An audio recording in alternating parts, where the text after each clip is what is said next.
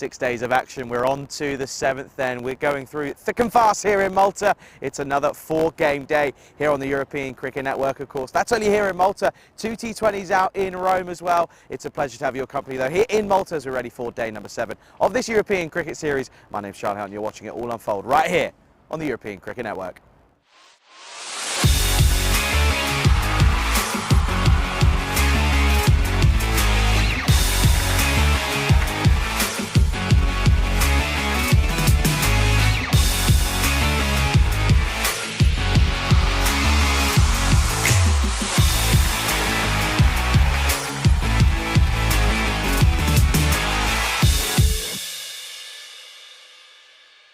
This European Cricket Network event is proudly brought to you by HCL Software and Paramatch.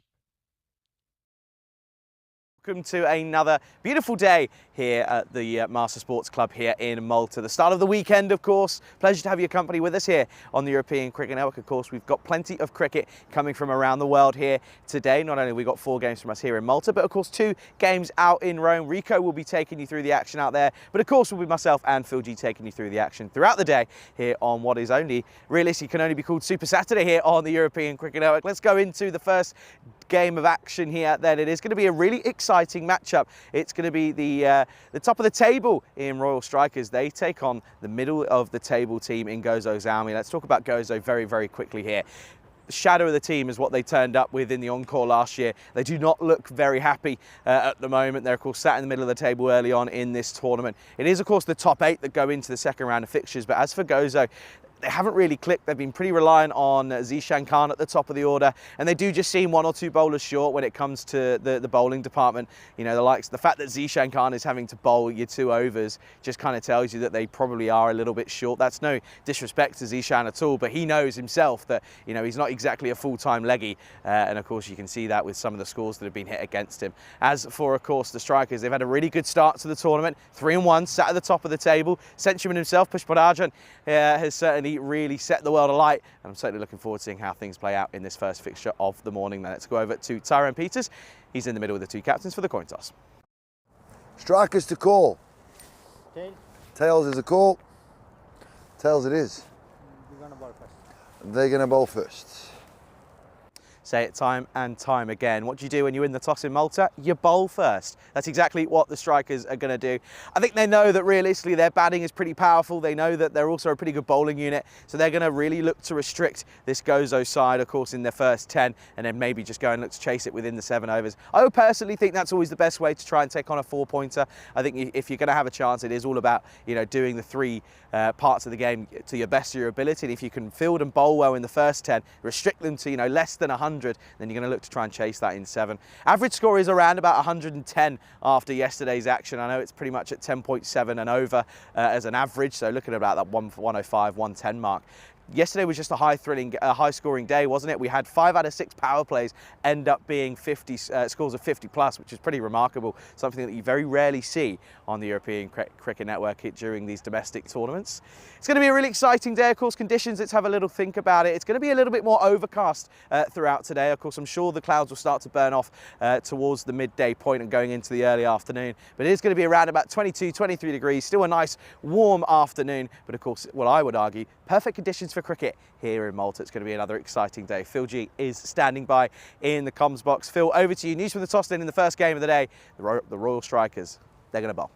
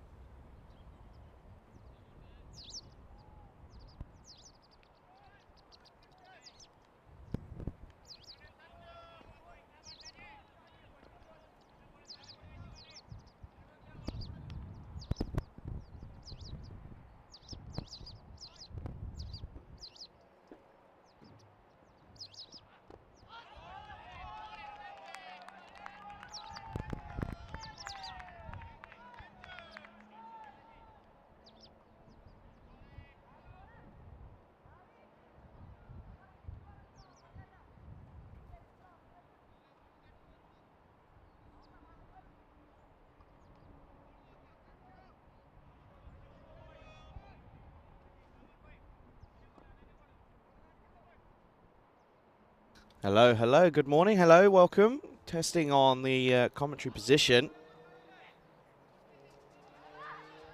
If there's any movement. Hello, trying now, hello. And, well, actually, I think we might be on here. And seems as if, out of nowhere, we've pressed the magic button and we're live. Hello, good morning, everybody, welcome. And appreciate your patience. Apologies for it, folks. Charlie Hunt here alongside Phil G. And good to be back. Apologies for the slight issue that we had here, but we worked on it and we're back. As Zishan Khan is going to hit this away to start with, as that's going to be a boundary. First boundary of the morning. Good morning to you, Phil.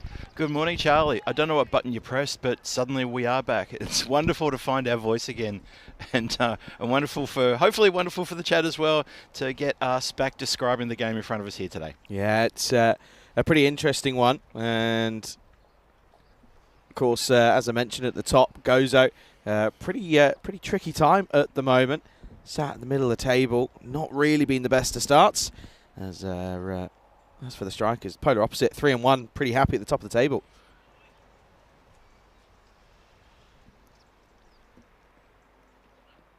Zishan whips us away very quickly and good hand speed to get this through the line. That's going to be another boundary. Back-to-back fours here. Yeah, look how fast he turns that one around. Really does. As you say, whips it around the corner. Quick, smart. Look at this. Just keeps it a little bit low on him. And stands his ground and turns it around the corner. Lovely strike, that one. Really good. Yeah, kept it a little bit low. And, yeah, he's off to a bit of a flyer here. He's up to 12.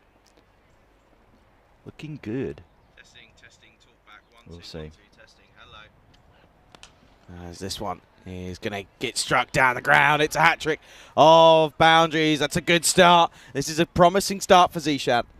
Yeah, Zishan needs to get off on fly here. The Gozo Zalmi, they haven't really impressed the competition just yet, and they're coming up against a red-hot team. Those Royal Strikers sitting top of the ladder, very pretty with a healthy net run rate as well. They've got to put in a good show here in this innings. Yeah, they really do. It's a matter of trying to get some momentum. Of course, they need Zishan to really go large and kick on. Good delivery, good cricket, good comeback from Siddharthan. Finds a dot ball, sneaks one in there. End of the first. We are back 16 without loss after the first over. Yes, it's wonderful to be back, and I hope you're doing well wherever in the world you're watching, either on the YouTube feed or in India through Fancode. Welcome. We'd love to have your company. Well, there's a bunch of stats for what's happening in Malta. 24 games played up to this morning.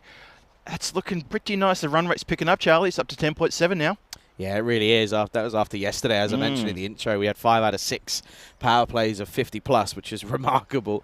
Not very often that you see that on the European Cricket Network in a full day of cricket. Yeah, pretty good indeed. Maximo rate at 7.4, the 4 rate at 7.6.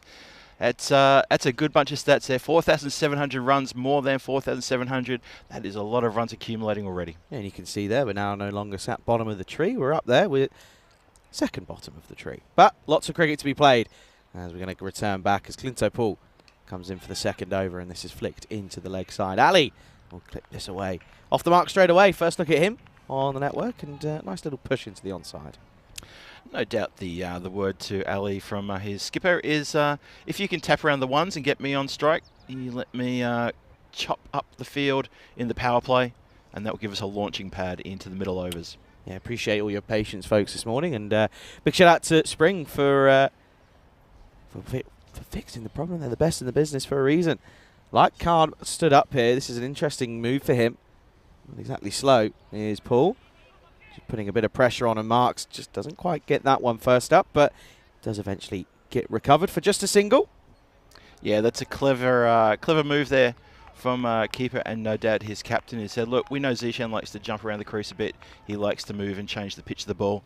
Let's stop that.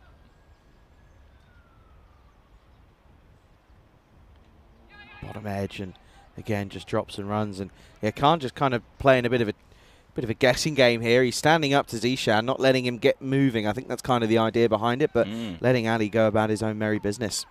Yeah, I think it's exactly what it is. They know that Ali's there to turn the strike over where he can, and they know that Zishan is the designated pitch hitter. Of course he is. He's a powerful striker of the ball. Goes for it, not out of the middle, and is going to be gone. Whoa. And that's just the pressure that a that a keeper standing up will have, and well, unfortunately Zishan, he's going to have to get a bit of a talking to from Tyrone Peters here. He's not happy with the way he gets out. It's not going to be a fun reaction. You'll see here it goes straight to the fielder. He's not happy with himself, and away it goes. And you can just see there, look, even have to have Khan sort of says, not too sure I'm a fan of that either. Khan is gone, and the first wicket falls. Gozo, 19 for 1. Yeah, good call there, Charlie. He's a very unhappy camper there as he marches off. Can only got himself to blame, holds out. Maybe that bit of extra pressure while bringing the keeper up with the helmet on has worked a treat. And, well, you know what? I think that is a masterstroke of captaincy and wicket keeping to do that, because it's forced an error. I think as well, Zishan, he's that more annoyed about it just because I think he knows that it's him or no one. And I think he's just starting to feel the pressure of leading a side that's struggling. They're relying on him for runs and also a couple of overs. Yeah. Tricky times. 19 for 1. Batter comes in and absolutely tonks this. This is Tazeeb, who starts off nicely. That's a really, really nice shot from Talib. Well, I do hope that Zishan sort of finds his seat, sits down and watches the batter's out here, because that's a lovely strike. That's a batter who comes in and says, you know what, Skip, let us take over from here. Well, he could do with a few more. It's gone down as 4, but that's 6. I thought that was how's that gone down as 4? That should be down as a 6, surely. That'll get changed. Well, this is crunched again, not out of the middle of that run out chance. Maybe there's no run there in the end, but a yes, no, maybe, and it's going to be a single to end the over. Says 23, but it should be 26 or 25 in my opinion. 25 for 1 is what it should be at. Oh no, there you go. That's why it is 4. Never mind. I thought he crunched that. I thought he absolutely wellied that one, and thanks to Spring Media for pointing out that that's a blunder. It was indeed a 4. Well, there you go. I thought he absolutely mullered that. It sounded good and it looked good, and the craning necks of the fielders suggested it was going way over their heads. Yeah, never mind. 23 for 1. Normal service review. So let's have a look at the standings. So the Royal Strikers, as we said, sitting pretty on top there. Very healthy net run rate on 13 points. Edex Knights with them also on 13 points. And Gozo Zalmi, middle of the table, as Charlie said in the introduction. Work to do. Yeah, a lot of work to do. As comes back and starts well to Savio Thomas. Sneaks this one through. Skipper coming in for the 3rd over. Good call from him to bowl first. I think it's the right call. They know that Zalmi have struggled. And they know that realistically getting a couple of early wickets will really put them under a lot of pressure. Outside edge, pushed firmly by Ali. Gets just a little sneaky single, but tentative push. Thomas draws the edge from the bat of Anis Ali. Anis Ali, he's made a few runs here in this series. He got a couple of runs on, I think, the first appearance, but he hasn't done enough. And this is his opportunity to stand up here for the team. This is, again, not really committed to by Talib. Just kind of wafts the bat at it. Hit firmly straight to the fielder, though, dot ball. Yeah, when I saw it as full and wide outside off, I mean, he literally could have picked anywhere for this one. And, yeah, the bat just sort of came forward, very relaxed motion, and hits it straight to the fielder. No chance for a run. That's a wide ball. That's a bit of a looser delivery from Savio. Yeah, so I think, for me, all pressure's on Gozo Zalmi here. These guys are the reigning champions. They smashed it in the ECS Encore last year. And, you know, they need to stand up. And the whole team needs to stand up. And, you know, we know that Zishan, he's a great player. He's got a lot of pressure on his shoulders. And this is an opportunity now for the rest of the team to stand up. Slapped and walloped over long on. And that's going to be 6 more. Talib finally gets the Maximo rate underway for the day. Yeah, finally picks that one and goes bang downtown. Look at this one. Winds up, crack. That's a good shot. And that area in deep mid-wicket is getting more and more traffic of Grizzlies. Yeah, it really is. As they've raced along to 30 here, which is not a bad start. But good morning to everyone tuning in around the world. Pleasure to have your company with us. To Thomas, to Thunder, to Kev, to Bob, to Kai Bay. Pleasure to have you with us. Pleasure to have everyone's company. To Paul as well. Oh, this is even better. This is long and handsome, and this is going to carry the wall. That's 6 runs again. Back-to-back Maximos. Yeah, that's a ripper, that one. Even better than the first one. Lands about 5 or 6 metres just to our right with a big thud as well. Really lovely shot there. So, here we go. Talib is freeing his arms and getting amongst them, and he's liking what he's getting served up from Savio Thomas. Yeah, it was just a nice strike, really, wasn't it? Yeah. Was able to get it out of the screws.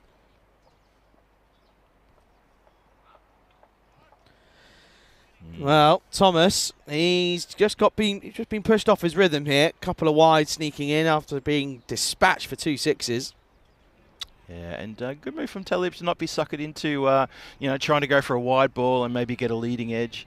There is a third man on the boundary back there for such an edge, and looks like, well, points coming back inside the circle.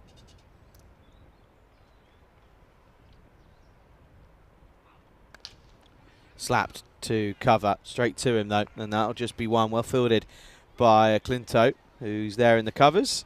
Talib goes to the ball hard here, doesn't he? He likes to see ball, hit ball, and it's a good over. 15 will come off it. End of the power play. Not the most electric of ones in comparison to yesterday, but not a bad one in itself. Probably one apiece. 39 for one at the end of 3. Yeah, I'd call that pretty even Stevens, really.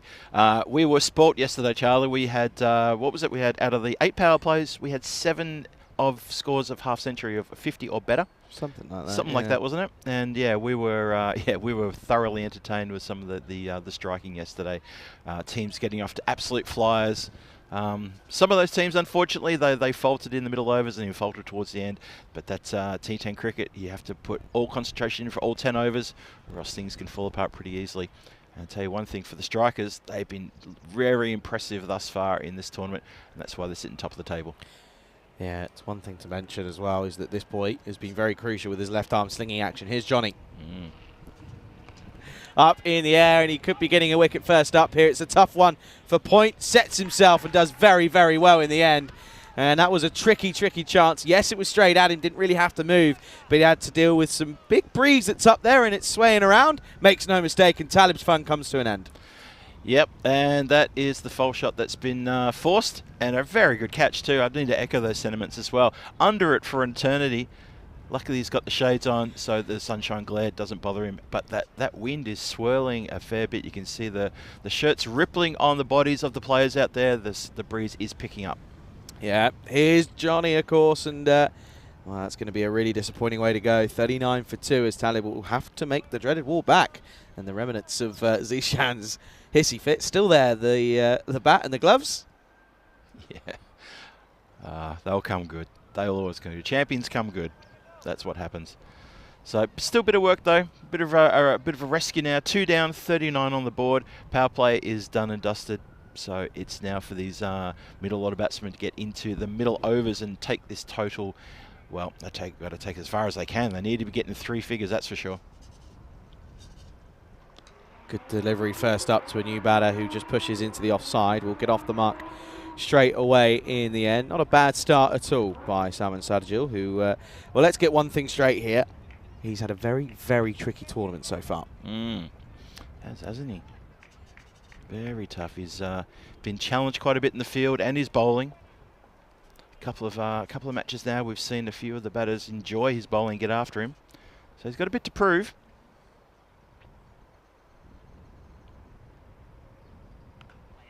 Good delivery back of a length, and Marks gets a hand to it. Probably stopped 4, to be honest. He's taken it away from his fielding friend, but still, nevertheless, has definitely stopped the boundary. Yeah, I think so too. Outstretched. Gets a little tap on the hand for his efforts there. Good work in the field there. Strikers have fielded well all week. We're very impressed with them. Very impressed with them overall. And yeah, that definitely did stop a boundary. Just feel as if get the first 2 or 3 wickets and you're running well into the sort of very long tail, to be quite honest, of Gozo Zalmi. Uppish, but hit away nicely again. Just dealing in a couple of singles here. Not looking to get too dogged down. Another single for Shadjil. Yeah, impressed with Johnny. I think Jithu Johnny has bowled really well so far for the strikers. Real bit of pace there, bit of fire, but also that slinging action, that action that can really trouble batters who haven't seen the ball being delivered so wide, and it's a different angle to consider. Really good.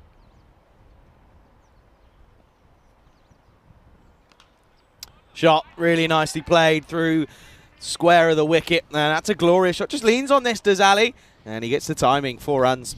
Yeah, nobody's stopping that one. That really was a lovely shot. Have a look at this one again. Yeah, lovely. Classic shot. That's a lovely square drive. 4 runs. Pierces the gap beautifully. No chance for anyone to get behind that one. Yeah, Anis Ali who, of course, playing for the first time as this year. Scored 40 not out against the Cedar Warriors, but didn't really do too much. But good to see him back, and well, they need some form out of him, and he's hitting a couple of nice shots here. Johnny, 1 for 7, picked up a big wicket to start with, got hit for a boundary and a couple of singles. Would like to finish strongly.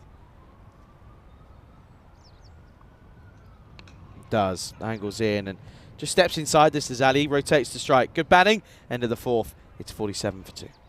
Yeah, I was pretty impressed with Anis Ali in that 40 that he got against the Warriors earlier in the piece. But since then, he hasn't really damaged anyone's reputation with the bat, let alone, well, pretty much only his own, because he just hasn't managed to do anything of what Gozo Zalmi need from him. So this is the stage for him to step up and maybe get a quick 550 and see his team up to a score into the 120s. And that would be a very decent if he can do that. The run rate is 11.75, so they're going along at maybe targeting a score of around the 120 mark if these two can stay together and if they can keep the momentum. That's the big thing, and they've got to deal with 2 overs of marks as well. Yep. And you feel that Johnny, of course, will come back for another over. And yeah, it's not going to be easy for them. It really isn't. And, you know, Ali's 9 off 7, taking a bit of time to get going. Marks is going to bowl this next over. Bowled really well last time we saw him. Didn't take wickets, but was very economical. Yeah, he's also been busy in the field. We've seen him take a couple of really good catches as well. He's completely in the game, and he's loving his cricket. Saw him in the chat, actually, during the week as well. So it's good to see him keeping tabs on everyone. Doing his scouting reports. That's what he was doing. Probably gets a little bit away with this one. I reckon this is probably going to end up being a wide, but Ali chases it and gets bad on it. That's a funny old delivery, that one. Just a bit of a loosener on a Saturday morning. It's fair to say, I think I've had a few of these looseners on a Saturday morning as well. Yeah, of course, action just got underway, I'd assume, out in Italy. Tries to get funky, steps across, but off the pad, and will just be a leg by. Yeah, looking for that gap there, backward of square. It's pretty wide back there. Fielder runs around, but as you say, Charlie, it came off the pad and just fell away really quite slowly. 48 for 2. Mark starting pretty well here. Yeah, Roma CC, of course, taking on Milan United out there in Italy. Roma have elected to field. Up in the air. This is potentially a chance. No, it's just going to fall away, and it's going to go all the way. 4 runs. Agonisingly close for the fielder. He wasn't far away, but was able to just and only just get enough on this with Shadjul. That's 4 runs. Yeah, 3 fielders converging, and the boundary rider coming around from point almost manages to slap it back in. Unfortunately, he did keep a foot inside the play, but his tapping of the ball, he missed it completely, and it is indeed 4 runs. And also big hello to Rico there in Italy. Now this time drag leg side and gets pushed away. Just a single. Well, so Marks goes he gets a boundary off it, that 3rd delivery, but this is the good type bowling. Had a loosener to start with, but it looks like he's found his radar now.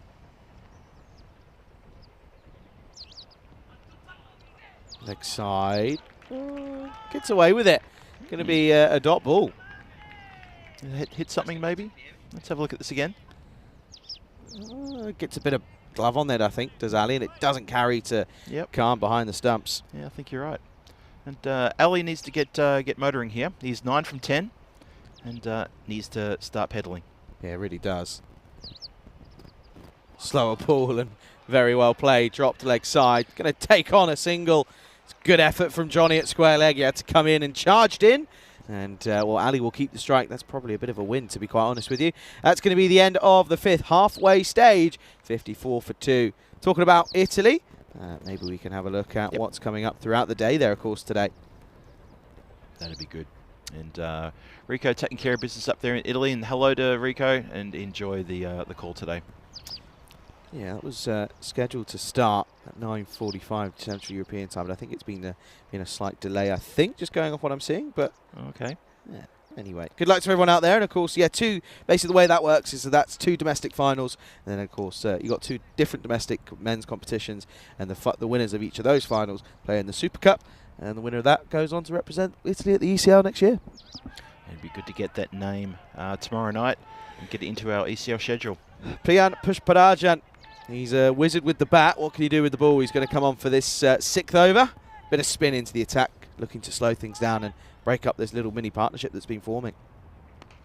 Good start. Bit of drift away, and he's a tall old man, his push, and he gets the stretch out on this one. Not exactly sure where Ali was heading off to, seeing that that ball was not going to go over the bowler's head. I think he just thought that it was going over for a moment. Oh, and again, another delivery that he probably could have left alone, but he's going to get 4 for his troubles, is he? Yes. Gets through the field, a little bit unlucky. Good attempt by Jamshid Kunang Chidakal, but it's going to be a welcome boundary. First one in a few deliveries, to be fair. Yeah, the boundaries have been, well, we've been starved of boundaries the last couple of overs. I don't know how long it's been since the last one, probably around about the 3rd over. And not through design that boundary has arrived, but it's arrived nonetheless. And of course, they'll take it. Yeah, it's what goes down in the book. That's it. Short and pumped. It's a loose delivery from Pushparajan. It was a wide delivery that went for 4. Now a short ball. Gets pulled away for 6. Yeah, that's better. That's better. That's proper intent and starting to get things motoring now. That's a good sign. And Ali now gets into the 20s with a score of 20. And that's a good strike. Needed that. Yeah. People just talking about England, of course, losing the series to Pakistan this morning, which is always great. Yeah, I saw they were in a bit of trouble when I got up this morning and had a look at the scorecard. Yeah, not fun at all. Mm. We got that, Grizzly. Yes, we do. So, Ali moves on to 20 and 64 for 2 with a couple of balls left in this 6th over. Pushparajan not quite hitting the mark so far. Better. Much better indeed. Just pushed into the offside. We'll just get 1. Yeah, that's a good comeback from firstly being underaged for 4 and then being absolutely belted for 6. That's a good comeback from Pushparajan, as you say. And 2 more of those to maybe finish off the over, and he'll feel a lot better about himself. Obviously, Kozo Zalmi want to get this one away. Well done indeed. Gets a bit of a hand on this one. Gets a bit of stick, and again, just the single. Singles won't be too detrimental at the moment. But this is better from Zalmi. They're not getting too dogged down. They're not trying to see ball and hit ball for 6 every time. They're pretty content in just pushing for a single and not getting any dot balls, which is key. And again, this time there won't be one, as it's equally well fielded. Not a terrible over. Couple of boundaries in there, 4 and a 6 and a couple of singles. It's going to be 66 for 2 after 6. Yeah, and look, it's a bit of a cautious moment, really, for the Gozo Zalmi batters. Good hits for 4 and 6, obviously the under edge and then the big swipe. And if you have a look at the batting card there, Zishan got off to a fly 17 off 8 deliveries. And Talib similar, 17 from 7 deliveries, but they're both back in the shed now. Anis Ali looks like he needs to take over. Salman Sharji, he'll get his chance. And he really needs to take that chance with both hands and almost justify his position here, because he's had a few shockers in the last couple of days. Marked back into the attack, and he's going to get slapped down the ground. Not quite out of the middle of the bat, but well fielded by Vishnu Babu. Had to just make sure he kept that foot in play, did well. Yeah, that was Babu there. Yep, just skirts the line. That left foot just goes tantalisingly close, but he's okay. And Sharjil happy to turn it over to Ali and say, "You're hitting it well." As you continue. He isn't. It's a weird little innings so far from Ali. It's a weird knock. It is weird. Well, that's not weird. That is mullered into the leg side. That's going to be 6 more. Watch out in the tennis courts. Yeah, that's a great strike. There's nothing weird about that. Just got under that and elevated very nicely indeed. It's a good word to use. It is a weird innings, because it's not just sort of started cold and then he's warming up. He's sort of just sort of sputtering along. It's very stop and go, isn't it? Very stop and go, yes. Kind of like a learner trying to have his first driving lesson. Too short. That's probably going to be a wide, and it is. Oh yeah, Mark's bending the back there. You can just see, yeah, it's too high. Oh, no yeah. question about that. Ali, don't worry, it'll get called. Settle. Yeah, you don't have to appeal for those. The umpire is Settle. all over that. This is a good improvement from Gozo. I don't think this is what many were expecting this morning. Swing and a miss. One thing got to remember, they're reigning champs for a reason, and there's a reason that they did so well. Yeah, that's right. It's like I said at the start too. I mean, after Zishan lost his wicket, I was saying, if they're the reigning champions, then you have to say champion teams have a way of picking themselves up.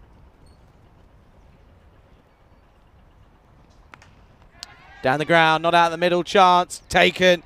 And this is a very good catch by Babby. Had to cover about 25 metres to get round here and did superbly well. And Ali's, as I said, strange knocks kind of comes to an end. Very stop and start, but he's going to have to go for 27. Yeah, very good outfield catch here. Have a look again. Marks puts it in a good spot, and it is mishit down the ground, and Babby runs around, as you say, quite a distance and pockets that one quite nice in the end. Good catch. Marks picks up a very deserved wicket, which is nice to see. He's had a couple of struggles with getting wickets on the board, but he's always bowled pretty economically. Disappointing way to go for Ali. As I said, very, very interesting little innings, but he's going to have to hurry along, scurry along, as it's going to be 74 for 3. Mughal is in at 5. Marks looking to maybe try and get in early here. Swing and a miss. Swish. Felt the air move from here. Rob Thompson in the chat saying, still no camera on Phil. He wearing the same shirt, question mark. No, I am wearing a different shirt today, but thank you for checking on me, Rob. Must be still dark there in New Zealand, though. It's always dark in New Zealand, apparently. Apparently it is, yes. Good old time zones.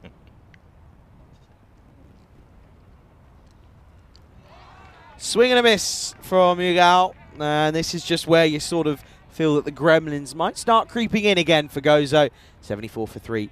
At the end of 7, 3 overs to go. Yeah, another swing and a miss. And I've got to say, I think Marks is a bit unlucky to not pick up a second wicket there with that sort of swinging. As we have a look at the European Cricket Championship for women coming up in December, 9th to the 20th of December, Challenger Division and a Premier Division. I'm really looking forward to this, Charlie. I know you are as well. Yeah, speaking of, nice to see some of the Malta women's side having a bit of a net this morning. And oh, cool. Yeah, of course, Malta will be taking on Bulgaria women in an ECI over the course of next weekend, where Malta men will be taking on a Czech men's side. It's going to be interesting. Some ECIs coming up. Yep. Johnny, he's back. Starts well. Dot ball. Oh, I tell you what, every time Johnny comes on a bowl, I feel there's a wicket coming. Every single time. He's just got a real good fire in his belly. Just has that knack of taking wickets. It's the angle. It's the trajectory of which it comes out of the hand. It's just very, very effective. And just you can't really train against this sort of bowling. You just got to face it and kind of work it out as you go along. Yeah. Oh, sort of miscued into the offside. Just be one. I have to say the umpires clearly were pretty content in where they parked, because Joy and Eldos, they parked directly where Basil hit that 6 the other day that was all the way back on the fence. Oh, have they? So they're clearly not backing the batters. Okay. Are the umpires. Good areas again from Johnny. There's another one. Doesn't quite carry, but that's a skiddy action coming into play. Yep. That's a good delivery. And, well, Mughal, he's there, and he's just not sure. He gets one straight here, does Johnny. Gets it honing in at the base of off or middle, or even leg for that matter. Maybe leg would be better just to really disturb where the batter's standing. He's going to get one. This time, holds his ground and will get off the mark. Direct hit would have been gone for all money, but he survives. Yeah, very quick shot. Stumps there. Clinto Paul running in and almost threw the stumps down, and it would have been curtains. Didn't Clinto take a ripper in the field on day one? Am I imagining that? Come on, testing you here. No. I remember Clinto did take an absolute perler on day one. Yes. See, wasn't even here and I know about it. You probably heard me screaming at the top of my lungs. What, from Spain? Yeah. All the way from Spain. Maybe. Oh, Sharjil has no clue about how to play this. It's a really good delivery. It's short, it's quick, angling into him, turns him into an S. Oh, my goodness. And Salman knows it too. He's got a little bit of a shake of the head there as he realises, I've not just been beaten. As Charlie says, I've got no idea what happened. Not got a Scooby. He certainly doesn't. What a spell. Trying to finish off with a wicket, maybe. Up in the air, off the toe, could be. And he will do. There you go. The old commentator's kiss for Johnny. Not so much for Sharjil. He's going to go for a runner ball 10 as another one bites the dust. And this is just exactly what we were starting to worry about, is that the collapse is on its way for Gozo. They fall to 76 for 4 at the end of 8 overs. Yeah, that's a very well-deserved wicket to Jithu Johnny there. He's bowled so well. We've been praising his bowling in this game and in other games too, but in this game particularly, that's just really good fire. And Chanjar Sudarsanan on the boundary takes a very good catch, well judged. Looking up into the sun, Sharjil just doesn't perform again. Yeah, trying to see if I can find Zishan, but I can't spot him in there. Oh no, there you can. He's at the back. He's keeping quiet. Yeah. And then, well, there's a bloke in the front. He looks like either he's got a sore head or he's not happy with what he's seeing here at the moment. One of the two. Maybe a bit of both. 76 for 4. As Johnny does pick up a wicket with his last ball. 2 for 10. Excellent spell for him. Here's Clinto to return for the 9th over. And Mugar does what Mugar does best. Swing and a miss. Yeah, that run rate has really collapsed in these middle overs, and that is exactly what we feared. You said it right from the get-go, Charlie. If Gozo can't maintain momentum, then this is what's going to happen. Of course, they could not maintain a momentum.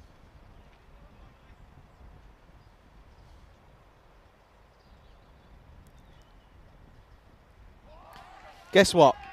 I tell you what, line them up, because they're building up for Mugar. That's 1 off 6 for him now.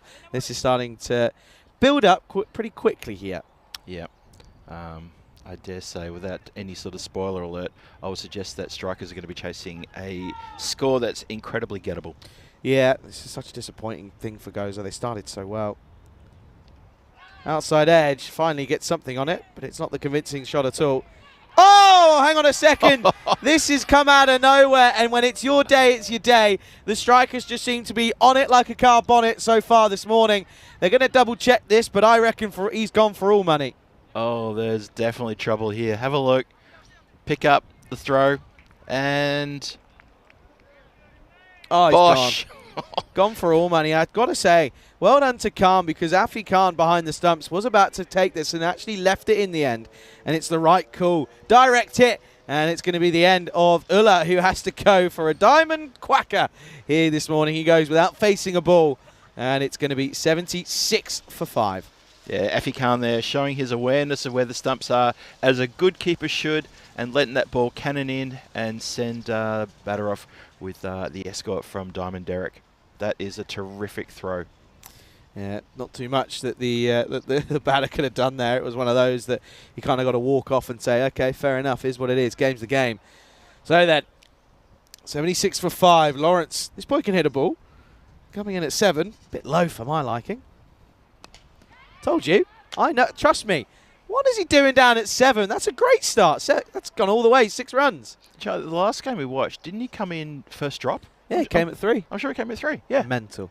And he played well. He got a 35. And if I remember correctly, he got pat on the back for his innings by the opposition. Yeah. Who's all said, mate, well played. Don't know why he's come in at 7. Don't get me wrong, it's a slot ball. It's not the best from Clinto, but sure, still got to hit it first up, and he does. So good start for Lawrence. Mm. Might be a little bit of light at the end of the tunnel maybe here for Gozo.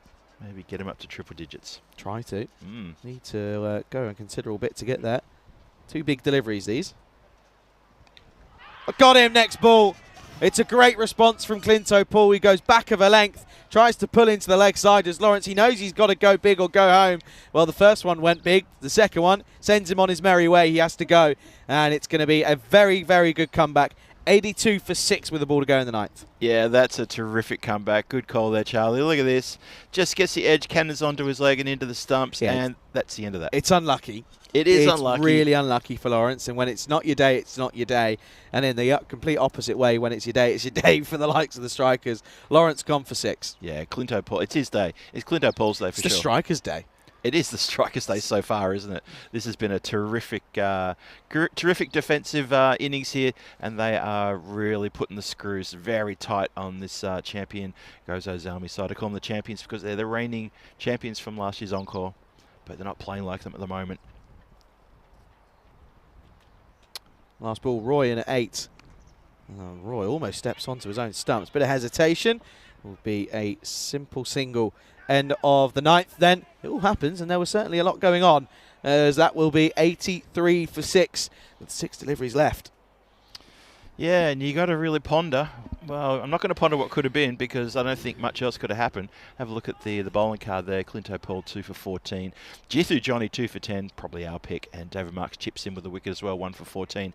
Pretty economical across the board. A couple of 16s there to Savio Thomas and at the top there. But otherwise, the rest of the bowlers, I think they've done pretty well. And the outfielders have done a great job as well. Yeah, they certainly have. They really have done a great job. They've been on the money. Not really too much has got through them.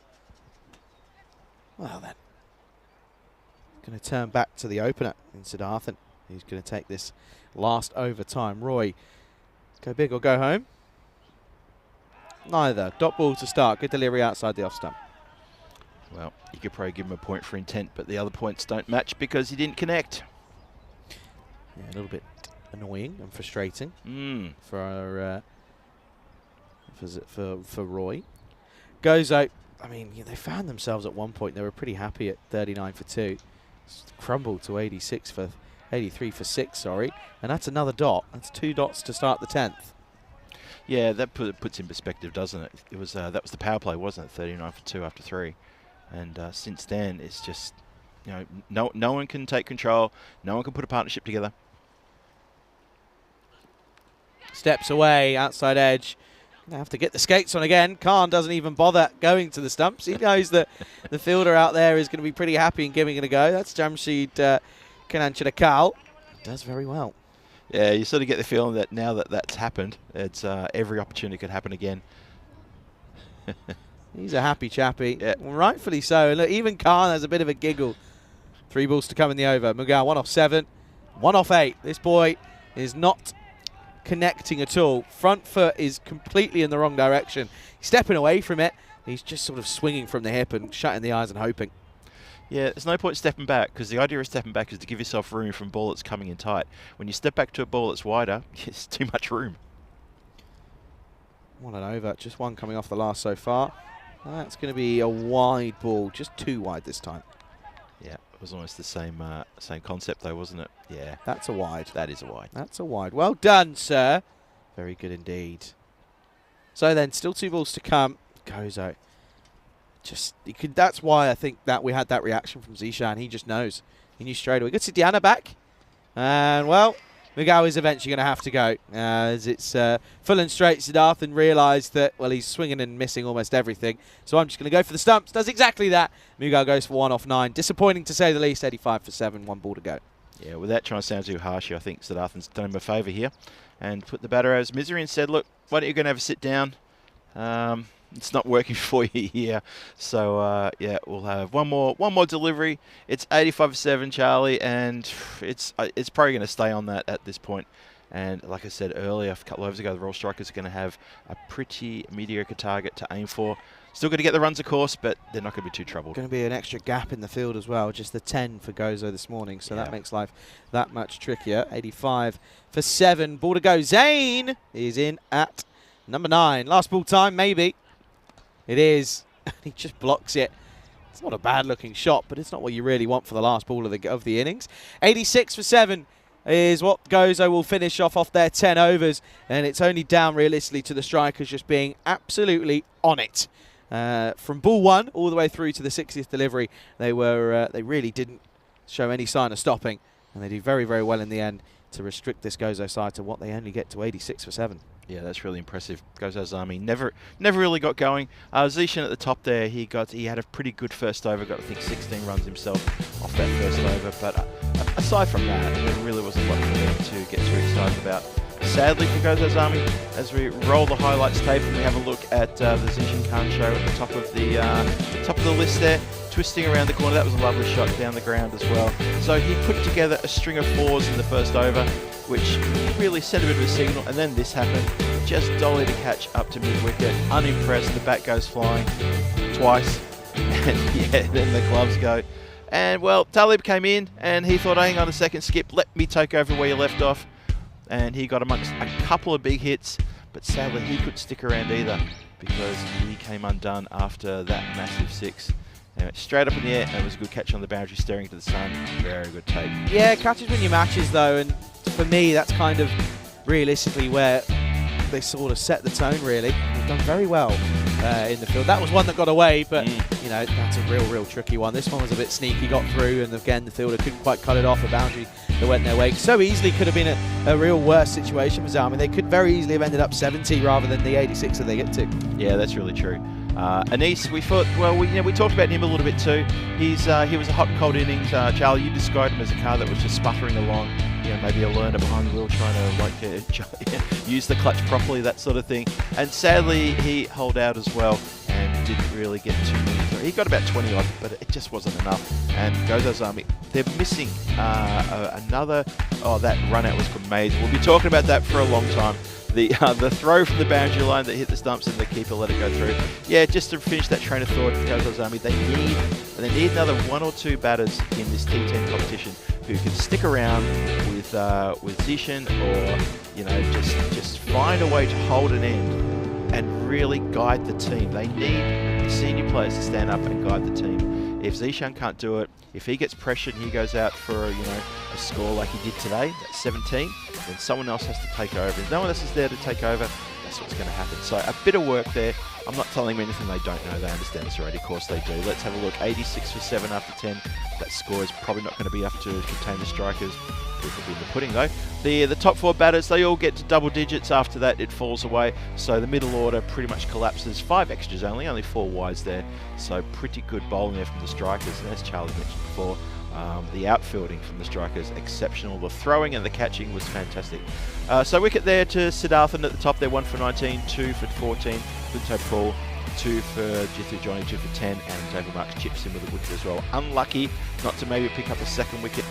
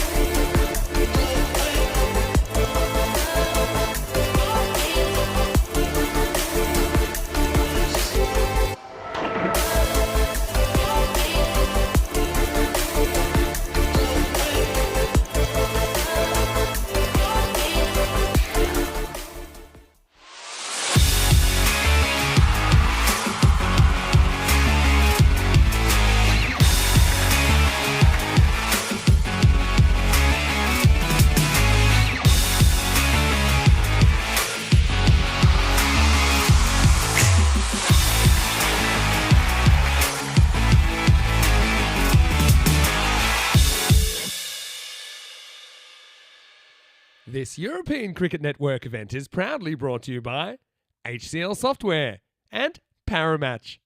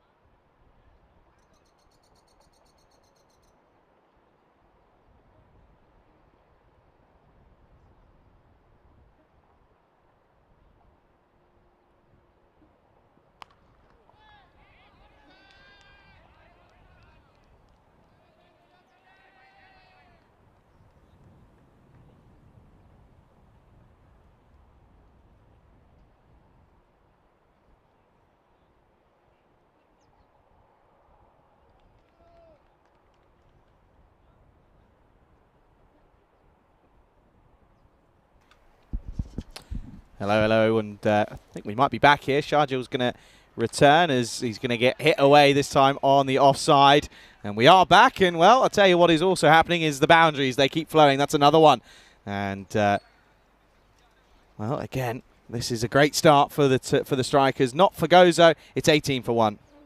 Yeah, and a warm welcome to everyone who's joined us again. And obviously to you and me, Charlie, we got a warm welcome from the tech guys who said, yes, you're good to go, so you can start now. Apologies to everyone for that little bit of comms communications issue with the sound. Looks like we're right now. 256 games since the Golden Ball. We thought we might have almost corrected that yesterday. There was an opportunity late yesterday, and it didn't happen, unfortunately. So we continue the count. It's funny. Jeff thinks maybe Rico's hacking the system and wants all the attention in Italy. Shout out to Rico and everyone out there, of course. Have a good day. And I know that the ground in Roma is looking wonderful as ever. Here's Stevie Roy, who gets pushed into the offside to start. Good start, though, for the strikers. 18 for 1. Yes, losing a wicket in likes of Raju, but you've got Pushparaj, he's made 100 already in this tournament. Comes out at number 3. Is not a bad man to have coming in at 3. I totally agree. You score 80 in the first over and you're chasing 87 for a victory. That's almost, well, it's almost a quarter of the way there. Yeah. So you're doing all right. I think we need to probably look at this and think, I'd imagine that we're going to be looking at a bonus point equation, to be honest with you. Yeah, striker's on for 4 points here. Too wide, but he's going to take it on. And he's actually going to hit this quite nicely. It's probably going to go all the way for 4. It does. Anything Pushparaj touches turns to gold at the moment. Yep, he really does have that Midas touch, and that is a lovely touch as well. Chops down on it, but it's got the legs, and it's also got the precision through the field, and 2 fielders cannot overhaul that. Gee, it does run away very quickly there through the covers. Yeah, just motors away, doesn't it? It really does. Just gets going. And 64 of 34 now. There you go. That's for all 4 points. Lofted. And all the time in the world, Pushparajan. That has cleared everything. That's going to be 6. That's a lovely strike. Just so comfortable in his own skin to belt that one without belting it. Just lofts it. Lovely. He's got a tall stature, and the elevation is really something. That's absolutely fantastic. Our photographer, Diane, she's here at the ground today, and I bet she got a couple of snaps of that as he held the pose. And Stevie Roy, that's not going well for him. No, it's not. 11 off the first 3. This is not a great start for him, nor Gozo at all. Yeah, they're under the cush at the moment. Pushparajan just having a little rethink as Roy's going to go round the wicket here. So another big over here, and they're well into this target of 87. Bit of a field change at the moment. As Sleep Square Leg just comes into the circle, and mid-off goes back to long off. Drops this leg side. Still an easy single, even though Square Leg's just come into the ring. Yeah, nicely played there. The Royal Strikers need, well, they're looking for 57 or 32 for that bonus point. And they're looking pretty sharp. Computer says they're looking very sharp. Phil talking 98% to 2% chance for that to happen, according to the Boffins who crunch those numbers. 30 for 1 on the board. Still 2 deliveries to come. Stevie Roy needs to pull something back here. Good delivery and respected by Siddhasanand, who just pushes away. Just a single. This is exactly what he needed after going for 12 off his first 4 balls. Yeah, I like that one. That's good control too for a right arm around the wicket to have that sort of control coming in like that. Was a good delivery. Really like that one. Still not a fan of right arm around the wicket though, have to say. Not a fan whatsoever.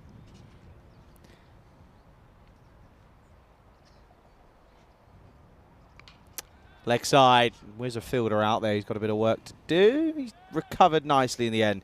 There's Shamlaz Talib. That'll just be one. I tell you what, watch this again from camera 1 here. Roy's not far away from taking out poor umpire here. Watch this. Genuinely, oh, you might have to go back a bit further, but he's not far away from, watch this, look. There's a little brush of the old elbows. Look at this. Oh, it's not far away. Not far away at all. He does get in close, doesn't he? Not quite a Colin Croft moment, but and no one ever wants to see that ever again. But yeah, okay. So we've got the standings now. Royal Strikers sitting pretty on top of the table there. Healthy net run rate and 13 points. Points also with Edex Knights. Goes Ozalmi in the middle there, teetering on the possibility that they may not get into the following round when the cull comes in a week's time. Sharjah again is going to get hit for 6 to start. That's a glorious shot. And again, it's gone all the way. It's gone a long way. Even if that was T20 boundaries, that's 6 runs. Lovely strike again. This is a really good display of batting here. This is calm batting, nothing too silly, just continues on his way, picking the right delivery and playing the appropriate shot, each ball on its own merits. You can run out of superlatives at some point in time, but that's why they're there. He's absolutely banging it around, and I love to see this. Crack. That's another great shot. Oh boy, he's really on here. Pushparanjan is saying, I think I'm going to help myself to maybe a half century. He's on his way. He's up to 40. And he's got that in such quick time. That's a bit more of a slap, but it was short and it was there to be hit. Oh, apologies for that. I was getting ahead of myself. I saw the 34. Maybe the scorer had already clicked it a 6 while it was still in the air. Either way, he's still motoring along towards that. Hope I haven't put the mockers on him now. You watch, Sharjah might get him here and make me look like a little bit of a silly Billy.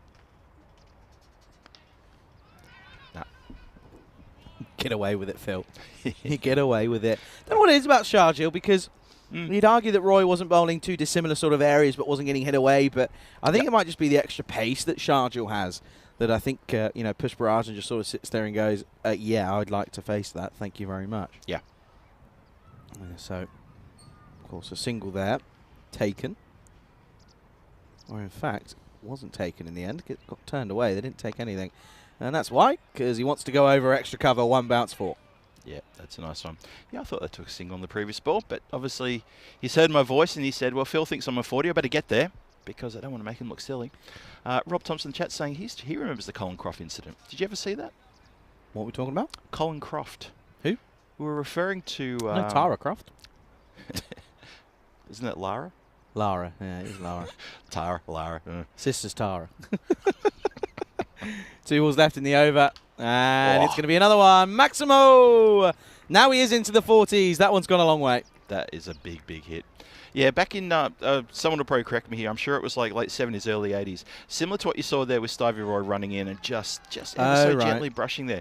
Colin Croft didn't like an umpire's decision. So the very next ball, he runs in and absolutely from behind, shoulder, not just the arm, the shoulder and half his body smashed into the umpire as he delivered his delivery. Croft, right? Colin Croft, if you watch that, you will be stunned.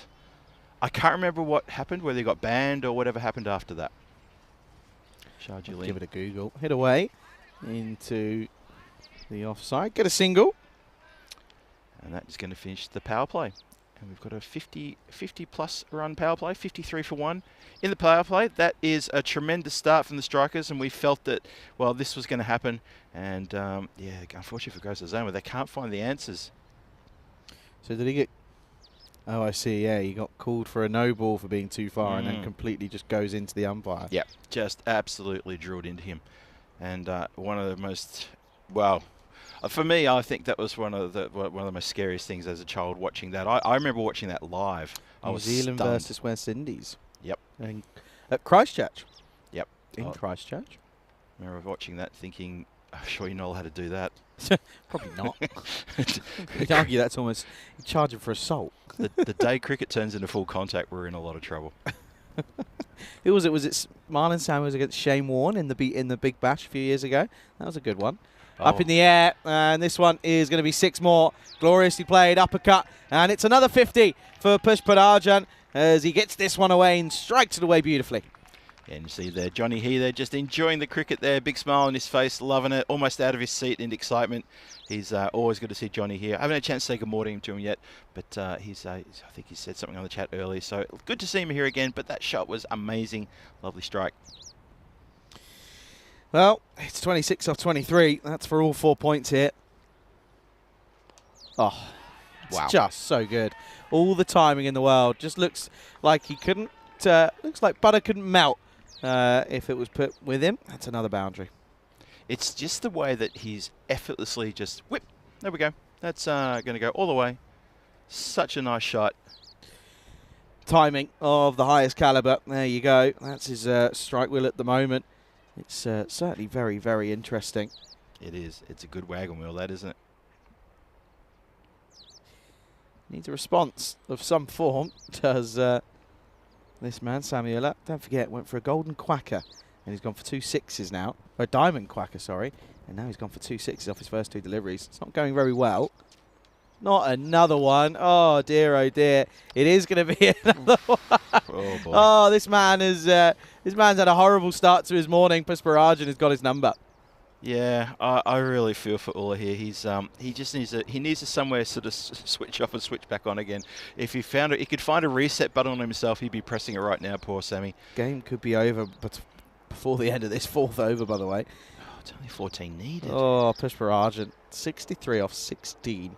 It's remarkable. It really is remarkable. You've got to give credit where credit's due. Yes, the bowling's not great, but it's staying hit.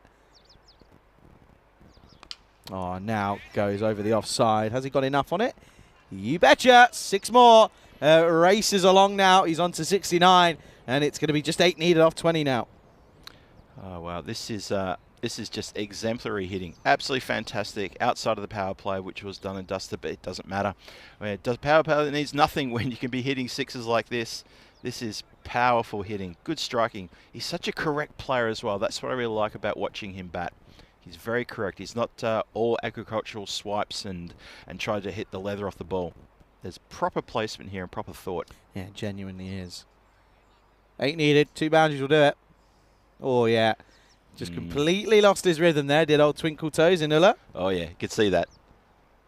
I'm going to try that one more time. See if he can get a dot ball here on his belt. Just genuinely has the yips here. Oh, up in the air again. Not got the legs, though. Khan underneath it. Does take the catch. And he's an angry man, is Zishan Khan at the moment, because his team isn't performing, and neither is he. But he does take the catch. Pusparajan's fun comes to an end. 69 off 18 deliveries. Ulla finally gets something to go his way. That's right. And Pusparajan, he gets a little applause from the fielders as he walked past them, acknowledge them back, says thanks very much, guys, because they know what they've seen. Yeah, they cannot deny what they've just seen here. Someone who's come in absolutely just taken this game by the scruff of the neck and said, you come with me, this is how it's going to go. He does go for 69 though. To a good outfield catch by Zishan Khan just here in front of us, but nonetheless, it's all done bar the shouting. Yep, so another one is going to have to go. And you can see there he gets quite happy. He's gets told that he's got to that he's done his job. It's going to be a dot ball there to finish the over. And it is going to be 79 for 2 at the end of the 4th. Babu comes out at number 4 and swings and misses. So just the 8 runs needed here, and the Strikers will be very, very happy going into the next game. The Strikers do take on the likes of the Edicts Knights. Now, of course, the Knights, one of the best batting sides in the tournament. Both their last 2 scores were 140 plus, 142 and 163, and you do have to think that the Strikers, it's not going to be as plain sailing against the Knights as it is here against Goza. Nah, that's going to be a massive battle. I'm looking forward to that one. You and I are pointing at that one saying, there's your main course. Yeah, that's a real thriller. Here's Roy once more, just 8 needed. This is going to get slapped down the ground, and there's going to be 4 of them. 1 bounce forward, just gets away with the outstretched hand of very wide, long on, and it's going to be a welcome boundary. Yeah, so look at that. It's just, 1 boundary away from an emphatic victory here. It's, obviously the bonus point. It goes without saying, I mean, 4 points here. It's absolute gold for the Royal Strikers, but they've just deserved it. This is a great exhibition. Well, yeah, it's also the fact that they go up against second position in the next game, so it just widens that gap no matter what. Up in the air, another chance maybe. No, not going to carry. Khan sprints on in. They're going to come back for 2. That's a cheeky second, or is it? And we're going to have to go upstairs here just to have a look, but it's good running in the end, but good fielding as well. Good recovery from Zishan. Yeah, Zishan runs very hard at this to complete the catch. Doesn't, but recovers quickly.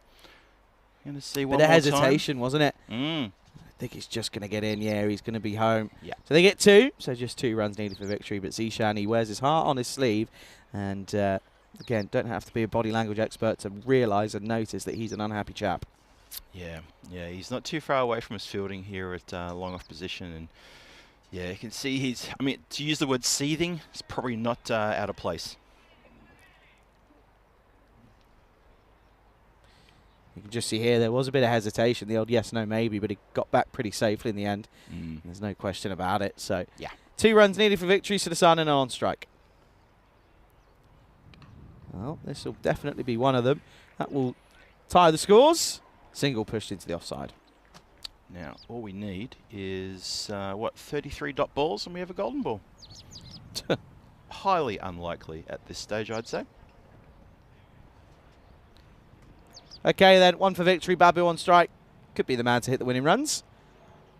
No, because he's trying to do it in style and he doesn't realise that there's only 1 needed. All he had to do was just push that into the onside and it's an easy single game over. Yeah, could have just dropped it at his toes. Oh well, maybe this time he'll do it. Needs Babu, Sudarsana at the other end just to say, you know, there's 1 to go, right?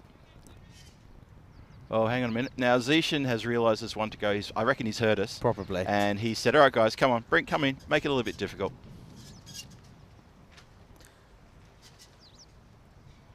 Well, there you go. He's going to do it with a launch 6 into the leg side. Game, set, a match. And it's a 4-point affair for the Strikers, who were just a class above Gozo Zalmi. The reigning champions certainly not flying high at the moment, but the Strikers, well, they absolutely do deal a very, very vital blow as they take 4 points here from match 25. Yeah, this was, this is absolutely emphatic. This was such a stamp of authority on this tournament by the Strikers. They bowled really well. They fielded exceptionally well in the previous innings of Gozo Zalmi, and they've come out here with Pushparanjan leading the way, and they've just dominated. Absolutely dominated the Gozo Zalmi side and done this game in very quick time. Yeah, so we've finished that early, that we haven't got the lineups in for the next game. But what I'll tell you is that the likes of Strikers, they're going to bowl first again. So they're going to be looking forward to trying to restrict a very, very strong Edicts Knight side. That one coming up in 45 minutes' time. Let's roll these highlights. Sharjil again was in the wars, wasn't he? Couldn't get anything going his way. Of course, we struggled with a bit of technical issues, but that's, well, some would argue that's a bit of a blessing in disguise. You never know. Anyway, catches were taken eventually. That was a good catch by Roy mid-on, and, well, unfortunately, out came Pushparanjan, and he absolutely loved what was being given to him. He did. He put on a display here, an absolute display, a clinical display here for everybody, not just the spectators, but also for the Gozo Zalmi fielders to watch and see. This is how you go about it. This is how you get into a power play and monster to these balls. The thing that I love about Pushparanjan is that it's genuine textbook cricket shots. Yes. It's not, you know, Zishan, very sloggy, very agricultural. A lot of the batters were for Gozo. Pushparanjan will play the ball on its merit, but still reap the rewards. That was his 50. Another one for him off not very many deliveries, and he kept on going. Unfortunately, would be brought to a halt as he was gone on 69 off of just the 18 deliveries. Yeah, I think you've nailed it right there. That's what I enjoy watching him bat for, is just that correctness. And you feel you're watching a real professional at work here. And he did come undone. Zishan comes in and takes a good catch. He's not happy, obviously, with the way things went in this game. And Pushparanjan gets a big pat on the back from the dugout. They all have a bit of a get around, and that's fair enough because he's done the job. He's done pretty much all the job bar a couple of runs towards the end. And that was the final stroke. Big lofted shot off the pads, square on the leg side, and that is the game done, dusted. Handshakes all round. Gozo Zalmi, not too many smiles on their faces. They're going to feel a little bit of sting from that one, as they have been well and truly, well, you'd almost call that a thrashing. Absolutely taken to the cleaners. The batting card there, Ashwin Raju, he misses out the top. He got 8 from 3. Pushparanjan, he went out after getting that 69 and pretty much took this game all the way to its conclusion.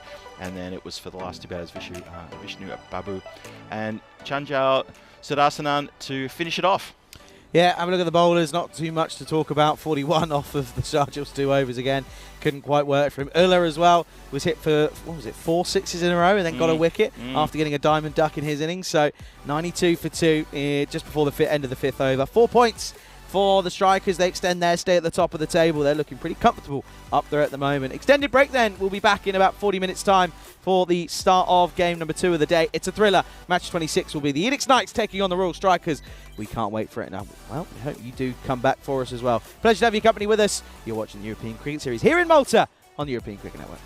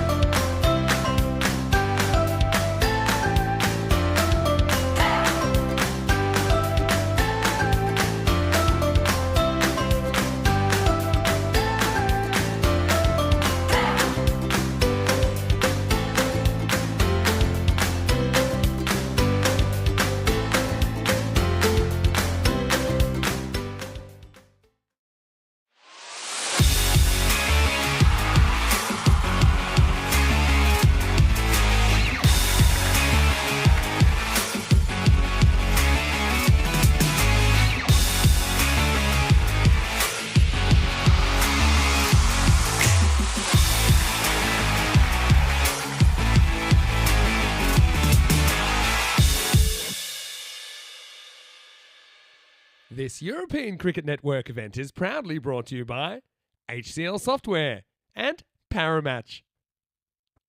Hello everybody, welcome back to the Master Sports Club here in Malta. It is time for match 26 of this European Cricket Series. It's going to be an absolute thriller. I know they say this every time, but trust me, this is going to be a serious game of cricket. Top of the table clash, it's going to be the Edicts Knights taking on the Royal Strikers in this one, of course. So the Strikers playing a game already this morning, so the Knights come into this cold turkey. After a good first day for them, they scored two scores of 140 plus. So they'll be looking forward to going back out there with the bat. Certainly looking forward to seeing the likes of Sammy with the bat, but also big boom boom. Boom, boom, Basil, what a boy he is. Looking forward to seeing how he goes about things again today. Let's go over to the middle. Tyrone Peters has got the two captains for the coin toss. Edicts to call.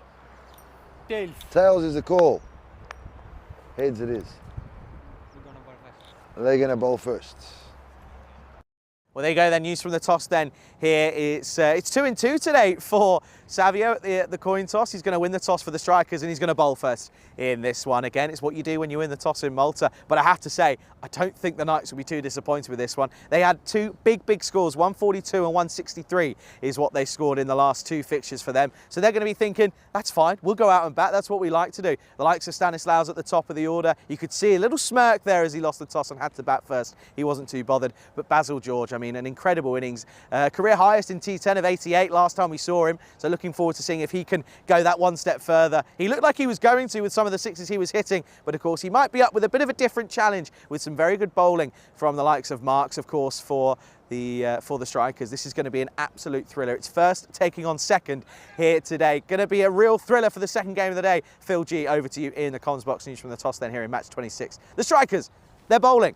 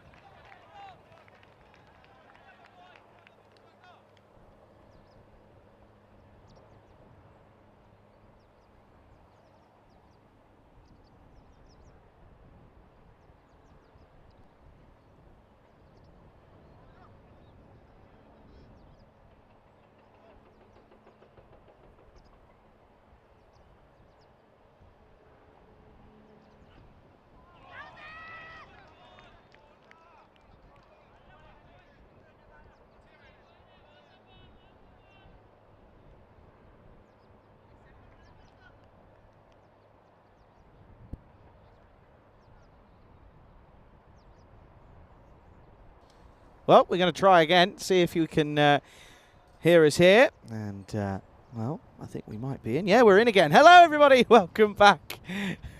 Good morning, good evening, good afternoon. Apologies for that, folks. Seems to be that we just we haven't put enough money in the old startup. End of the first over. Very interesting indeed. 13 runs come off it as the Edicts Knights are 13 without loss after the first. Charlie Huntley on the European Cricket Network, joined by Phil G in the comms box. Hello there, everybody, and hello, Charlie. Well, we are getting there. Just a few fits and starts. Just like Charlie says, just need to put a few more coins in the box, and things will be going just fine. Let's have a look at what's happening in Italy today. A couple of big matches, 2 domestic competitions coming to a head there. Roma CC versus Milan United in one match, and the other one is Punjab versus Trentino Aquila. That'll be later today, and the winner of those 2 games goes to tomorrow's game to see who appears at the ECL next February. Yeah, at the moment, Roma have got the likes of Milan United to 119 for 6 in the 18th over. And Jamalco Fernando, 2 for 33 off his 4 overs, been very, very good. Top order failing for Milan United in that one, has to be said. But yeah, of course, Rico is taking you through that one. And yeah, we're of course back live here, which is good to, well, it's good to be back after not putting enough money in the meter this morning. Basil going to be opening up here, hasn't faced a delivery yet. Looking forward to seeing how he goes about things here. Clearly. Big battle this, by the way. Sorry, Johnny. Yeah. Against Basil. Big battle here. I have to say, I did see some very expensive cars come into the car park over the last 20 minutes. There's a frontline Range Rover that's in just behind deep mid wicket. Oh, there we go. There's a shout. There we go. That's a bit of a good start there. Encouragement for Jithu Johnny there. Down the leg side, pitching down the leg side, impact probably outside leg as well. That's just the issue when you go left arm round. Well, interesting that he stays there, isn't it? Let's see how Basil George handles him first. But yeah, he may switch. But at the moment, that's a good start. Get the shout. Bit of doubt in the batsman. Let's have a look at this second delivery. Oh, I didn't know too much about that. Squeezes away on an edge, and that races away to fine leg for boundary. Yeah, gets a bit of luck to start off the morning. Does Basil. First runs in the book for the day. Yeah, strikers are applauding around the ground, though. They know that brought the false shot.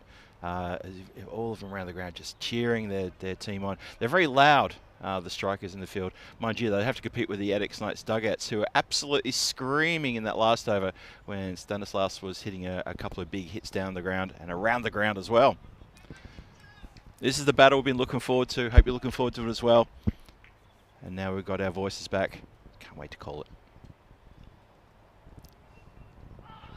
Again, the questions asked, and that's, oh, they're going to run it for a quick one. Basil George a bit slow out of the blocks there. Stanislaus was very quick to get down there and switch things around. And a little wave of the hand saying, let's get going. Have a look at this again. It's a tricky angle for a batter to deal with, isn't it? Coming across, and he says, why are they appealing? He kind of gets lost in the calamity of it all, but yeah, comes through for another sneaky run. So not a bad over or start for Johnny. Yeah, it's if he's up against the lefty, he's got to come over the wicket. He's got to change his angle. Of course, to Sammy Stanislaus, he'll stay around the wicket, which will work against the right-hander. Yeah, it'd be interesting to see when he does bowl again to Basil George, if he gets a chance to, whether he does change that angle or he wants to persist. But I agree. I think he needs to maybe try something else. He's already causing some troubles, though, for Basil George. Stanislaus now. Good strike down the ground, but miss hit and just down to the mid-on position. Yeah, just a bit of a big backlift there, which kind of means that he was a bit slow to get down to it. It's a quick delivery from Johnny. Arguably the bowler of the tournament so far for me. I don't think I'm going to disagree with that. From what I saw in that previous match as well, and the other matches, but especially today, I thought he was looking absolutely sensational in the earlier match. That's gone straight up in the air. Shouts of catch it. Keeper gets under it with the gloves.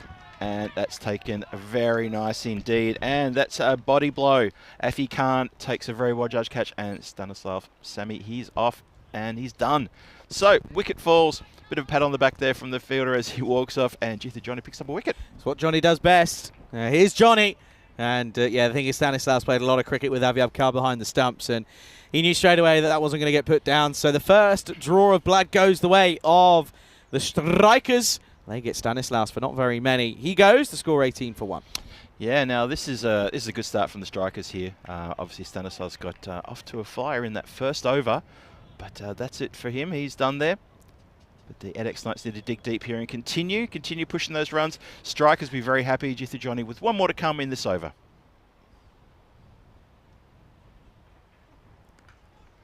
Nice delivery first up, just punched through the field.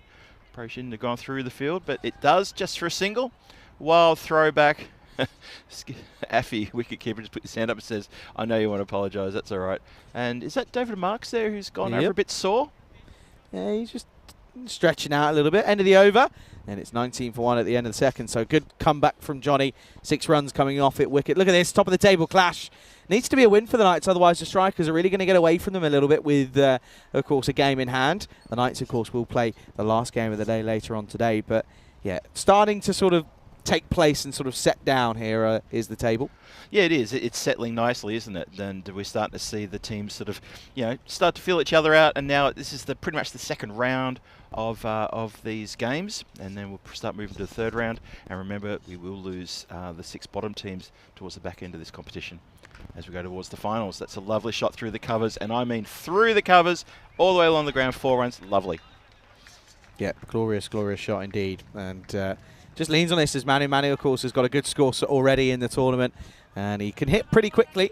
And, well, he's playing correct shots. Good effort, though, by the man in the covers. He almost manages to get on top of that, but gets through. And, yeah, you're right, Yadav Manu, he's impressed us with the bat. He's got some pretty good company there as well. Obviously, Basil George at the other end, and, well, we just saw the back of Sammy. But Yadav has done well. That's been lofted slightly, but through the covers, no chance of anyone getting a hold of that. And that went a lot quicker, and it was elevated slightly. A bit more flight, and Manu onto that quick, smart. Siddharthan has gone for a couple now. Yeah, that's a nice shot. Again, just leans on it. Full face of the bat. Plays on its merit. That's the difference. You look at how Gozo struggled this morning with the bat. Everything was cross-batted. It wasn't great this time around. The likes of the Knights are playing with the full face of the bat. So a welcome couple of boundaries in the over to start us off. Yeah, Siddhartha needs to do better here.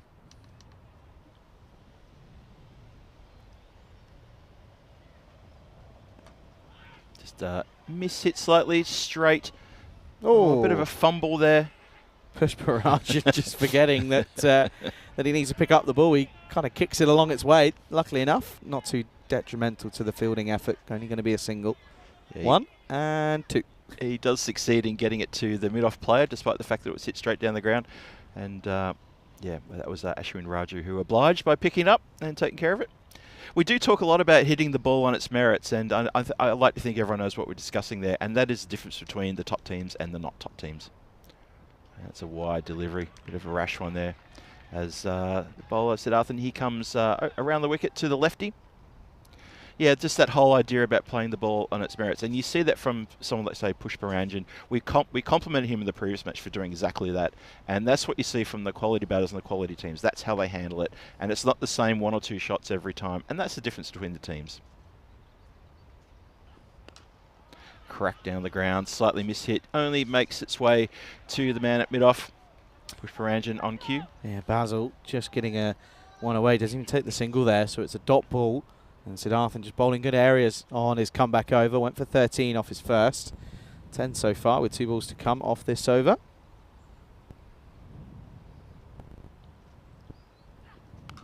And that is wide and short, and it gets the treatment that it deserves. Big Maximo there over that point boundary. Good shot, Basil George just launching into that one. Quick, smart, bang. Look at that in front of point. Yeah, really glorious shot planking ability there from George. Just a little bit off the mark from Siddharthan, and it gets taken to the cleaners. So all of a sudden, this power play starting to get away. And another boundary would certainly go down well to finish it off, though.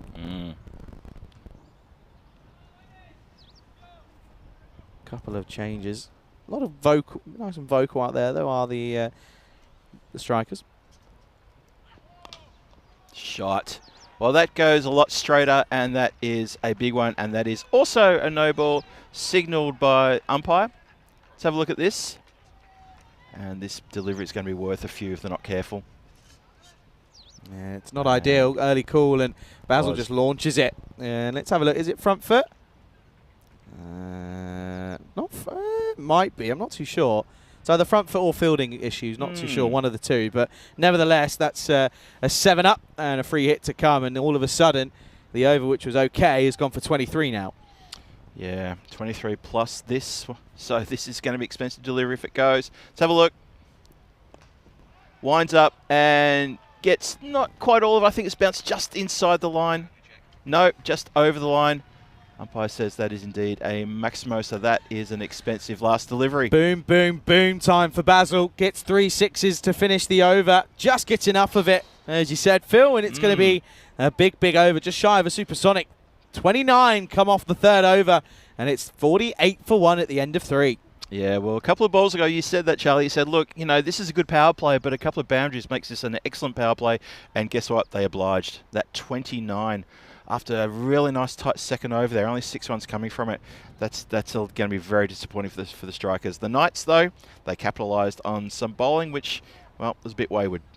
Yeah, absolutely. And they need to fix up here, the strikers, the Knights at the moment. They know a win here would really tighten things up at the top of the table. Of course, they would then go into the next game knowing that if they get a win there, they'd sit top of the table at the end of today's play. So it's a bit of a moving Saturday here in the group, potentially, depending how results go.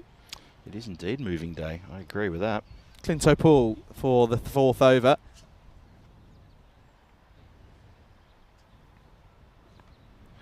Been twisted around the corner. There is a player right there for maybe that shot just inside the circle, and straight to him just for that single. Just 1 run. Good choice. Should pick your fielders, I think. Yep. If you're going to take it on. Certainly do pick your fielders, and yeah, it's a simple single, and that's all that Manu has to do, really. Probably disappointing he didn't get it out of the screws, but all he's got to do is get this man on strike and boom, boom, Basil. That's exactly what his job is, I reckon. And the fielders changing over for the left-hander. This just organised themselves. I saw a few fielders put their hands up together at the same time and ask, where am I going? But they've got themselves right now, the strikers. Bowler's just making sure. Clinto's doing a bit of a count. Making sure there's no infringement for someone being outside who shouldn't be or someone inside who should be. And that's been cracked backward of point for a boundary, 4 runs. Lovely shot. Too much width. And just goes bang.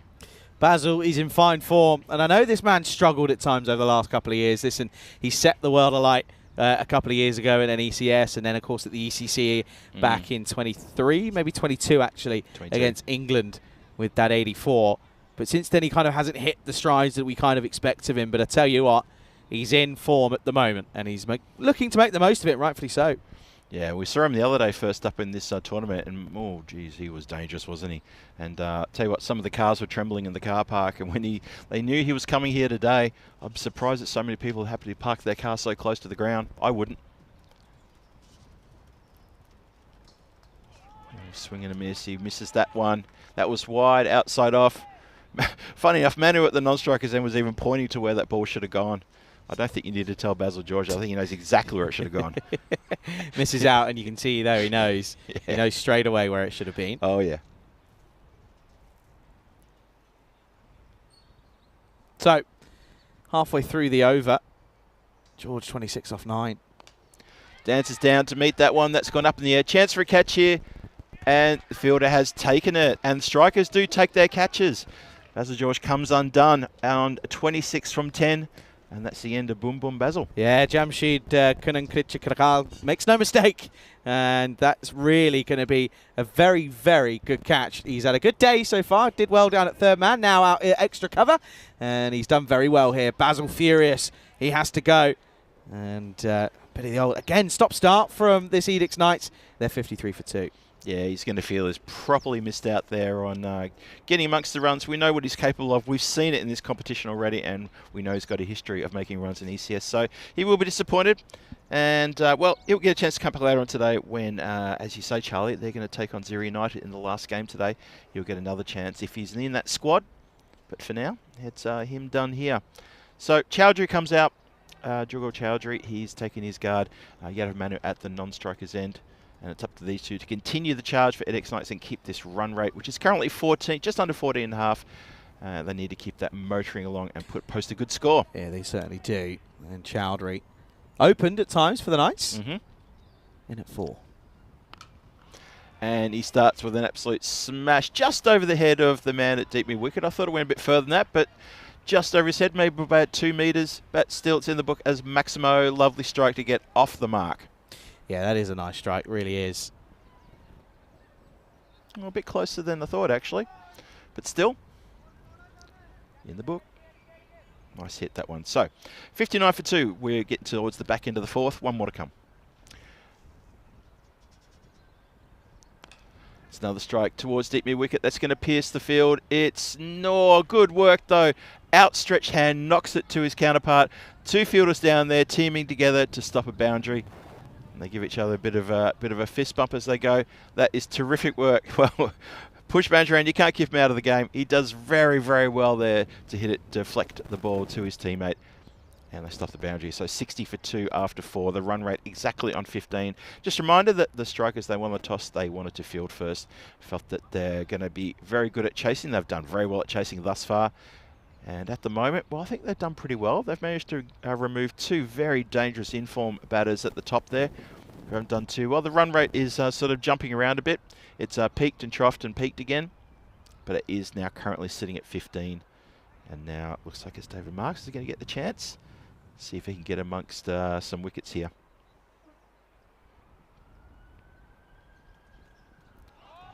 And that's a nice delivery. Nice and wide, on a good length. And Chowdhury just kind of stuck on the crease there and didn't really get to the pitcher. Ended up missing it by, well, quite a bit in the end. Marks has impressed us throughout this tournament. He's been very economical. I think he's missed out on a few wickets, but where he's picked them up, he's thoroughly deserved them. Really like his bowling. That's been lofted just over the head of the fielder, who's only just recently been placed at long off. Didn't really go too far over that floppy white hat of that fielder. Just seeing who that is. Okay, that's Savio. Savio Thomas, the skipper. Apologies, Savio. I should have picked you straight away with that big floppy hat. That's a good shot. Chowdhury now, he's already on to 13. It's short and 2 wide outside the off stump. Marks has infringed. Yeah, Marks had a weird time of it with the ball, isn't he? Kind of has sort of come and gone and hasn't really taken wickets very often, but still, ample opportunities. That's just nicely pushed into the offside, and fielder doesn't release the throw. There's no one backing up stumps, and yeah, they were through pretty much when he picked up the ball. Just saw a bit of a zinger in the chat there. Bob Pook, a faulty shot from Basil.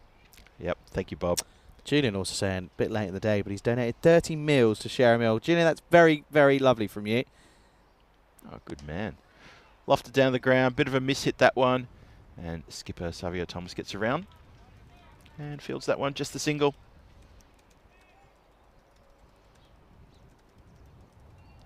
Yeah, thank you very much to Julian Dawson there. Just remind everyone the share a meal is a wonderful concept, and we are behind it 100%, of course. We hope you are as well. Thank you very much, Julian Dawson, for sharing 30 meals. Lovely stuff. And that is swing and a miss. Just wears it on the body, does Chowdhury in the lower area. He's already hit a 6 in that sort of similar kind of fashion over deep mid wicket with a short arm jab, but hasn't quite found it this time around. Marks, good comeback towards the back end here. Yeah, and as I was saying before, Marks, he's quite economical. He's only gone for 9 here in this over. This is a good over. Needs to finish strong, though. Well, it's been finished with a 6, despite a pretty good effort on the boundary line to leap and try to knock it just out of the outstretched hands, and that finishes with a Maximo. So Marks actually ends up going for 15 off his first over. Yeah, just in the slot. It was a bit of an overcorrection after going short. Ended up having to go in the slot delivery, and it gets taken to the cleaners. Halfway stage, 75 for 2, and at this point, pretty level playing field. I think you've got to remember that the strikers have got some serious batting behind them, and you've also got to know that, you know, you look at this and you think, okay, well, what can the likes of the Knights bring on the table with the bat, with the ball in hand? That's going to be something that you have to look at as well. I don't think it's gonna be an interesting one. I really do. I think. Tell me if I'm wrong. Do you think the Knights would be quite happy with 75 for 2? You'd take that at halfway? Yeah, probably. Mm. Looking at around about 130-ish.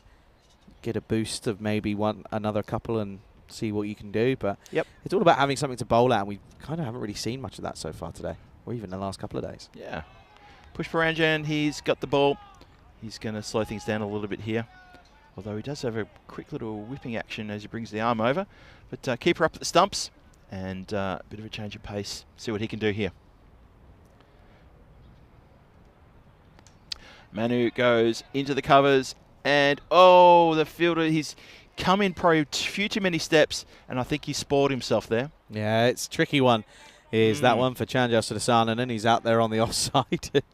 He does sort of come in and then have to sort of trek back. And, yeah, he just overshoots it. That's disappointing. Catch goes down.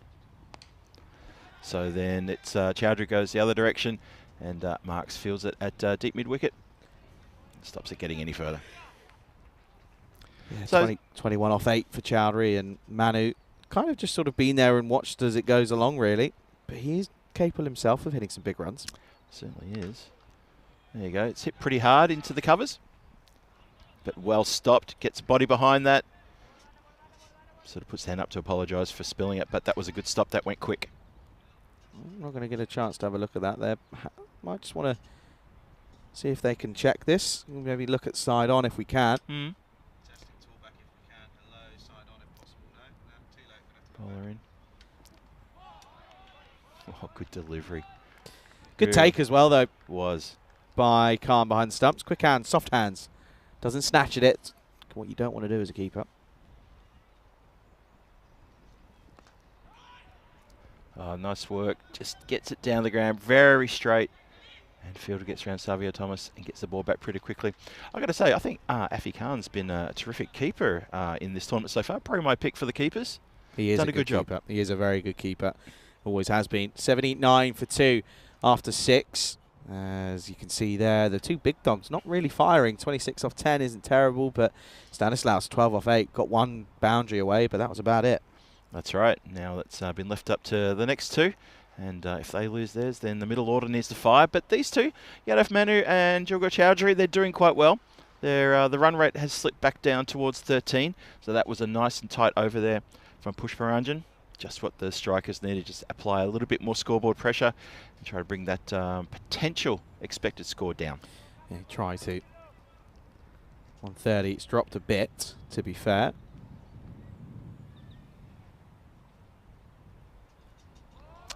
Johnny comes back into the attack and starts with a ripper. Yeah, good start outside the off stump. Just consistent. That's all he is. He's very consistent. Doesn't really ever offer up too many balls that you can hit away. Yeah. Yep. I like that. We're talking about it a fair bit today already. And, yeah, we're enjoying watching his performance here. Hope you are as well. Wherever you're watching around the world. And hello to everyone again in the chat. I saw Lance has just joined. Hello, Lance Hall. That's in a bit more, and it's clumped down for a quick single into the covers, and good running. Keeping that scoreboard ticking, that's the key for EDX Knights. Can't find the boundary, keep those singles coming. Yeah, it's another one. But this is the thing, even though they're not finding boundaries, they're not really facing too many dot balls. They're keeping the strike rotating over, and ticking over, which is nice. Not trying to let the scoreboard dictate how they play the game. Would like a boundary, though, to be fair. Yeah. Well, trying to find the boundary here this time and succeeding. That's lofted. It was in there for a while, but it was safe as houses. And it goes bouncing across the rope for boundary. Yeah, nice shot. Just sort of swings at this one. Throws everything at it with the kitchen sink and the rest of the house as well. And this, I think, is a couple of bounce. Yeah, just one bounce, 4 runs away. Yep. There is the boundary that they were looking for. That is exactly it. Right on cue. Nicely done, Charlie. You got the crystal ball polished and looking into it, and you can see what's coming. I haven't had the curse. I've had the commentator's kiss at the moment. That's because you're commentating with me. I wear the curse. Okay. You've got the commentator's kiss. Manu really getting amongst it now. Good shot. He needs to fire here, and he is. That's a lovely strike down the ground.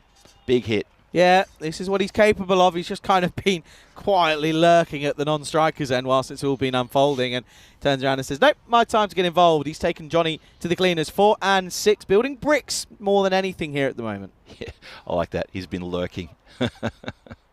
Speaking of lurkers, maybe we should fire up a lurker alert and find out who's in the chat who hasn't popped up yet. I know there's many of you out there, but this is good for Manu. It's his turn now.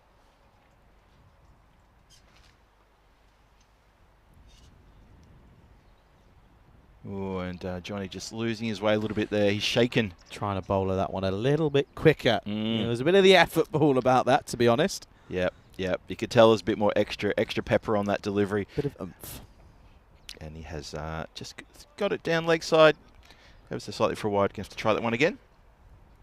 2 balls to come in this this over. Number 7. Wow, that's a cracking shot. Absolutely got rid of that one. Wide outside. It was gone a good length and just cracked down the ground. Manu, he started the pedaling really fast now. Manu says anything Basil can do, I can do better. That's big, by the way. That's in the car park. Somehow doesn't hit anything. Didn't hear a crash or a bang. But it's just in the slot and it's wide, and again can throw the hands at it. Gets all of it. Gets a piece. He middles that beautifully, doesn't he? Yep, just goes well out of shot there, but did go into the car park. Retrieved. Push for engine. Just giving a little nod to Jithu Johnny, saying, come on, mate. Come on. Gives him a bit of encouragement. Last ball of his spell. Needs a comeback here. It's gone for 18 in the over. Oh, ripper.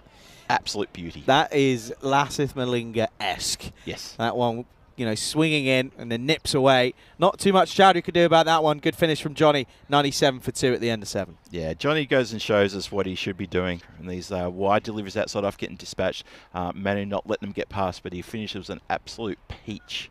Lovely delivery. And let's have a look at the ECL. That's going to be next year. 2025 action. 24th of February through to the 21st of March. And, yep, it's getting together nicely there. A couple of TBCs. We're slowly erasing those and replacing them with team names. It's all coming good. Well, we'll find out Italy by this time Monday morning. We'll know who will be representing the Italians. We'll come back to live action.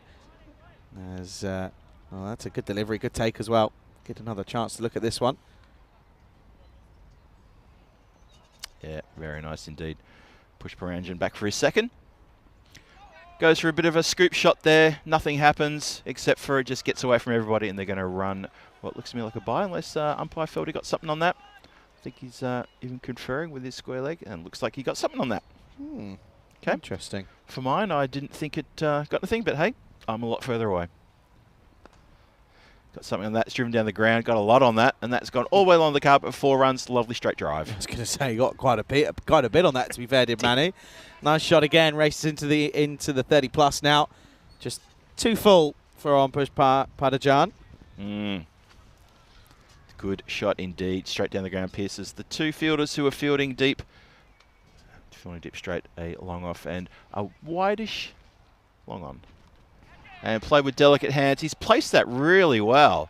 There is a third man there, but Manu has placed that perfectly for another boundary, back-to-back boundaries. Yeah, he's starting to feel that this game's going to could lead to an interesting finish here. This is a nice little bit of touch from Manu. The power down the ground, now the touch behind square. Yeah, to be fair, the ball was a little bit short. There was a little bit of extra sort of bend in the back there from Push Paranjan as he bowled that, but it was seen very quickly. Manu onto it in a absolute flash. He misses that one, though. That's Fuller. Just comes off the pads of the keeper. And Affy has to go over and field it. He's looking a bit sore there. Maybe it might have missed the pad. Maybe hit the foot. He just sort of threw his head back a bit there. That's been hit down the ground. Maximo. That was a great shot. Really great shot. Savio Thomas just in front of us here. The skipper, he dropped his head as soon as that hit the bat.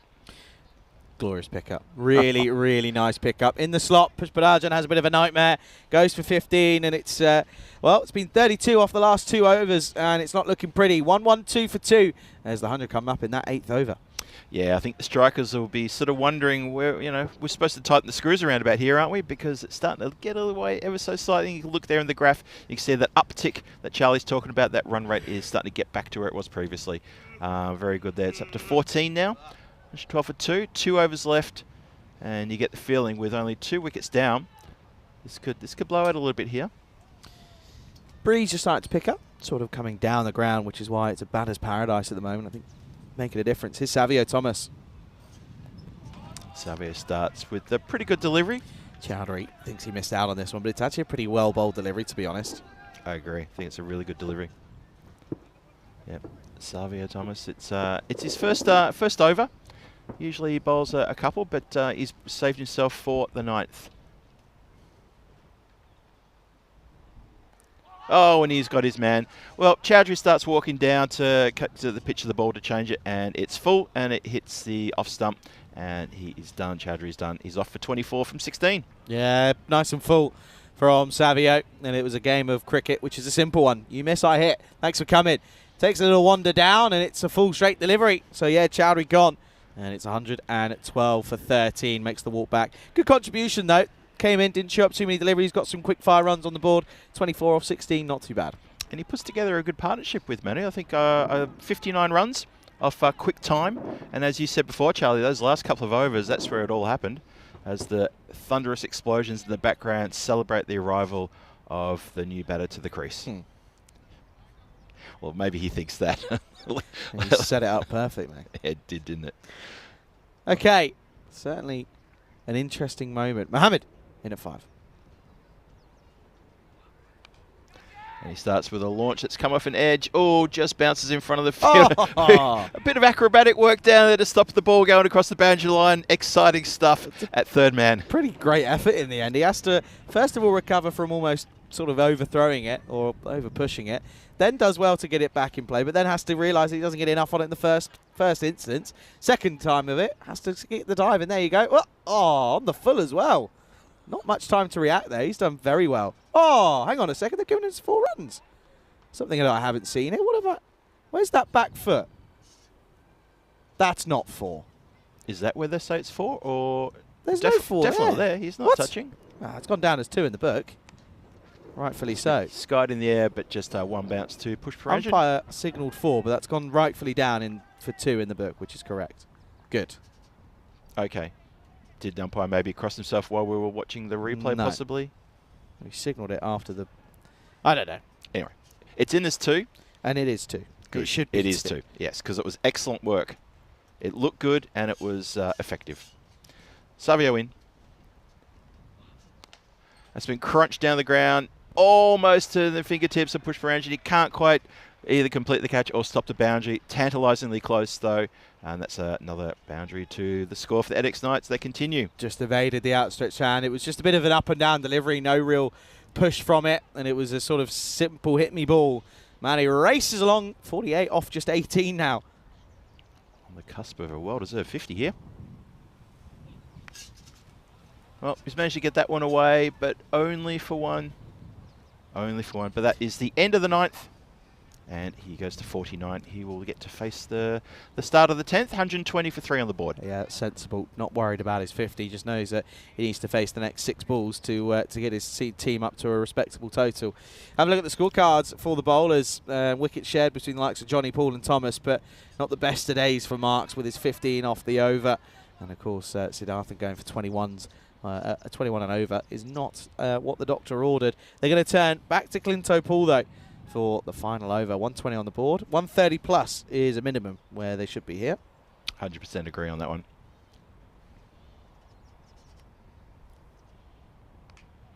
That's been hit uppishly, and that's going to find the gap, and that runs away to third man. Wide third man for 4 runs. Lovely strike that, and that is a 50 for Yadav Manu off 20 deliveries. Well deserved. He's done a good job here after the loss of the 2 big hitters at the top there. Yeah, that is super stuff.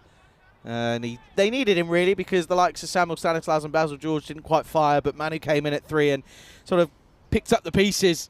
And he's motored along, 3 6s, 7 4s, striking at 265. A very good half century. And he bows to say thank you very much. And the strike down the ground. Fielder sets himself. No need for that because that is a big Maximo. Finishes just in front of us here. Yeah, Pushparajan sort of looks back at the bowler and says, well, that wasn't exactly the ball to bowl, was it? What are you doing bowling in the slot? Come on, work it out. That's not where you want to bowl in the 10th, or even in the 1st for that matter. You don't want any of your 60 balls being bowled there, because they'll 9 times out of 10 get taken to the shops. Absolutely. 4 balls to come. Already gone for 4 and 6. Looking slick now is Manu. Always play that nicely as well. They're a fielder who gets around though this time and covers it off at a wide third man. Yeah, very well done indeed. Carl has been very busy. He has that a lot. That's true. A lot of work to do down there. He's had a lot of work to do in this game. Oh, Not yeah. only this one, but the last one as well. Yeah, true. That's a nice delivery as well. Much better. In at the pads, no chance for LB there. It was definitely going to be going away down leg. Closer than you think initial impact. You know, he steps well across. Probably impact on middle stump, but yeah, it's questionable as to whether or not it's doing a little bit too much. And I think if there's any form of doubt, you can't really turn around and say, yeah, I'm happy to give it out. That's going straight up in the air. There's a chance here and taken. As you expect, the strikers take everything. Oh, dear. That is so good, though. The man there had no clue and wasn't too sure about it. I think that's Savio who isn't too happy about this. It is Savio. Yeah. And he turned around and he's just sort of saying, Affy, where are you, son? And Khan just says, no, never my catch. That's just, yeah. Why? He's gesturing, saying, I have to look up at the sun. I had to look at the sun. Affy, you wouldn't have had to do that. You've got a cap on. I don't have my cap anymore.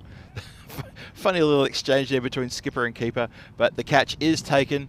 And like I said before, the strikers, they seem to be catching everything that comes their way. Their fielding has been fantastic so far in this tournament. So on the penultimate ball in this innings, they do lose a wicket. One more ball to come in this innings. Where's it going to go? It's going to go to the hands of the keeper for a dot. And Clinto Paul has finished nicely here. He gets 2 for 23 from his 2 overs. And that is the score on the board for the EDX Knights, 132 for 4 after their 10. After the strikers won the toss and elected to take to the field first. It's a very, very good good comeback from Savio, or from Paul, sorry, in that last over. You know, in fairness, he really did sort of get taken to the shots first up, but then finishes nicely, only conceding 2 runs off the last 4 balls. So 132 for 4 is what they'll finish on. And for the first time in what feels like a long time, I think we've got a game on our hands here. I totally agree with that. I think this is going to be an absolute ripper. This run chase is going to be a little bit tricky to negotiate.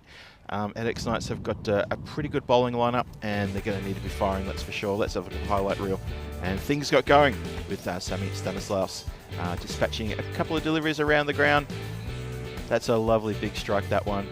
And then, well, a bit of an edge there for Basil George to get off the mark. Wasn't too sure about that one. And then the big skyer and the big wicket of Stanislaus as Affy Khan happily takes the catch there. And then things got motoring a little bit there as, well, the EDX Knights, they kept the scoring going, and that was the key, to make sure that the boundaries was coming along with as relentlessly as possible. A few bit of funny fielding there, kicking it to each other, to someone to finally pick it up. Basil George with a couple of big strikes in his innings. He didn't get to stick around for too long though. And well, you've got to say the Royal Strikers were absolutely ecstatic to see his back when he left. And there it is there. That was the catch in the deep. Very big celebration when Basil George came a cropper.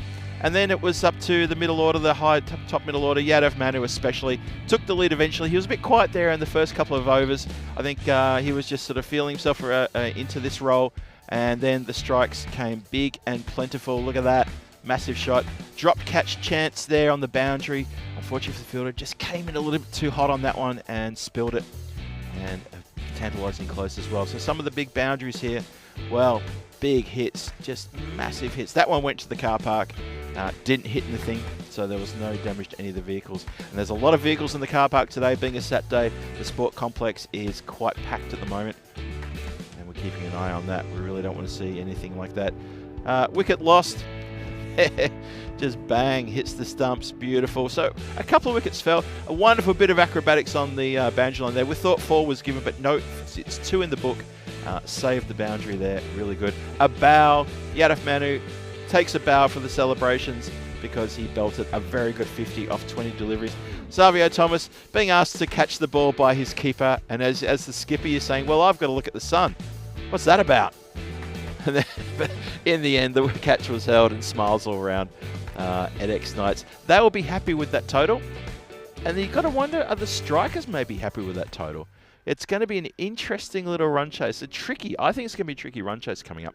But we've seen the strikers, Phil. The strikers have played absolutely so well in this tournament so far. They should eat this one up. But there's a lot to do. Have a look at the scorecard there. Yadov Manu, well done. 60 from 23. And he gave support there to Basil George and to Samuel Stanislaus when he had the chance. Those two got into the runs and then didn't carry on with it. And Jugal Chowdhury, a pretty good cameo there, 24 from 16. And it was just up to the couple of batters there in the last over to try to negotiate a few deliveries and get the score to where it finished. The bowling department, well, Siddharthan went out for a few. David Marks went for a few as well, and wickets to Clinto Paul, who bowled very well indeed. Savio Thomas picked up a wicket from his over, and Jithu Johnny. It was expensive in his second over, but his first over was an absolute peach. Absolutely fantastic. And he's bowling some real proper fire at the moment. So, match 26, the mid-match summary. Adex Knights have got 132 for 4 on the board. I hope you enjoyed that little batting display. Hats off to Manu for the big 50 there, where he actually ended up with 60. And the strikers need 133 from their 10 overs coming up very shortly. I think it's going to be a really good run chase. This could be, to date, probably going to be the match of the tournament to date, this one. And I'm expecting a really good finish. I know Charlie is as well. And we hope you are too. So don't go too far. Maybe get yourself a little cold drink or something, or a warm drink or something. Depends which part of the world you're in. Get settled into your nice comfy chair. And tune in about 6 or 7 minutes time for this big run chase. Strikers at 133 from 10 overs. This is Phil G for the European Cricket Network here in Malta. Signing off just for a moment, and we'll see you back here really shortly when Charlie and I return. Cheerio till then.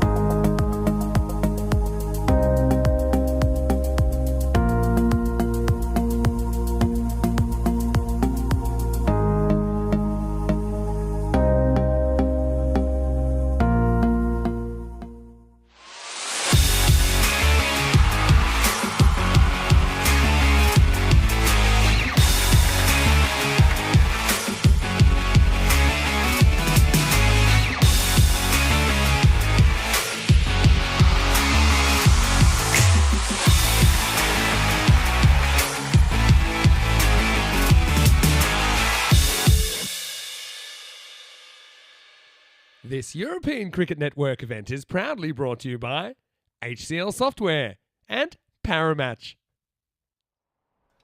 Hello everybody, welcome back to the European Cricket Network. Pleasure to have your company with us here as you join us for the second half of this second game of the day. It is, of course, an interesting fixture. Match 26, Strikers against the Knights. It's two titans in the domestic scene here in Malta, as the Knights ended up finishing on 132 off their 10 overs. 92 or less is what they'll need to restrict this very, very good Strikers side if they're going to take 4 points. But as for all the Strikers, if they chase 132 inside 7 overs, first of all, I have to pick my jaw up off the floor. Second of all, it would get them 4 points, which would certainly be an interesting way of looking at things. And if they do take 4 points here, the Strikers, they will certainly extend their stay at the top of the table. Opening the batting is it's going to be a very, very interesting partnership. They've gone with Raju and Pushpadajan at the top here. Change there, of course. Normally sees Sudasanan at the top, but they've gone with Priyan, just maybe because I think they know that if he faces at least sort of 30 of these deliveries in the 10 overs, they'll get there with relative ease. Pleasure to have your company with us then here as we're looking to get things started. They're going to open up with Jace Matthew. The skipper will take it himself for the Knights, which is an interesting way of looking at things. He's ready and raring to go. Very warm welcome to everyone on the ECN European Cricket Network YouTube channel or on Fancode out in India. Pleasure to have your company with us as we look forward to this second half of the fixture. Bit of cloud cover still around the ground for the rest of the day, kind of as it was to be expected. But it's not cold out there, I'll tell you that for free. Nice 23 degrees, but it's a cool 23 with a nice breeze coming down the ground. Ready to get going then. 1-3-3 the target for victory. It's a genuine leave to start off with. Genuine leave from the opener. Not very often you see that from an opening batter. And you can see Pushpadajan thinking maybe that was a wide. No way near was that ever going to be a wide ball. The Knights are going to be up and about here. They know that this is a really good position to get a couple of early scalps and run away with it.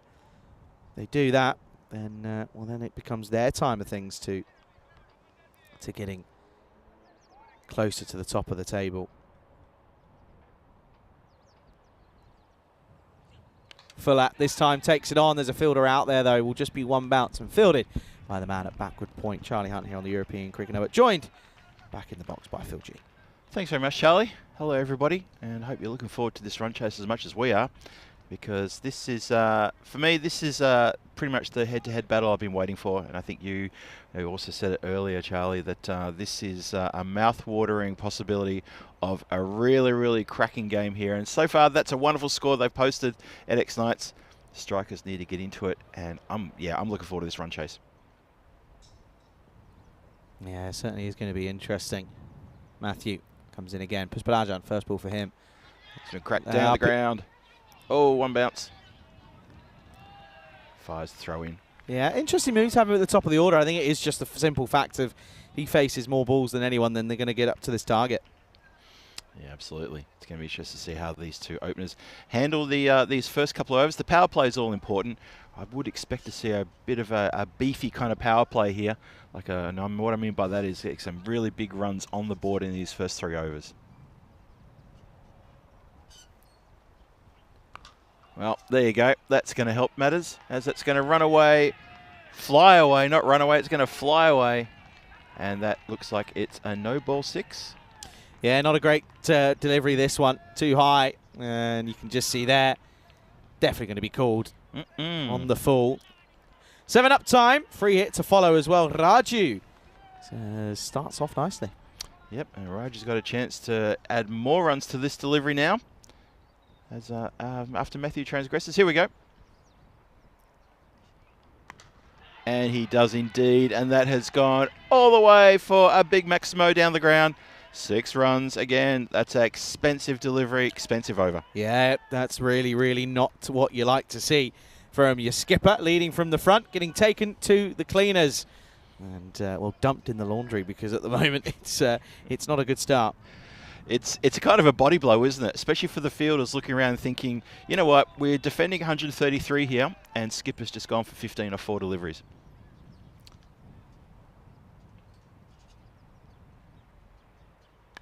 And that's going to go again. This time, though, the fielder takes the catch. Well, Bit of a miss hit there. Raju, he goes for it again, but he goes a little bit more square with that shot towards deep mid-wicket. And a good running catch there. Very good catch taken.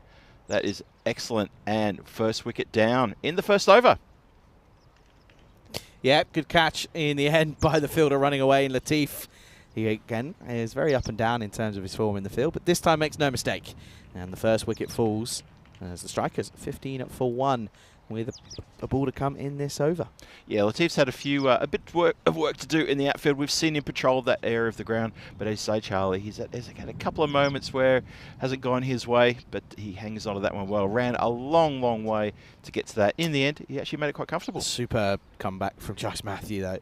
That's the joy of cricket, isn't it? You can get sort of taken to the cleaners and not be very happy with yourself in the matter of 2 balls, and then the next ball, back straight to being a hero for your club and taking a good, well-deserved wicket. Sudarsananen. Swing and a miss from Sudarsananen, and that completes, well, an up and down over, but as you say, you know what, they'll probably happily take that one. The Adex Knights 15 off it, but they have got a very important wicket of Raju, and not too bad then by the skipper to come back like that. 257 matches since the golden ball. Keeps getting larger and larger. We're trying our hardest to stop that from increasing. Believe me, Charlie and I are working our behinds off to try to stop that number from growing any further. Yeah, absolutely. Doesn't kind of feel as if we're going to get anywhere near it, though. Although this target, depending on how this first over goes, could certainly look interesting. There's 15 for 1 after 1. That's right. This could shape up nicely. Well, Latif took a catch. Now going to get a bowl. He's going to take the second over. Pushparajan just on the 1-off-1.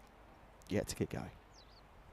Oh, well, it comes out of the hand a bit sloppy. And, well, the shot wasn't sloppy. Capitalised on that one immediately. And, of course, that is no ball and a free hit will ensue. 7 up. That's an ugly start. Genuine loosen up from Latif. Well, there you go. Cricket. 0-0. Takes a catch and then bowls a filthy full toss and gets uppercutted away. Yep, I think a shorter person might have struggled to reach that. It was that high. But luckily for the Strikers, Pushparanjan's tall. And he's a big, clean hitter as well. And that sails over the head of the covers and the mid-on fielders for a big Maximo. Yeah, nice shot. But again, it's just issues that are creeping in here. It's in the slot and swings at it hard, to be fair. Backs himself just to clear the 50-metre rope. Yep. And, you know, these are danger signs for the Adex Knights because 2 deliveries now in the first 7 have gone for 13. Not good. No, not at all. And that's been skewed just out. Bit of work for the fielder to do. Oh, it's picked up, actually very nicely picked up just around that backward point region. And it saves the boundary and gets a good return in. The batters get through for 2. Yep. Good help indeed. The 12th man was ready and raring to go. He was ready to jump in.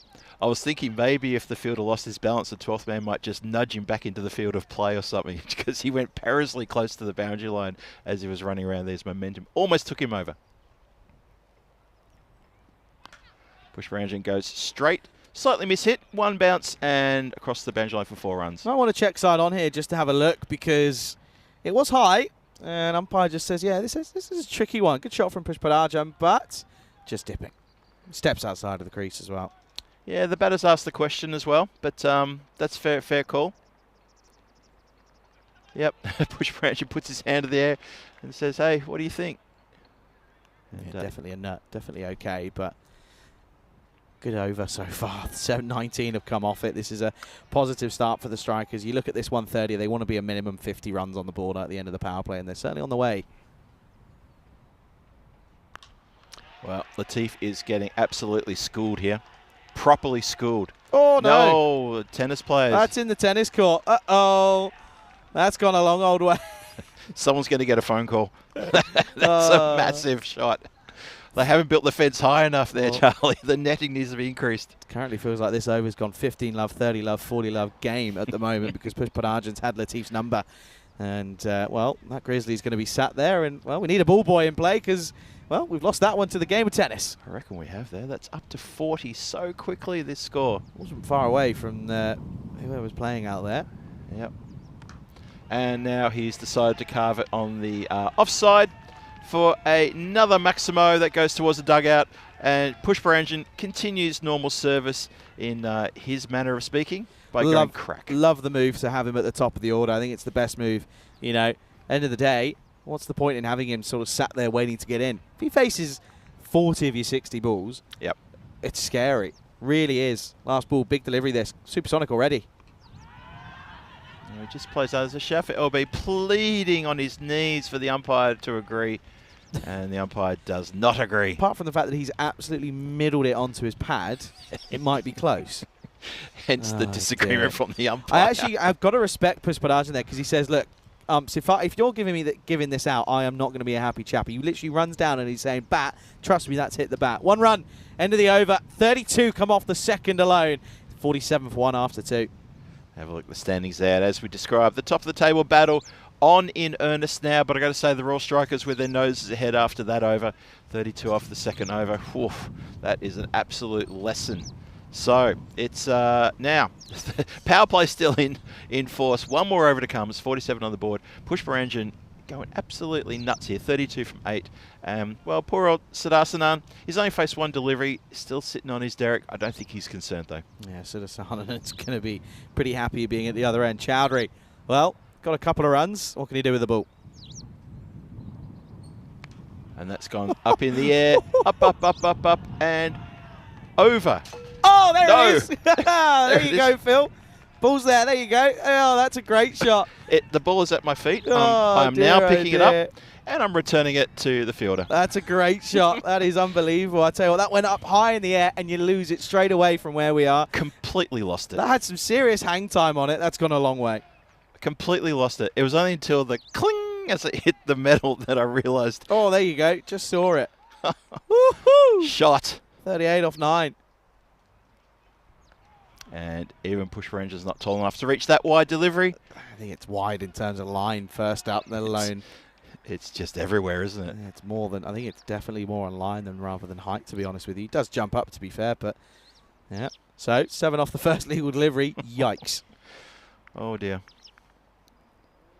Push Barangian 38 from 9. Really getting amongst it. Ridiculous. And Chowdhury's been hit, slightly mishit though. It's going to bounce and plug, and the fielder runs around it, and they come back for 2. Repair your pitch marks, please. That's that's a genuine. That had backspin on it. That was a 60-degree wedge into a 100-yard pin.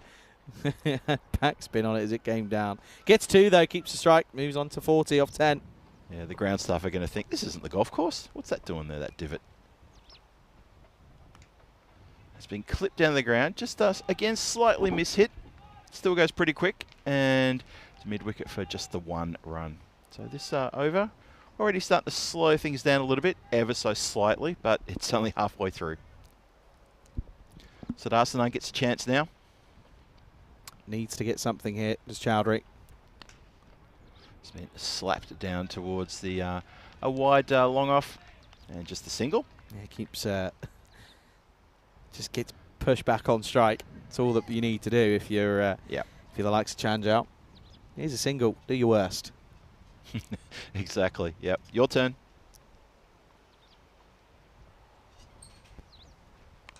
Crunch. Absolute crunch. And it's on the top of the tent.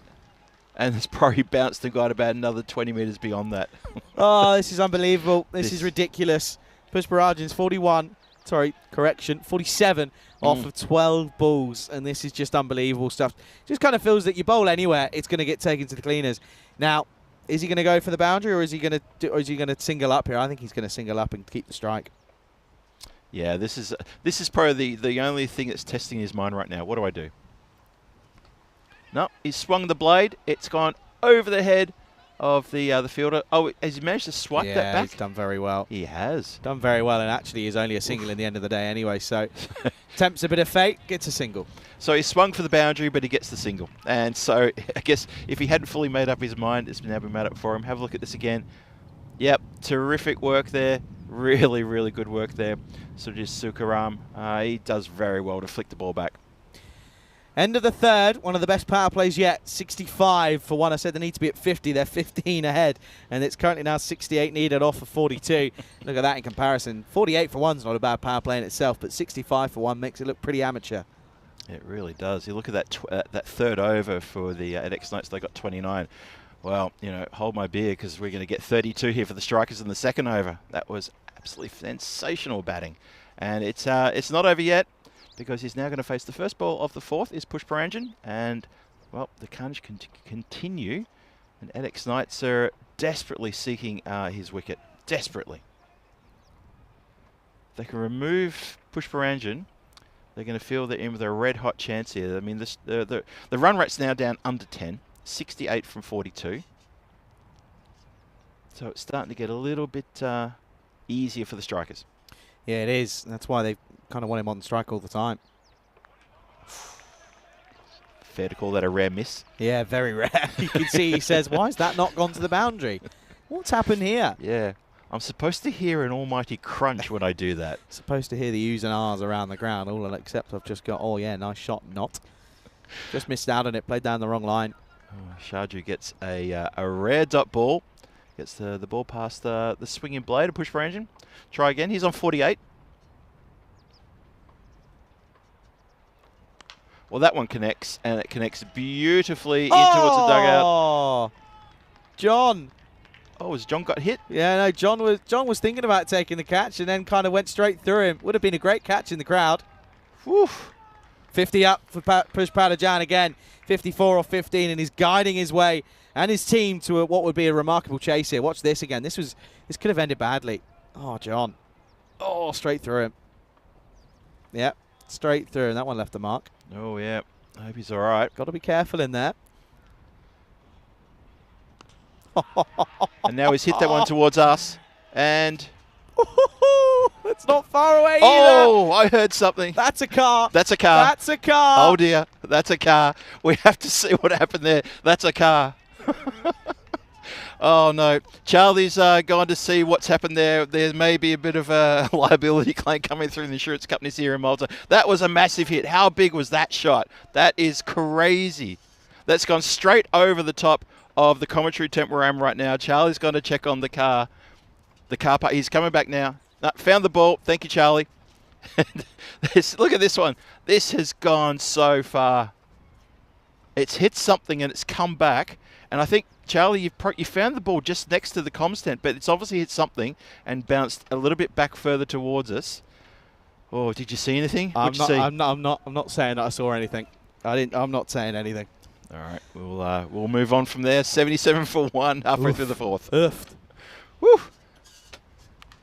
And now he's gone aerial again on towards the point.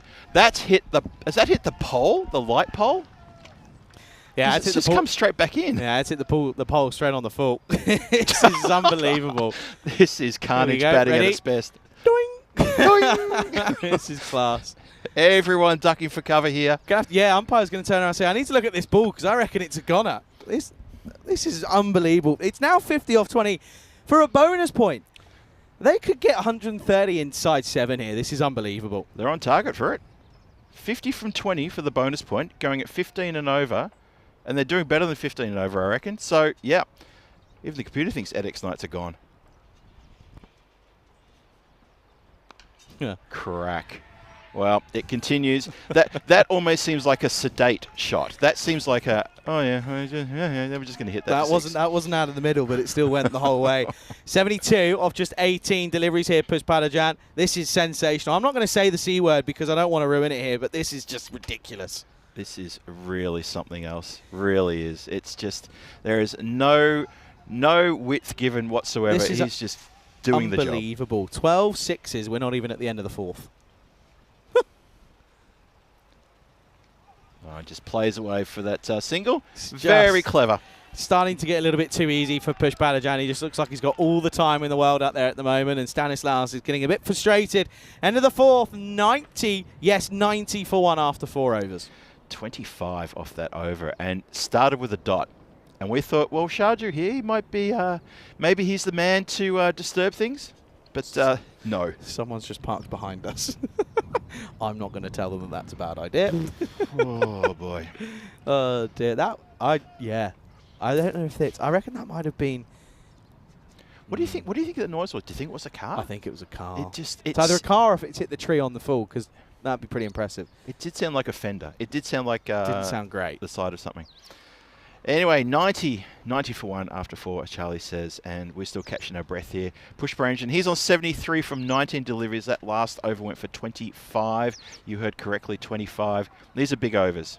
Yeah, Priyan is loving life at the moment, but they're making life too easy for him. They're letting him get the quick single at the end of the over. They're just not really thinking about it here, are the Knights. And push per engine. He hits it towards the deep mid-wicket. Fielder does very well to leap in the air and prevent that from getting over his head. And EdX Knights are probably breathing sigh of relief that for once, push per engine, he's off strike at the start of the over and he hasn't hit a boundary. Siddharthan will now face a ball, but this is where the thing is, you want to apply the squeeze not to let them get the easy single, but then it's also the case of, but then it's just an easy boundary. So it's tough, really is tough situation. And they're going to get the single, and they may go for a 2, and it may go, doesn't quite go all the way. Keeper has to do a big long chase there, and they do get through for 2 runs. They're happy with the 2. There's a nice applause from the on-watching strikers, and they say, yeah, well done to Chanjo. He says, yes, well done, you contributed, congratulations. Not just the push, the Priya shake. That's good stuff there. So it's Sukumaranan, he's got the duty to do get something here. He needs to probably try and chase a wicket down and just tighten the screws here a bit for the EdX Knights. And there is your single to bring push per engine back on strike. Good work there around. Very good work indeed. And yep, it's good to see. Well, have a look side on again. Yeah, of course he's home. Wasn't even breaking the stumps. 6? Question mark? You'd think so. You'd put your money, you'd put your house on it, wouldn't you, at the moment? You'd expect it. You'd put your house on it. The wind's got up. Just feels like something's come over us here at the ground. Boo. Well, yep. Disappointed about that. Oh, he's calling for a catch there. Umpire doesn't even make eye contact and just shakes his head. That's we'll have another look at this one again, just to make sure. I mean, yep. Even then, the bowler points to the ground and says, "Oh, was that a bump ball?" Let's have a look here.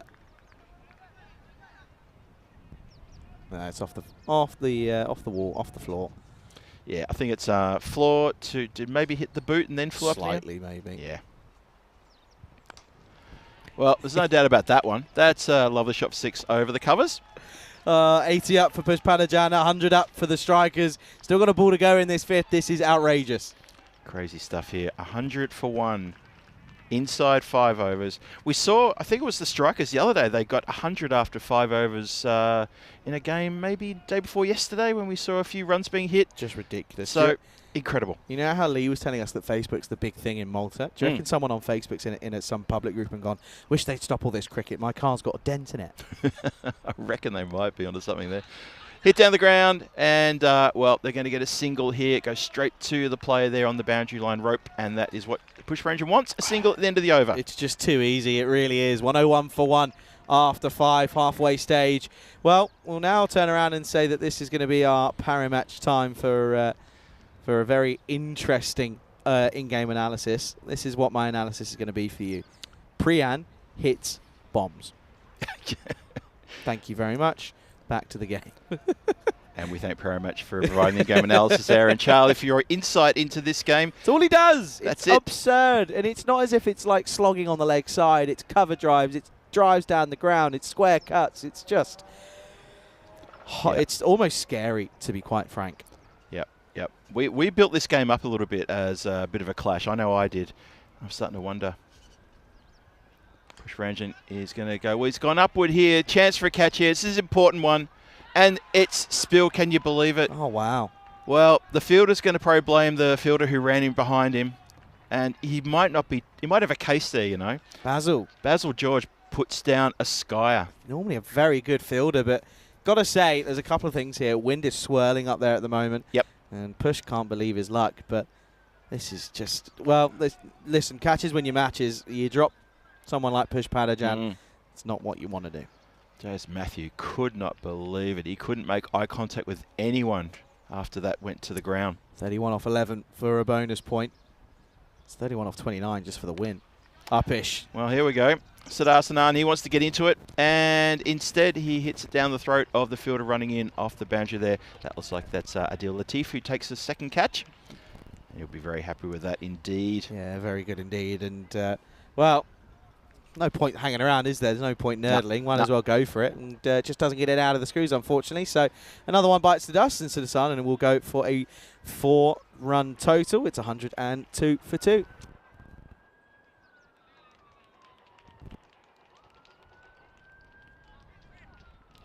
So then, 102 for 2 to the sun, and we'll go for 4 or 5.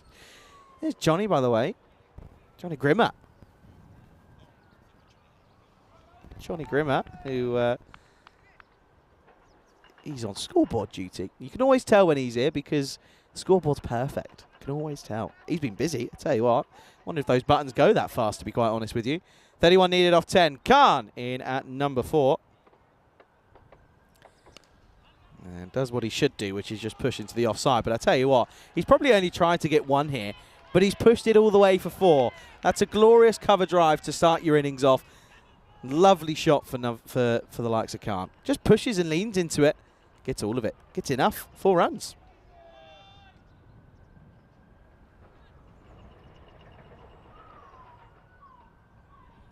So, just 27 needed. Now they need to get a couple of 6s here to take a big chunk and get 4 points. It'd be one of the best chases we've seen so far, if not the.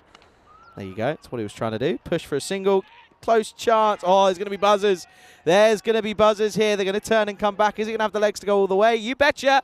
Oh, that's going to be a minimo as well. Do you know what? Jais Matthew had to go for this because if you can get Push Palajan, then you can maybe get a point out of this. But all of a sudden, you can see as to why, he gets some applause and says, I don't mind it. There's nothing that the likes of Talisadara and behind the stumps could do about this one. It was quick and it was hard at him, but it goes through him. And it ends up being 5 runs. 5 runs. That's a win. That's the biggest win ever. 5 runs. Get almost the maximum amount allotted of runs. And you get Push Panajan on strike for 2 balls left in the inning. So it's boundary time for this one and then probably a single to finish the next. Drags leg side and gets through the fielder. Probably think of 2 here. No, they won't. Just take a single. Probably a good call in the end. Ball to go. And this now probably means that in reality, Khan can swing and hope for this one, to be quite honest with you.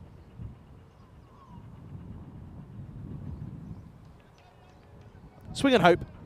That's all he can do.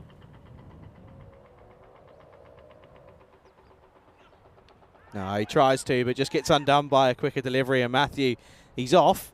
Don't think he realises the match situation. But Khan, it's for a nice couple of shots and out for him. He goes for 9. As Matthew just sneaks this one through. Khan just gets done by the pace, I think. Skiddy as well. You can just see he's sort of not really through the shot at all. And he kind of gets done by this one. And it's going to be 112 for 3 at the end of 6 overs. 4, put a 5 in there as well. That's all he did. He went 4-5 out. Pretty remarkable innings, to be honest. Well, not as remarkable as Push Panajan, who's 83 off 25. Just 21 runs needed off of 24. Of course, 21 off this over, and it's game, set, a match. 4 points again for the Strikers, which would be a remarkable morning if they were to get 8 points from their 2 games here. Sujith Sukumaran is going to bowl this over. Went for 11 in the 5th. Just 1-6 was against him. But Push Panajan has got to go big here. A couple of early 6s, and they're well on the way to 4 points. Here we go. Start of the 7th. Slower ball, lofted, up and away. 6 runs to start.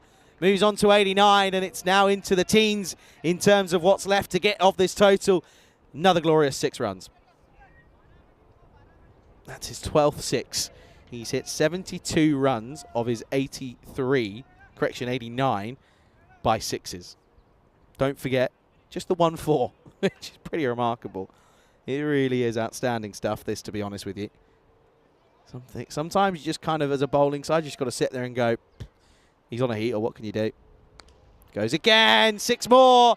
Low full toss, it's Gundy bowling. Watch out, there's a grizzly about. As the Ziri United boys watch on, and that's gone all the way. 6 runs, moves on into the 90s, this Push Panajan. Well, not long ago, he made his maiden ton on the European Cricket Network, and eyeing in on another would be 2 in 4 matches for Push Panajan. Seriously, seriously dangerous stuff. He's already got a higher score of 136 not out in this tournament. 95, 9 needed. Make that 101. It's 2 centuries in 4 games for Pushpadajan, and he lofts his bat and raises and acknowledges the applause that he gets from the on-watching viewers. But not only that, but also his teammates who are watching in awe as you're watching an absolute legend of the game in Malta go about his business. 101 off just 28 deliveries. That's now 361 runs in just, what is that, 4 or 5 innings? It's pretty remarkable stuff. 3 needed off of 3 then. Boundary, and it's 4 points for the strikers. Of course it is. Game, set and match, and that is one of the best chases you'll ever see on the European Cricket Network. In a tournament where the average score of about 100 has been par, they've made 133 look like nothing and have chased this down inside 7 overs. It's 4 points in the second game of the morning for them, 8 points from a possible 8 in the grand scheme of things. And it all comes down to one man who has played a blinding innings. Priyam Pushpadajan, take a bow. The strikers take all 4 points here in match 26. And rightfully so, he's going to get a big applause here as he walks off. And do you know what? I love this as well. There are handshakes all round because I think the Knights just know, unfortunately, they've just succumbed to an absolute beast of a display. And he'll walk off here and he'll get a large applause, and rightfully so. He really will. And there you go. Look at this. They're bow down to the absolute beast that is Pushpadajan. Does very well indeed. And credit to them. They have absolutely pulled off a serious chase here. Well, car insurance quotes are going to be up and about it. There's Tizer. He's probably just talking to Jared saying, did you just see that? Did you? Unbelievable. Next game coming up then is in about half an hour's time. Gozo's Army take on Zero United. And you can see there Gozo having the same issues. But again, they're going to have to bat first as they win the toss. They'll be batting first in that one, as I said, coming up in 33 minutes time. Well, take a breather. Let's have a look at these highlights. What an innings this has been. Started off bringing Pushpadajan back up to the top of the order. He's been sat at 3 for the sort of side of this innings and sort of start of this tournament. And credit to him. They push him up, and that's kind of, how many times do you see a batter get pushed up and sort of fail? Well, Pushpadajan did exactly the opposite. Very destructive hitting. That was the first bat ball he faced, by the way. 6 runs slapped over backward point, and well, the 6s just kept on going. That last over, by the way, went 6-6, 6-6. It's pretty silly stuff, to be quite honest with you. 15 sixes. The tennis courts were under fire as the onslaught just continued. There was a crowd catch, but it's just 6 after 6 after 6. It almost gets boring. No, it doesn't. Some of these shots are just ridiculous. Over extra cover, over point, over deep mid-wicket, long on, long off. Doesn't matter where you bowl it. It's going towards the rope. And it's just genuinely is some of the most outstanding batting you've ever seen. One thing I will say, Johnny put it down, and the kid was a little bit scared as well. But one thing I will say, you can't be bowling in the slot. You can't be bowling in the slot. Knights aren't a bad team as well. This is something to remember. The Edicts Knights were really good last time we saw them. You know, they've scored at least, triple figure scores 3 times in 3 games. But of course, they will come back nicely as they'll play the Zero United side in the last game of the day. But this, of course, was ended up being the wicket of Sudarsana, and good catch by Latif. But the game was done by that point. Zafi Khan came out and lent on a cover drive for 4 to start with. Then got 5 the next ball, then was out on the 3rd. It was pretty remarkable stuff. They did drop the Priyan not too long ago in the 80s, but of course the damage was pretty much already done. But you just think if you take that catch, maybe you'll get a point out of the game. It's a lot of if, buts and maybes. But here we only do absolutes, and I'll tell you what is for certain. That is one of the best innings you'll see ever on the European Cricket Network. It was just non-stop. The onslaught was continuous. The Grizzlies were flying everywhere, and that was it. Game, set and match. And they did it with 3.2 overs remaining. They take 4 points, which means 8 points in the morning's action. And it's a pretty remarkable bit of hitting in the end. And that was the way to bring up the game. Game, set and match. And they knew the strikers now really at the top of the table. There's a big gap between them and the chasing pack. And in that pack, of course, is the Edicts Knights, who will be looking to come back strongly in the next game. Well, let's have a look at the scorecards then. And it's a sight to behold. It really is. 107 not out off of 29 deliveries, faces half of the deliveries that should be in an allotted innings, but of course was just able to farm the strike. And there's little bits there where if the Knights are a bit more aware and squeeze the single, maybe they doesn't get to that 100. No one else getting into a decent score. Raju was 13 off 5, and but you don't need it when someone's doing something that can only be described as out of this world. Yikes, that's ugly. 25 off the over for Shaji, 21 off 1.4, 35 off 1.4 for Sukumaran. Chowdhury 18. 3 wickets for Jace Matthew, by the way. He is the pick, but unfortunately, you can't really talk about the bowlers when someone just hit 107 off just 29 deliveries. Outstanding stuff from Priyan Pushparajan. Take a bow. That is an innings that will be remembered for a long, long time here on the European Cricket Network. Well, take a breath, folks, because that's unbelievable. It really is. We're going to be back then in half an hour's time. We'll have another 2 games coming up this afternoon. Lunchtime fixture will be Zira United, who take on the likes of Gozo Zalmi. Looking forward to that one. Pleasure to have your company with us. You've witnessed a bit of magic here at the Marsa ground. You're watching the European Cricket Series here in Malta with me, Charlie Hunt, alongside Phil G, right here on European Cricket Network.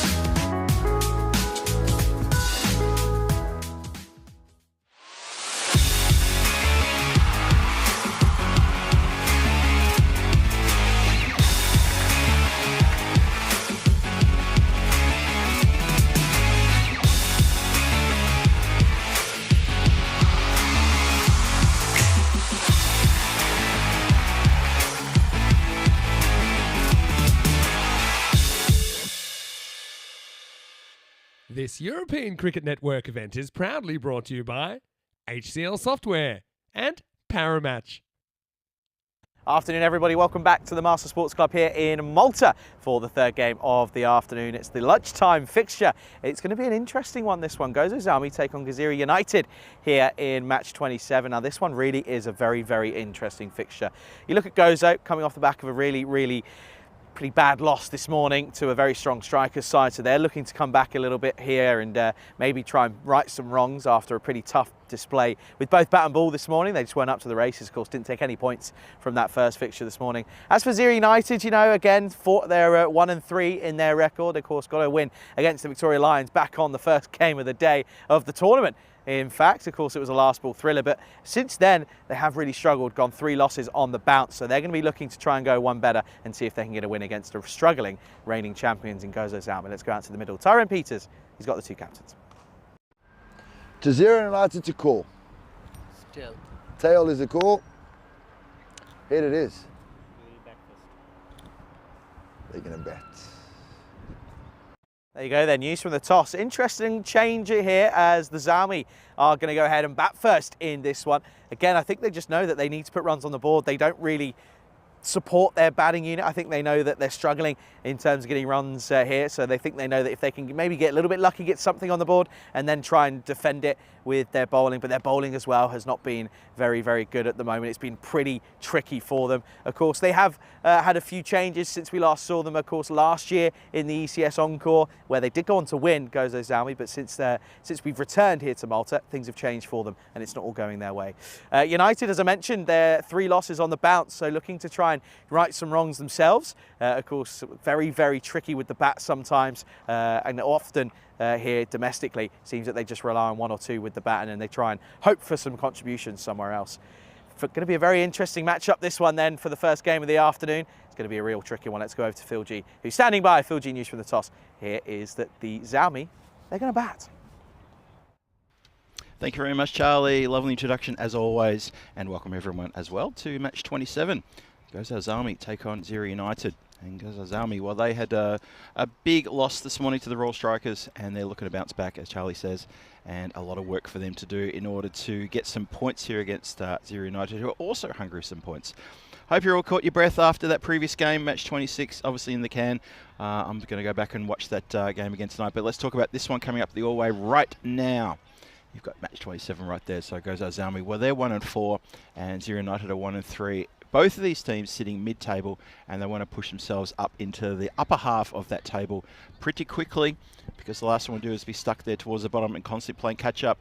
Gozo Zalmi, you see there, a little bit undermanned, but Gaziri United, they've got a pretty good strength team. Salim Rain comes into the squad. He's the newbie, and, well, Buwan Ayel, skipper. He'll be looking to capitalise here on a team that's struggling a little bit.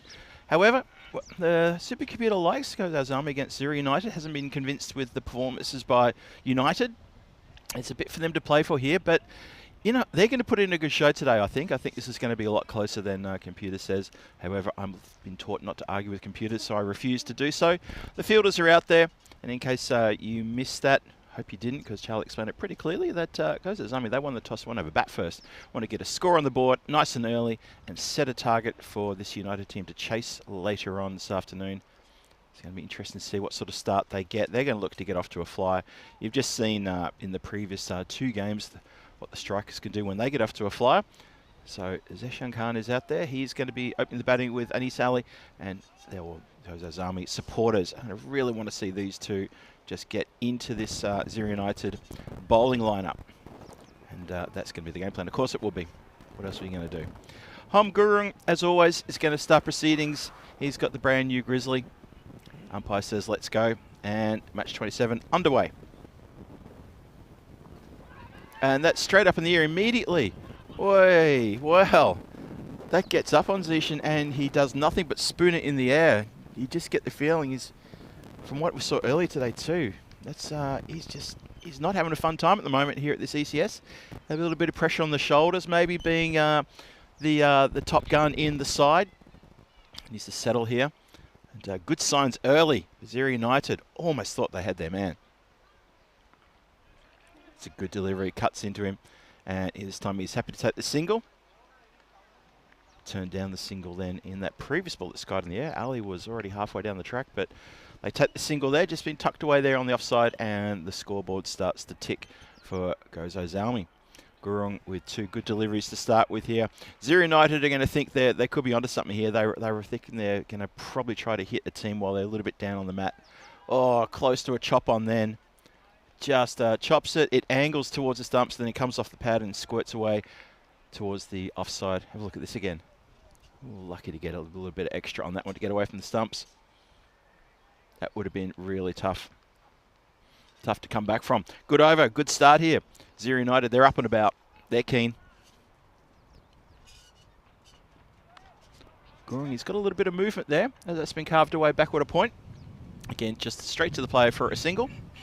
And that gets Ali off the mark. Both the batters now off the mark with just a single each. And this is a very good, nice tight over. Goes Azami. They want to be careful here. Don't want to get too much scoreboard pressure on the batters. It could end up, yeah, well, you know how it can end up, that's for sure. Let's have a look now. Zishan hits hard and straight down the ground. Did a little bit of fancy footwork as the bowler was about to release the ball. Got himself steady and cracked it between the bowler and the umpire. Lovely shot for 4, all the way along the ground. Safe shot and hit hard. So Gurung just gives one a little bit too straight, that one, and picked pretty quickly, pretty early. He's getting a bit of movement off the pitch and a little bit through the air as well. There you go. That was a good case in point. And that's hit hard out backward a point for a back-to-back boundaries. So Zishan off to a good start here. He's got 9 from 4 deliveries faced, and that's 10 off the over. Not a bad start. Not a bad start for both. I liked Gurung at the start of that over. Those first 3 deliveries, very good. Almost pulled an absolute peach to put onto Zishan to get him out first ball, but unfortunately the dolly chance was just plotted in the middle of a couple of fielders there. 2024 calendar on the screen there in front of you, and haven't we come a long way? This has been a fantastic year of cricket. We're now down towards the festive end of the season. As you see there, we've got Malta highlight this way right now. We've got the Spain Encore coming your way mid-November in Barcelona, and then at the end of the year in December, we've got the European Cricket Championships for women in Malaga at the beautiful Cardamom Oval. And we have had a bumper year, and I hope you've enjoyed it, because we've enjoyed it presenting to you as well. Looks like it's Bibek has got the ball. Bibek Dare. He's bowled pretty well this tournament. And I wasn't sure if he was measuring his run-up or what he was doing there, but that was actually a legit delivery. He seemed to just really slowly amble up. And even Bulwan saying, what was that? What's happened there? That's quite astonishing. And skipper goes back to his position. And let's reset and try one more time. Bowling to Ali. And that's just blocked on the leg side for a quick single. Gets skipper back on strike. Nice delivery to start for Bibek. Yeah, I think he's bowled pretty well this tournament. I've liked what he's done. The skipper's thrown him the ball in every single match. In fact, I think the last game we saw Zero United play, I felt that maybe he should have brought Bibek in a little bit earlier, because he's a very stump-to-stump bowler. He's not a tall fella, so he doesn't get a lot of lift, but when he bends the back, get a little bit more extra push through and cause problems. And he can bowl like that on a really good line and length. That is really good, and Zishan did not know too much about that as he just edges it down to his pads, and no run. Good start here. Good start from the bowlers. And welcome to everybody in the chat. Thank you for joining us. Phil G here in the chat. It's in the chat, in the comms. Not in the chat. I'm not usually in the chat, but I'm not today. I'm here on comms. I'll be joined shortly by Charlie when he comes back from lunch. We continue on here. Bibek. Oh, cautious start here. Cautious start from Zishan. Doesn't want to get into any sorts of trouble early. He needs to lead from the front for his team and get a score on the board. He's being patient. He's only hit a couple of 4s in that first over, and now he's just watching himself here. It's a good bowling.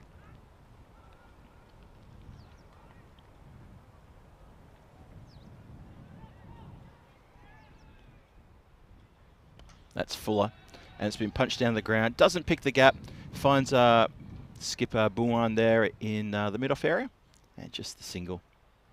Yeah, it looks a little bit out of sorts. Maybe a little bit of pressure on Zishan to perform here. And he just doesn't quite time that full delivery. Probably could have almost put it anywhere on the offside. Hits it straight to a player, his opposite counterpart, the opposite captain. So it's a very good over this one. They're only giving up 4 runs. Just throws himself over that one, but it's a no run. So that's another dot ball, and it's only 12 off the over with 1 more to come in the second. As I said at the top there, after Charlie's introduction, I get the feeling that Zero United might be onto something here. Goes Ozami, they won the toss, elected to bat. They've only got 12 on the board. Stark contrast to what we've seen in today's power plays. That's chipped away square, but no run again. Oh, the dots are starting to come together now. And that is a terrific over there from Bibek Dare. Only goes for 2. Score is 12 for no loss after 2 overs.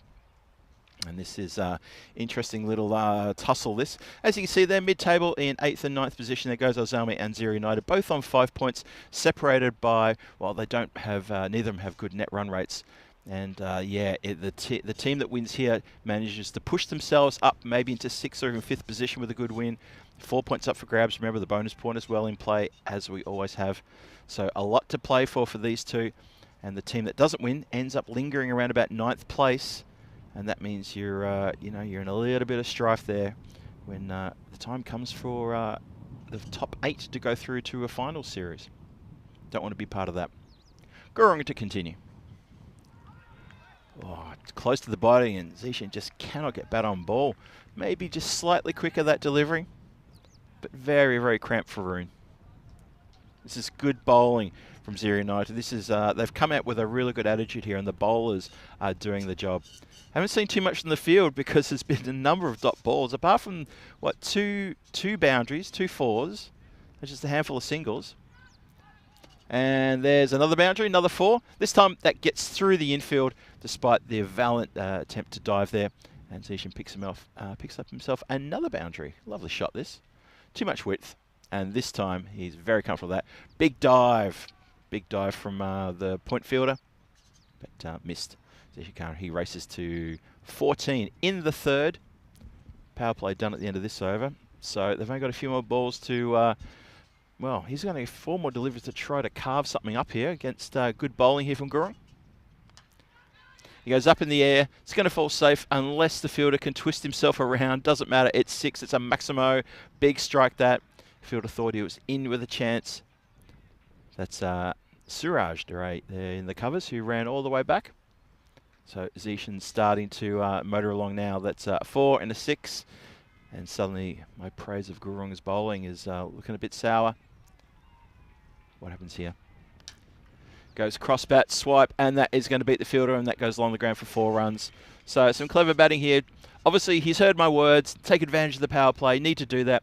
Score races to now 26 this over, in stark contrast to the first 2 overs, which I have to say I thought were absolutely fantastic, especially Bibek's second over. Brilliant stuff.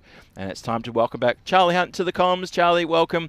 Interesting match this one. This is at an interesting point in time. Here's Ishan going well. 24 off 11. It's him or bust, though, isn't it? Ali, 2 off 5, and hasn't really been able to contribute too much, but the bowling has not been bad at all. You can see they're going at just below 10s at the moment. The bails have been, well, attacked by the wind. You said it earlier today that the wind was starting to swirl a bit, and that's a good example right there. Yeah, it's a bit breezy out there, but it's quite nice. So much so that someone's hat's gone missing on the left side as well. I can see it's all going wrong here. It is. Khan facing up again against Gurung. Oh, that's not a wide. Let's see this again, but I'm telling you now, this isn't a wide. Nope, that's not a wide. Not a wide, I concur. Dear, oh dear. Patel at the stumps.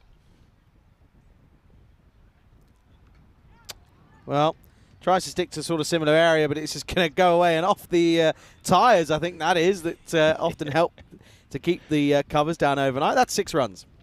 It is. Off the tyres, and it rebounds away almost as fast as when it arrived. And unfortunately for Gurung, well, he bowled nice and tight in the first over. The first part of this was good as well, getting Zishan tied down. But now things have changed. The complexion has changed. Looks as if Roma CC are about to book their place in the Super Cup final at the moment. They're not far away out in Italy. Of course, they've got second game later on this afternoon as well, with plenty of cricket still to come on the network. Of course, quarter of the way through the first game of the afternoon here. Fuller and push through, gets through one, gets through two, back-to-back boundaries, 6 and 4, and this over has gone for a pretty big 25, and it's 37 with that loss after the power play. Yeah, this is a good comeback in this third over of the power play. Really, really good stuff. Gurung just losing his line, unfortunately for him, and I would have thought that was pretty tight bowling in the first. Well, the second over was quite brilliant as well. In 2 runs, this third over, though, leaking a few more than they would have wanted. Zero United. Yeah, you can see there, 25.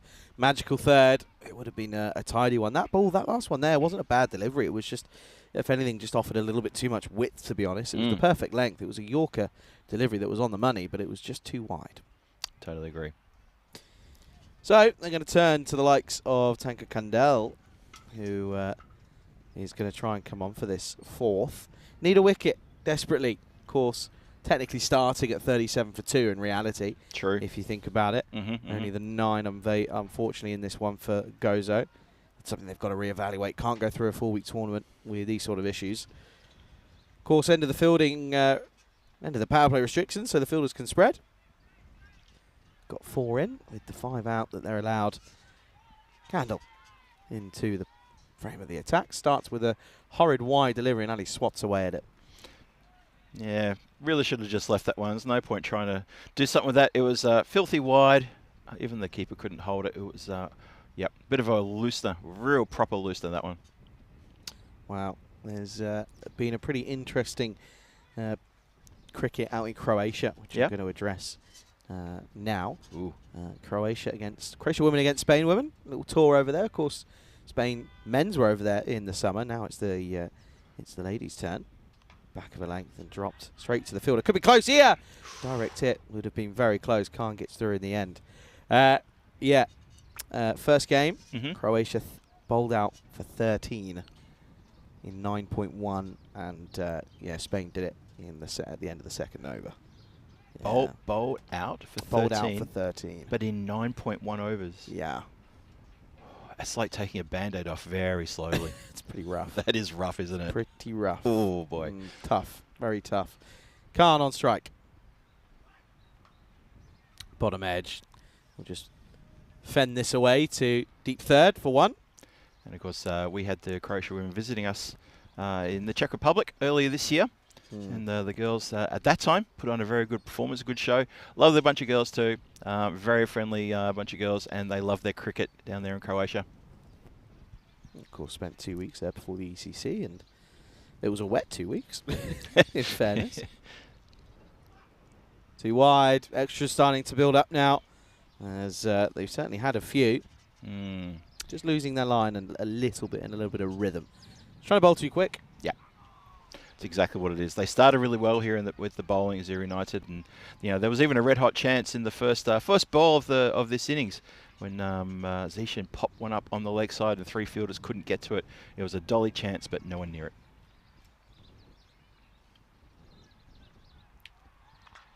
Off the toe, straight to backward point, and that's a soft dismissal for Ali, who just could not get going. And it ends up being a simple catch for Bibek Dare, who's had a really good afternoon to start off with. The first wicket will fall. It's 41 for 1 as Ali goes for just 3. The Gozo Zalmi team should be crushed by that, because Anis Ali, he's there at the top with his skipper. He should be able to be making runs. That's what his job is there for, and he's just, unfortunately for him and for his team, he's failed.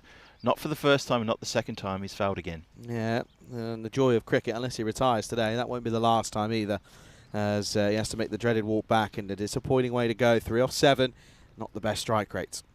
Yeah, so 4 dot balls and obviously 3 singles, and that's all he's contributed, which, yeah, a bit disappointed that. So, next batter will come out to the middle as joins the skipper, who needs some response here. Lawrence was, for some reason, down at 7 in the last game. He's up to back to number 3. He can hit a long old ball, can Lawrence? Yeah, we didn't quite understand that positioning coming in that late, but that's been adjusted. Well, again, these two need to build a partnership here drastically. Just drops this into the offside, and we'll get Zishan back on strike. Will just be one.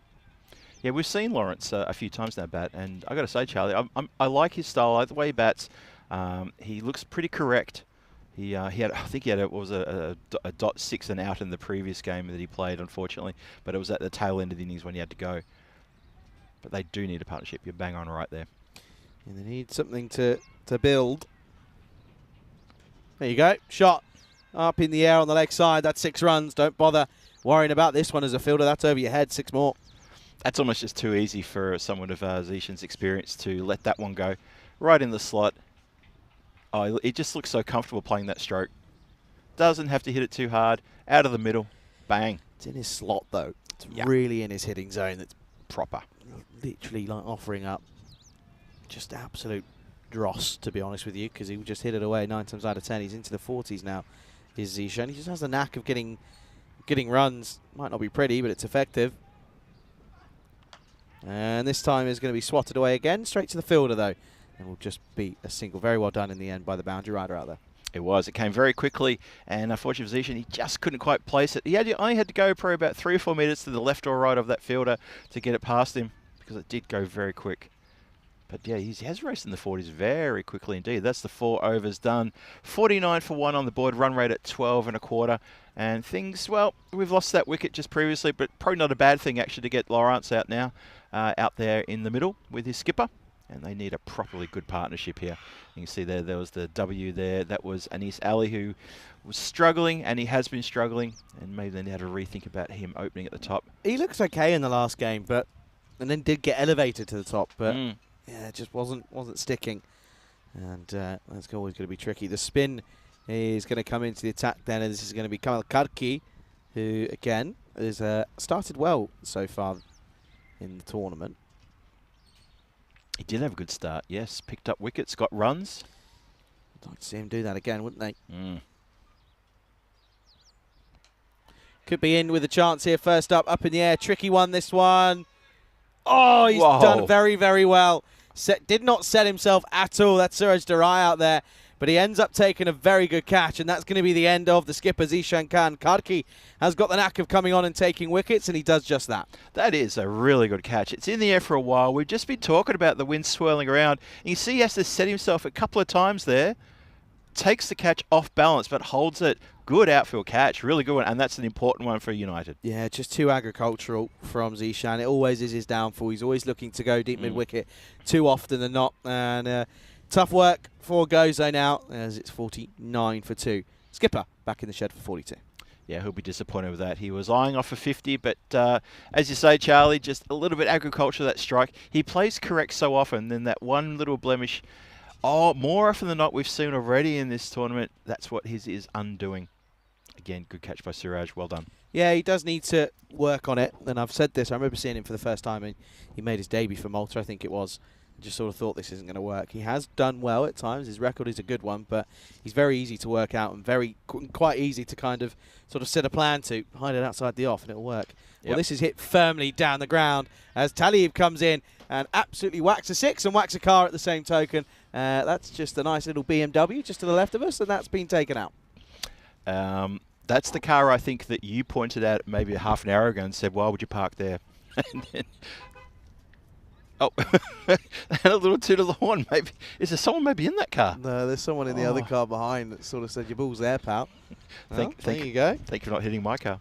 Wow. Yeah, lovely shot that. Wasamatron in the chat says g'day to myself and you, Charlie, and Wayne, and everyone else. Hello, Wasa. Love to see you join us from all the way from Tasmania. Just realised I was in the wrong chat. I was watching the Italy one. Never going to work, is it? You're wondering whose was it? And goes again. Back-to-back Maximos to start us off then. Another 6er, and Karki, well, 0 to 0. Wicket to start, gets Zishan, brings Talib in, and he goes 12 off 2. Yeah, bang, bang. Talib has done that before. He's come in and just immediately hit 2 6s. He did that, I think, in the previous game. And Keeper and bowler having a little conversation. Keeper doesn't look happy. Yeah, Patel saying, what are you doing bowling there? Get it outside the off stump. But Karki just probably turn around and says to Patel, mate, I'm trying my best, but if I put it there, he's just going to drag me on the leg side anyway. I need to do something different. Yep. Dart it on the toes. Does go outside the off stump, but he's not going to get a wicket. He's going to get very unlucky as it's going to be an outside edge that flies for 4. Yeah, it ends up going well over the head of Bandari, who's fielding there in that position. He wasn't on the boundary line. He was inside the circle. And yeah, Patel, he's turned around and given another mouthful back to the bowler. I can see it there. He's unimpressed. And well, you know, it's like you said, Charlie. If the bowler's probably saying, "Look, I put it there. He hits it there. If I put it there, he's going to hit it over there." So I'm trying. Change of angle. Trying to change things up here. Feels under the pressure. And unfortunately, he's going to bowl in the slot, but he's going to get away with it. Doesn't quite come out of the middle of the bat. And they'll just push for 1.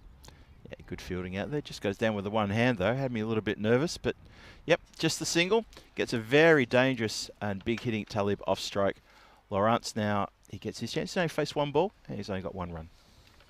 Need to get a bit of momentum here. 129 expected. I think that's being quite generous, if I'm being honest with you, Mr. Supercomputer. Carved away. Backward point does well. Gets down. Covers the ground. Yeah, it gets past backward point. That's going to be a 4. That fine leg, that third man is quite fine, and there's no one else behind that player at that backward point position. End of the 5th then, halfway through today's, or this innings, 67 for 2. Of course, building up to, well, what will probably be quite early on in our season next year, 2025, the ECL. And of course, we've got lots and lots of teams taking part. Can't wait to see how that one folds out.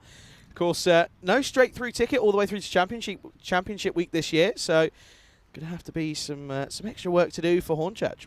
Which, out of those groups, Charlie, which one do you think is the most mouth-watering? Because there's a few there, you have to say. They're all looking pretty good, to be perfectly honest. It's probably a bit of a tough ask. Yeah, maybe could see Group G being pretty interesting. Could see, you know, T10's a funny game. You've got the Italians and the Belgians in there. You know, Belgium certainly did quite well this year at the ECC. So, yep. And Portugal, of course, well, they won't have some of the imports that they had for that one, but yeah, tough. Yeah, I think it's tough. I think there's a lot of good groups in there, to be honest. They're all tough. Yeah. I don't think there's one where you can kind of see someone going, yeah, that's going to be easy for them. Off they go. You know, you even look at the English one. They've got the 2 English sides in Northern and in Hornchurch. So yeah. Not going to be easy. Not going to be easy at all. Looking forward to that one, though. Yeah, it'll be a fun old time down in Carterba. Rain. It's not raining. But at the moment, the runs are flowing. Hit firmly. Someone's got to get down, and eventually it's stopped by Adial, the skipper. Just 1. Good work, captain. Gets down and shows the boys, this is how you do it. Stop that boundary, get behind the ball.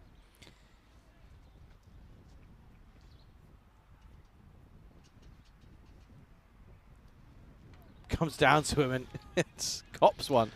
Does Lawrence, who's looking a little bit worse for wear here. Was this going to be giving us runs? Yep. Giving us runs at the moment. Interesting. Lawrence sort of points to his bat as well. Well, he's come down to change the pitch of the ball that doesn't pitch. And he's copped 1 low. Just leave it there. 3 off 3 for Rain at the moment. I think they're all pretty strong groups, to be quite honest with you. Yeah. Slower ball, does not pick it. And that's going to be a dot ball. Talib finally can't get one out of the screws, and this misses out on this one. This is a good ball. This is a really good delivery, this. Cutter. Yep. Genuine cutter, and just sort of doesn't really stop the angle. It's pretty impressive, to be quite honest with you. Yeah. And then bowls a filthy slot delivery. And gets taken to the cleaners. It's going to go all the way. 6 runs. Talib races into the 20s. Well, you learn by experience, and I'm sure young Rain will learn by that. You know, bowl a beautiful cutter, 1 ball, and the next ball is just in the slot, in that hitting zone for Talib, and he's got a strong swing there. It's like bowling. It's like looking at bowling machine deliveries. These sort of balls just literally sits up. It's like being offered on a plate. Not going to turn it away at all. Talib finally getting some fortune going his way. Can he finish strongly with the end of the over? Gets a bit of bat on this. No, off the pad. Good stop behind the stumps by Patel. End of the 6th then. Gozo going okay at 76 for 2. Good to see Patel with a smile on his face. He was a little bit Grumpy. Yeah, it was grumpy's the best word. He really was a bit of a grumpy bunny with Kaki just earlier, but he's looking a bit of a smile now. Yep, 76 for 2 after 6. You can see there Zishan, the skipper, 42 off 17, but now it's up to Talib and Lawrence to get things going and take this all the way to a competitive total. Maybe into the 120s, 130s, but there's a lot of work to do over the next 4 overs for them to get that. But Talib is striking the ball very well. Batting unit for United hasn't been so prolific throughout the course of this tournament. The cause for concern. Just kind of think that may be why Gozo are pretty happy with their efforts so far. Yeah. Shout out hello to the ECN Supporters Club of Australia who joined us all the way from Melbourne. Hello there, welcome along. Always good to see more Aussies in the chat. There's loads of you. I thought you'd You're like that. everywhere. Andari. Oh, it's a good delivery. Nice and full asking the question. Not given out. It's probably going to be giving us runs. I think there might be a little sneaky inside tickle on this. Yep, giving us runs. Yep, you're exactly right there. Have a look at this one again. Oh, jams it down, doesn't he? Does. Oof. Very Yeah. interesting indeed. Yep. Good delivery, though, first up from Andari. Nice and full.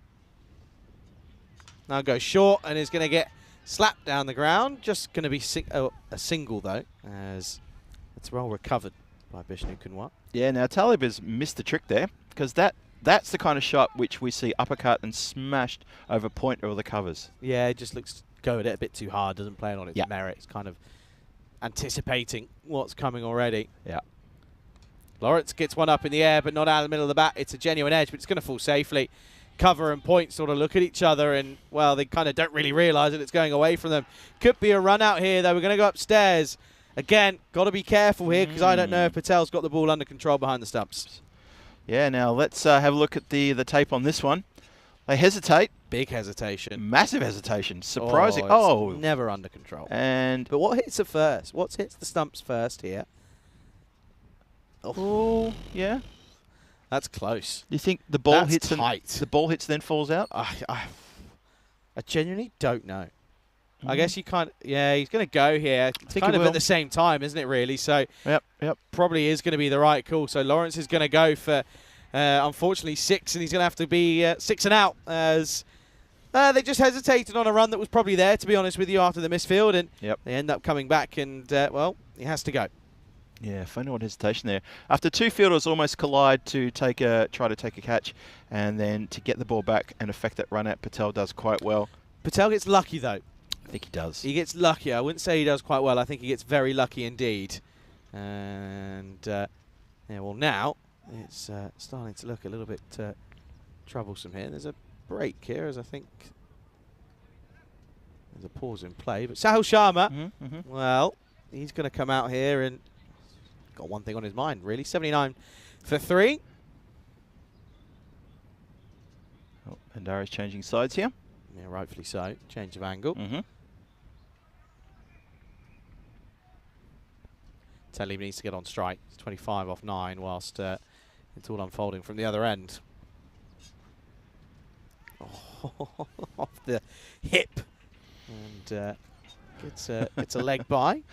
Well, achieves, I guess, what had to be achieved, which is to get Talib at the striker's end in any fashion possible. Somehow, What have you seen? Roma only did it with a ball to spare out in Italy.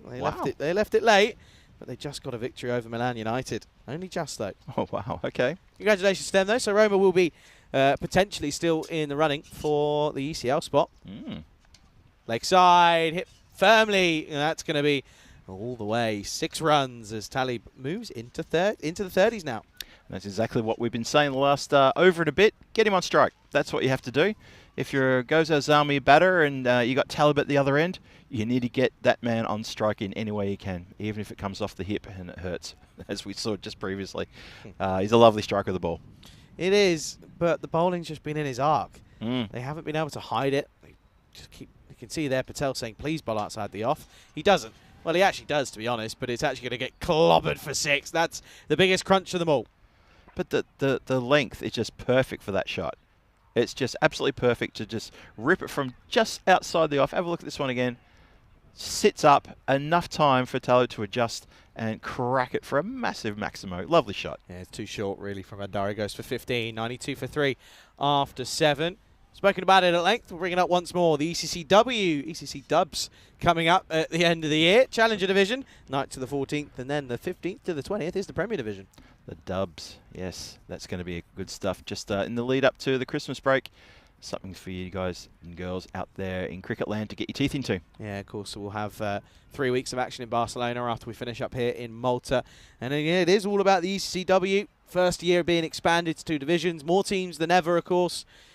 Looking forward to it. Looking forward to the likes of Germany, Jersey, Czechia as well. And I think it's going to be really exciting. Two divisions of cricket. Well, they're going to their hit bowler here. Darai, who went for just 2 off his first over. They're saying, probably skipper's going to turn to him and say, look, we need to just sort of stem the flow here, otherwise we're going to probably have to be chasing a target that's out of hand. Yep, that's it exactly. Sharma on strike. Struck firmly, but straight back to him, and I tell you what, you can understand as to why he would go for it. Oh, hello, someone needs to get going. Oh, boy. That almost could have been an absolute calamity of errors there. Only going to be 1, but he was, ends up, he would have been gone for all money. Just rushes a bit, does Darai that. Oh boy, and to make a fielding error like that right alongside your skipper is not a good career move. They got away with it though, didn't they? Yeah, could have been a lot worse. Vishnu Kunwa almost lets the ball go over the boundary line right at the feet of his skipper. That would have been terrible. Not a bad start for Darai though, but unfortunately Talib gets back on strike, 37 off 11. Oh, that's an excellent delivery from Darai. Full and straight, and Talib just goes too one-dimensional. Agricultural onto the onside. Swings across it, swing and a miss. Full and straight, thank you for coming. Talib goes for 37, 93 for 4. Well, Bibek bowled a terrific second over, only yielded 2 runs, really put the brakes on from that flash start that Zishan got the team off to in the first over. And you can see there, he's just turned around to all the rest of the bowlers and said, that's how you should bowl to Talib. That's what you should be doing. Should have done this overs ago, guys. He comes in and shows them how it's done. Lovely delivery, and, well, he's Mr. Reliable for me. Good innings, though. Comes to an end. Strikes the ball cleanly when offered the opportunity. 93 for 5, technically 93 for 6, of course. But still, it's an interesting position now as Shardjil comes out. This boy can hit it, but it's not been his day all tournament so far. Not at all. He has not had a good tournament. He has not had a good day. Didn't have a good day. It was the day before yesterday. I think Goza Zamil were here. He had a bit of a mare with the bat and ball, and sadly with the field as well. We lost him in the bushes for about a minute too when he was searching for the grizzly. See how he goes here. Full, and good Yorker. Can just cue it down to long on for 1. Yeah, they're going to want something from Shardjil in from this innings. It's only 2.5 overs to go, but they need him to stick around and play a bit of a cameo here and get that score up beyond what United can amass. And you said it before, Charlie, United's batting, yeah, not strong, I would have to say. Good, but not strong. Oh, they also are going to have to be looking for Sharjah with the ball. But Sharma on strike. Swing and a miss. It's an ugly shot. Really is ugly. Yeah, Bibek Duray bowling his heart out here. Doing very well. Very economical. 1 for 4. Still 2 to come. But he really is showing the rest of the United bowlers this is how you do it. This is how you stay consistent, and this is how you possibly should get your nose in front in a T10 game. Just taking a bit of time here. What are they, 6 minutes? Or 7, just under 7 now to hold the next 1.2 delivery. Should be okay, unless something bizarre happens. Good delivery again. Nice full wide Yorker, can't get it away. Sharma with the bat has been disappointing. He has. He's too many dots. One run, 4 balls faced, and at this point of the innings, that's not good enough. Just not good enough. No, you need your big hitters, but of course Gozo have had their troubles with the bat, and they'll probably take. You can see that they were looking at about a 130 score. They're now down to 114. 13 deliveries left. Last ball of the over. Swing and a miss from Sharma. What a good spell that is from Bibek Durai. 1 for 4 off his 2. And he picks up the big wicket at Talib in that over. 94 for 4, 2 overs to go. Yeah, impressed with Vivek Duray. And I think for mine, I'm going to be calling him Mr. Reliable because that is very, very good. Exactly what United needed after, well, Talib really got after the bowlers in the middle overs there. This is good work from Vivek to come and take care of business. The run rate at 11.75, 94 for 4. And you can see that run rate was going pretty, well, bubbling along at around sort of, 12, 13 over. And it's just started to dip down with those couple of wickets. Yeah, you lose 2 in the matter of 5 balls. It's going to happen. 94 for 4. And now they're going to have to go to Salim Rain for the 9th. All happens in the 9th. Sharjeel. That'd be a good time to come good, wouldn't it? It'd be very helpful indeed for the Zalmi squad. His timing couldn't be better if he comes good now. That's all I got to say. Just trying to get everything right. Got 5 minutes for the over, so should be no issue there. Up in the air. Could be a chance. He's already taken 1 today. And he's going to take another. Very, very good catch indeed. Should I make no mistake of this one. And it's going to be a very, very handy handy catch. The Durai brothers doing very, very well so far. As that's going to be another wicket that tumbles. And, well, the troubles continue for Sharjeel. 94 for 5. Yeah, good shout there, Charlie. The Durai family are going to be pretty happy with that so far. Really good outfield catch. Again, the wind swirling. Just before that ball was bowled, I saw that one of the fielder rushing in, he took his hat off because it was starting to fly off his head. And it just shows you that it really is it's blustering, then it drops. It blusters, then it drops. And Sharjeel, well, what can you say? I'm not too sure what to say about him with not getting a bit rude about it, but he's just not doing the job. Just can't work it out. He just isn't applying himself. It's not working. So then, Mughal, this boy was 1 off 7 in the last game. It was out on the 8th ball. What can he do here? He's going to get off the mark straight away. Rain, good effort with the ball in hand.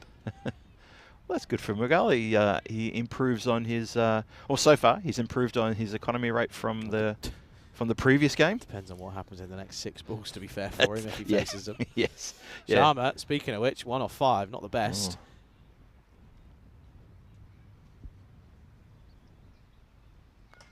Oh, that's better. Hit firmly down the ground, and 6 runs all the way. Well, that will help his strike rate. Much better. Much better. Just to the base of the tower where the camera is. Good work up there from the guys from Spring Media. And that is a lovely strike. About time. We need to see a bit more of that in the next few deliveries. It's just in the slot, though. Just a little bit too easy for Sharma to get just get the hands through it, get the wrist through it. Needs a response rate. Does. Just goes wider. Similar length. Oh, wow.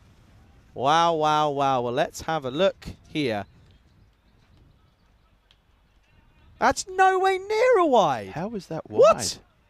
Oh, no. How on earth is that a wide? You can't be. I'm sorry. You can't be given that. You can't. No, you can't be given that. It's going to be a dead ball. Keeper wants to change something. Wants to change the umpire, probably. Oh, that's a bad call. For mine, that's a bad call. There's no way of beating around the bush with that one. He got it wrong. And unfortunately, that's... I am forgiving for umpires when it goes over the line, and I know what the rule is, but that, come on. Well, what can you do with this extra delivery? If he gets a wicket, he'll be saying, "Thank you, sir. I appreciate it." Try and turn it, twist a positive from a negative. Rain once again then. And the extra delivery isn't going to go for anything. It's well bowled, slower ball, doesn't get any pace on the ball. Sharma can't get it out of the middle. Clever bowling, very clever bowling, changing the pace up. And Sharma not good enough to work that one out. Skipper comes over and gives his bowler a bit of a slap on the palm and says, "Good ball, son, well done. I'll have another one of those, please."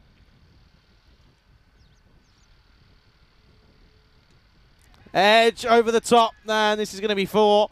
Sharma chases the wider one, and fortune favours the brave, throws the kitchen sink at it, gets 4. Yeah, so maybe the skipper might not walk over and give him a pat on the hand again after that one. Yeah, bit too wide. That was wider than the one that was called wide, to be fair. That would have stayed in the tram lines. Still scratching my head on that one. I know you are as well. The chat's slightly awash. This is slightly gone. Oh, they've lost it, haven't they? Oh, I'm just seeing some comments now. Okay. Oops. Whoopsies. Last ball potentially the 9th. Okay, let's just watch this one back here. Let's go back to this, because this is a dot ball, well done. But watch this here, right? He gave that a wide for 3 balls ago. He did. Gave that a wide, and so now it's not. Mind-blowing. End of the over. It's 106 for 5. They get up to the 100, but still got to be looking at the 115s here. Yeah, exactly. Have a look at the bowlings. The bowling performances there. Well, Bibek Duray, we've praised him already. I'm calling him Mr. Reliable now for that fantastic return from his 2 overs. Wicket shared. Tunka and Kaki picked up a wicket each. And score with 1 more over to go. So 106 for 5. And Kundal gets to bowl another over. See if we can keep it nice and tight. Yeah, it needs to. As Mughal on strike, if they keep him on strike, they'll do well. Wide ball. Not the best to start. So you can just see, just falls over a little bit there. Yeah. Yeah, really unsteady. Look at this. Yeah. But you're right, though. They keep Mughal on strike. Every chance for 6 dots here. Still trying to find his way, is Candle. Mughal. Well, he'll turn around and say, well, it's not a dot ball, so thank you very much. I did hear that in that last innings, by the way, Zishan wanted to retire him, but they didn't have enough batters left. That's a wide. That is a wide. I'll give him that one. Yeah. Well, Tanker not doing really well here. Probably needs to be switched off and switched back on again because his radar is all over the shop right now. Oh, dear. Well, starting to unravel a little bit here. Still think, though, that this target is gettable. It really is for United. Yep. You know, there's going to be gaps in the field that you've got to try and use. Much better. Well, he's going to get a single. He's going to run a ball here, is Mughal. Look at this. Skills. Oh, never mind. Let's cut away from that. Called it way too early. Yep. Nice bit of footwork until it wasn't. Just okay. Push Parajan, by the way, 367 runs in 5 innings. 3 of those not out. Do you know what he's averaging at the moment? Oh, tell me. 183. Earthed. Oof. Earthed indeed. Oh, yes. Michael Das is second, with 271. Up in the air, not out of the middle. Barely going to get outside the 30-yard circle. In fact, it just does. Just a single. And this is not the best display of back-end hitting, really. No, not at all. So there's only a few more deliveries to come in this innings, but Charlie raises a good point about Zero United. They need to really exploit the fact that there'll be gaps in the field when they come out to bat, and they need to be thinking about that and placing the ball well, and they can get this target. Swing and a miss. Regular programming has returned for Mughal. Can't get it away. Yeah, Mughal, he's trying to disappoint us. Sharma at the other end. He's got 12 from 10. Better over from Kandal. He's lost his radar. Maybe he did switch off and back on again because he's bowled a bit better now. Yeah, true. Slowly coming good. Arguably still balls that could easily be hit towards the rope, but it's just not happening for them at the moment. That's hit firmly. Has he got the legs on it, though? No, it's not even again. So that sounded really good. It sounded very good, but he got, again, not even out of the 30-yard circle. Just one. Yeah, just the one run there. So 111 for 5, 2 to come. And just a reminder that Gozo Zami, they won the toss and elected to bat. And they got off to not a bad start in the first over. Number of runs there, 16 off the first over, then 2 off the next over. And then it was a bit of a struggle from then onwards until Talib came out. And again, up in the air, but once more, it's a genuine 9-iron. Gets right underneath it. They think of turning for the 2, but they won't. And still not able to get anything out of the screws, and it's just a single with a ball to go. Yeah, if these guys played golf, I bet they got a really good short game. Nice touch around the greens. That's it exactly, yes. Mughal, what can you do with this last delivery? Can he surprise a few? That was a nice practice swing, whoever's on the 8th tee. Last ball time then. No, he can't. It's going to be 112 for 5 is what they'll finish off on their 10. And Patel, that's rubbish. End of the 10 then, as it will be 112 for 5 off the 10 overs. And again, similar sort of story time and time again for Gozo. It's more often than not, Zishan gets off to a good start. This time he did have a bit of support though. Talib finally offered a bit of resistance with the bat, which was nice to see. He got 37 off just 12. But then, of course, those two back in the shed, things started to unravel. Sharma, 13 off 11, 3 off 5 for Mughal once more. Lawrence only giving the 6 runs as well. Just shows you that this is a cruel game, is cricket. And even in the shorter formats, it's very tough for teams that aren't in form. So it's going to be 113 the chase. Let's have a look at the highlights. Yeah, look, the highlights package will start with boundaries from Zishan Khan, who took a few balls to get himself into the mood, but once he did, he started looking quite ominous. And this was all from the first over. Then things started to pick up.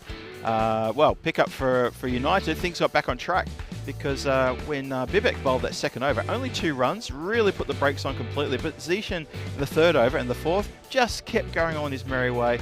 Lovely shots to the offside, delicate touch that shot. Had no right to reach that one, he did. And, well, poor old Anis Ali, he has failed again at the top there, and he's hit it straight down Bibek Duray's throat. Zishan Khan, he kept going, oblivious to what was going on around him, just had to crack on with it until he skied one that was well taken, swirling around, and Siraj Duray took a terrific catch there. Not his only catch he's taken, took another one a bit later on as well. Talib came out and started to carve up the attack. And we had to say, well, the bowling was not great at this point in time. There was a lot of balls being put right into the slot. Patel, wicketkeeper, getting a little bit frustrated with his bowler and saying, come on, Kaki, you're putting it in the slot exactly where it needs to be hit. Bibek, Mr. Reliable for me. That's his new nickname. He is Mr. Reliable. Loving his work in this tournament, and especially in this match. Talib just kept going. And I really enjoyed his innings. Almost run out. Almost, again, by that man, Talib. That man Bibek, who got his wicket to the very next ball. Beautifully bowled. You miss, I hit. Simples. And, well, there was another big catch. That's right, that's Siraj's second catch in the outfield there. Swirling around. The wind is really swirling. It drops suddenly, and then suddenly it picks up to about another 20, 22 kilometers per hour. It is swirling out there. You see in the background the trees are swaying as well. And Tanku picked up a wicket, and that's where it all finished. So, look, United have done well here. They have done really, really well to stifle the charge from Gozo Zalmi, who won the toss and elected to bat first. And they've put a score on the board. That score is 112 for 5 after 10. It's probably not as, well, it's clear it's not as much as what they wanted. They would have wanted many more than that. Zishan Khan with 42 from 17 at the top there. Talib, before he was bowled beautifully, a 37 from 12. He was looking uber dangerous, really properly dangerous there. 7 extras in that, including 6 wides, and the run rate just over 11. And let's have a look at the bowlers now. And the bowlers pop up, and Homgurung, he bowled a really good first over, and his second over was, well, it was quite horrific. It went for plenty. And Bibek Duray, as I said, Mr. Reliable, 1 for 4 from his 2. Wickets to Salim, Kamal, and Tanka there. And Bandari, unfortunately, he went for 15 off his lone over there.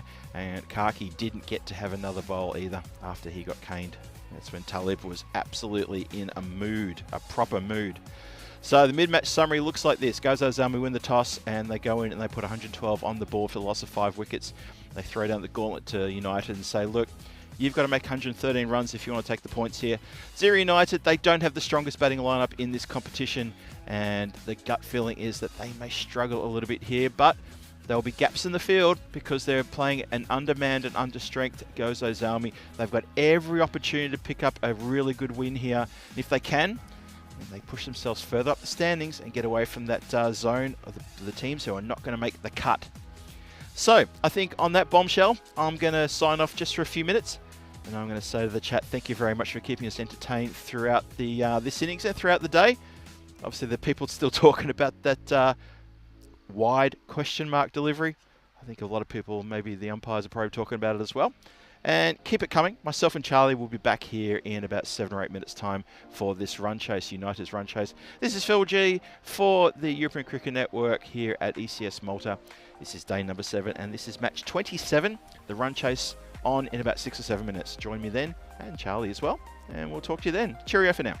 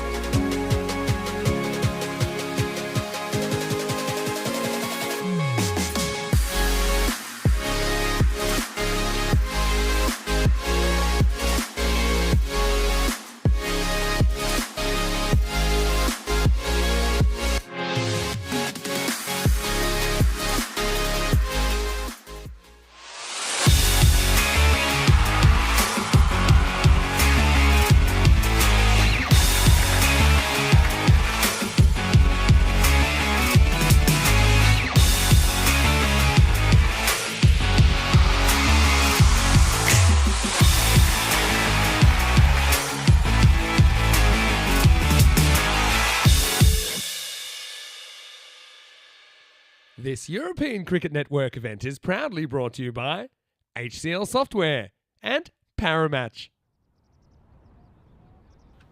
Welcome back, everybody, to the Master Sporting Complex here in Malta. Phil G here in the comms tent, welcoming you all back for this run chase, a vital run chase for the United teams, Erie United, and the team from Gozazami. Well, they went into bat and they put 112 runs. Bonus point up for grabs here. Both teams are going to be keen to try to get that point and bank a win as well if they can do that. Achieve the target in 7 overs or less, and you get yourself a bonus point as a batting team. And if you restrict the opposition to 78 or less, that's what Gozazami are going to be trying to do, then they will bank a bonus point. So all to play for here. Two teams who are middle of the table and are struggling to find form and struggling to get wins. And at this point in the competition, you need to be getting wins. You need to be staying in touch with that group who are leading and starting to take the whole competition away from everyone. Sharjil's going to start us. Here comes the run chase. And nicely defended down and off the mark with a quick single. That is Patel, who's opened the batting there.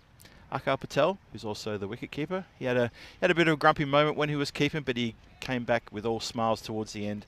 And I think he was pretty happy with the final result, but he got a little bit grumpy towards a couple of the bowlers who were putting it right in the right place to be hit hard. And at the other end is who's now going to face. That is Siraj Dare. And he's going to get a chance to get amongst some runs after taking two very good outfield catches. I think he needs to be compliment on that because the wind has been swirling, making it a little bit difficult out there for fielders. And he tries to chase a wider one. Oh, bit of a late call for wide from the umpire. Deliberates and then says, I think that's gone a bit wide. And I don't think that was a wide at all. I think umpires have just maybe a little bit harsh here in this game. Seen one that we've already has been a little bit, well, for us it was a talking point.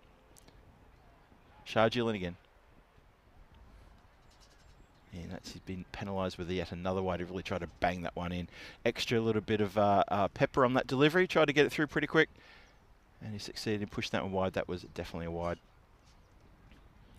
So welcome to wherever you're watching around the world. Hope you're going to be very interested in this run chase. We're very interested in this run chase. These are two teams desperate to pick up some points here. Bonus point up for grabs and, of course, 3 points for the win. Oh, that's a great delivery. Proper venomous delivery. This one. Lift, nasty. Have a look at this one again. Oh. That is really something, and hands go to head as that might have collected something on the way through, but too hot for the keeper as well. Well, Sharjil maybe he's had enough of not being able to perform here in the last couple of days, so he's decided, let me open the bowling. Let me show you what I got, Skip. I reckon I can do something here, and so far it's been quite an impressive start from him. Never mind the wides, he's bowling with a bit of venom. He's bowling with a proper intent. So there's a deep mid wicket out. That's been sliced through the field and that goes backward a point. Very wide, third man, and that's run away for the first boundary of the game. Nice shot for 4. Really lent into that one. Just went straight. There was no swing, just very straight, but unfortunately it was full. And it was pretty easy there to be put away. Patel cracks a nice boundary there. So he gets off the mark with that lovely shot for 4. Sharjil is gone for 7 off and with a couple of wides in this first over.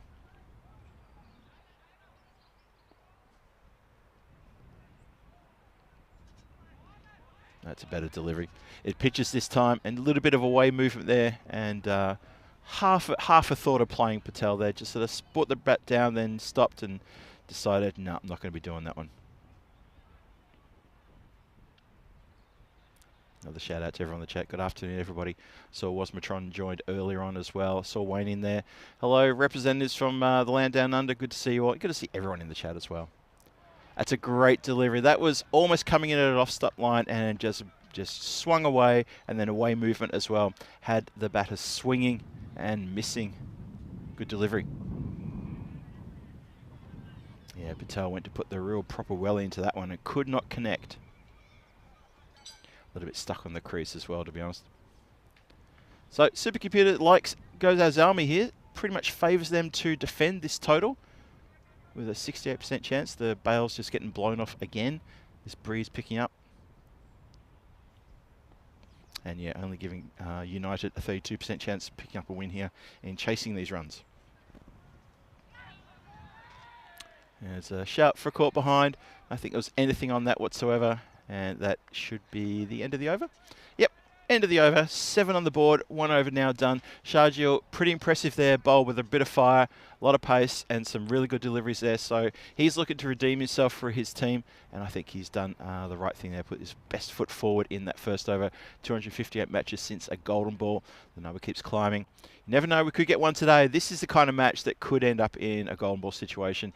You've got the United team who, we've already said, they don't have the strongest batting lineup in this tournament. There's every opportunity for them to get really, really close. And once you get close, you get down to that 10th over. And, well, goes as down. They're only defending 112 runs. Anything goes. Now, welcome back, Charlie, to the commentary. Charlie, welcome back. Interesting position here now. Yeah, hi, everyone. Afternoon. Just worried about United's batting. You know, I know it's pretty suspect. So you kind of look at it and you think, well, okay, what have they done in previous games? Okay, well, let me run you through them. So they played in that first ever game where they, of course, got a victory against the Victoria Lions. In fact, sorry, Victoria Lions beat United by that 1 run. That's right. Last ball, wasn't it? Roy starts off nicely. And then, of course, they played against the Southern Crusaders where they got a win. So that's where they got their sole victory. But then, of course, they did end up returning a couple of days ago. And yeah, once again, it wasn't quite the positive of starts. They lost them out a day by 4 wickets and ended up losing to Royal Strikers. Royal Strikers put 185 on, and Zero United could only muster up 48 for 9 off their 10. So just shows you they are not the batting side. Outside edge, and this will be 4 runs. Kits away with it, Desdarai swings and swings hard. Yeah, I remember that game against the Strikers, just completely outclassed everywhere. Well, mind you, the Royal Strikers, they're pretty much outclassing everyone at the moment. They're on absolutely burning up the field at the moment when they take to the field, batting or bowling. Sensational stuff from them. But yeah, that was a lovely strike for 4. So Duray now picking up a boundary. Score moves to 11. Yeah, absolutely. And you know, got to think about United going up to the Knights against the Knights in the next game, which is not easy at all. Knights, and they'll be looking for points more with the Knights after not taking any against the Strikers. Swatted away, leg side, too short from Roy. That is going to be 4 runs. Nicely played, all along the deck, along this carpet, 4 more. Yeah, that is a good shot. That is, and it's just not a good delivery though from Roy. He should be able to do better than that. In the second over for Goes Zalmi, they need to have some tight bowling, get some scoreboard pressure on the batters. They're not chasing a massive total, and if they keep going along at about 10 runs and over, then they're going to be thereabouts by the time they get to the 8th and 9th over, and that will start to put a bit of a scare into the Goes Zalmi team. They need to defend this. Carved away now through the offside. That's the best shot of the lot, as this is a back foot punch through the offside. Duray gets another boundary. Hat-trick of 4s. Yeah, that's terrific batting. It's really, really good. But you know what? It's as you say sometimes, Charlie, and we say it more often than not, is, you know, look at the bowling though. You know, putting it right there in the spot. And this is, yep, nice. Standard deliver stuff though. Not much foot movement. Didn't need to. And it gets past that poor man Sharjeel in the covers there. He's a bit closer in the covers. He looks like he's a good 3 or 4 metres ahead of where he could be. He's trying to get amongst it soon, early. Swing and a miss. Slower ball from Roy. Oh dear. Well, Mughal's tough day at the office gets even harder because this one is not ideal. Yeah, just keeping eyes on the skipper down at mid-off, and yeah, his arms folded, just watching this unfold in front of him. I don't think he's impressed with that. Yep, completely makes a muddle of that one and can't get back to the stumps to take the return throw either.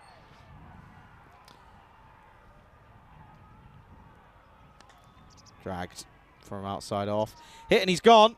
Oh, no one backing up. Buzzers! This one is going to be at least 2, if not maybe 3. No, just going to stick to 2. It's to 2. Zishan has a shot at the stumps. Nobody there. Yeah, the batters just trotted. They trotted through for that extra buzzer, didn't they? But then, yeah, they didn't look keen to go for a second one. I thought, oh, we'll just take that one. But, yeah, no one backing up.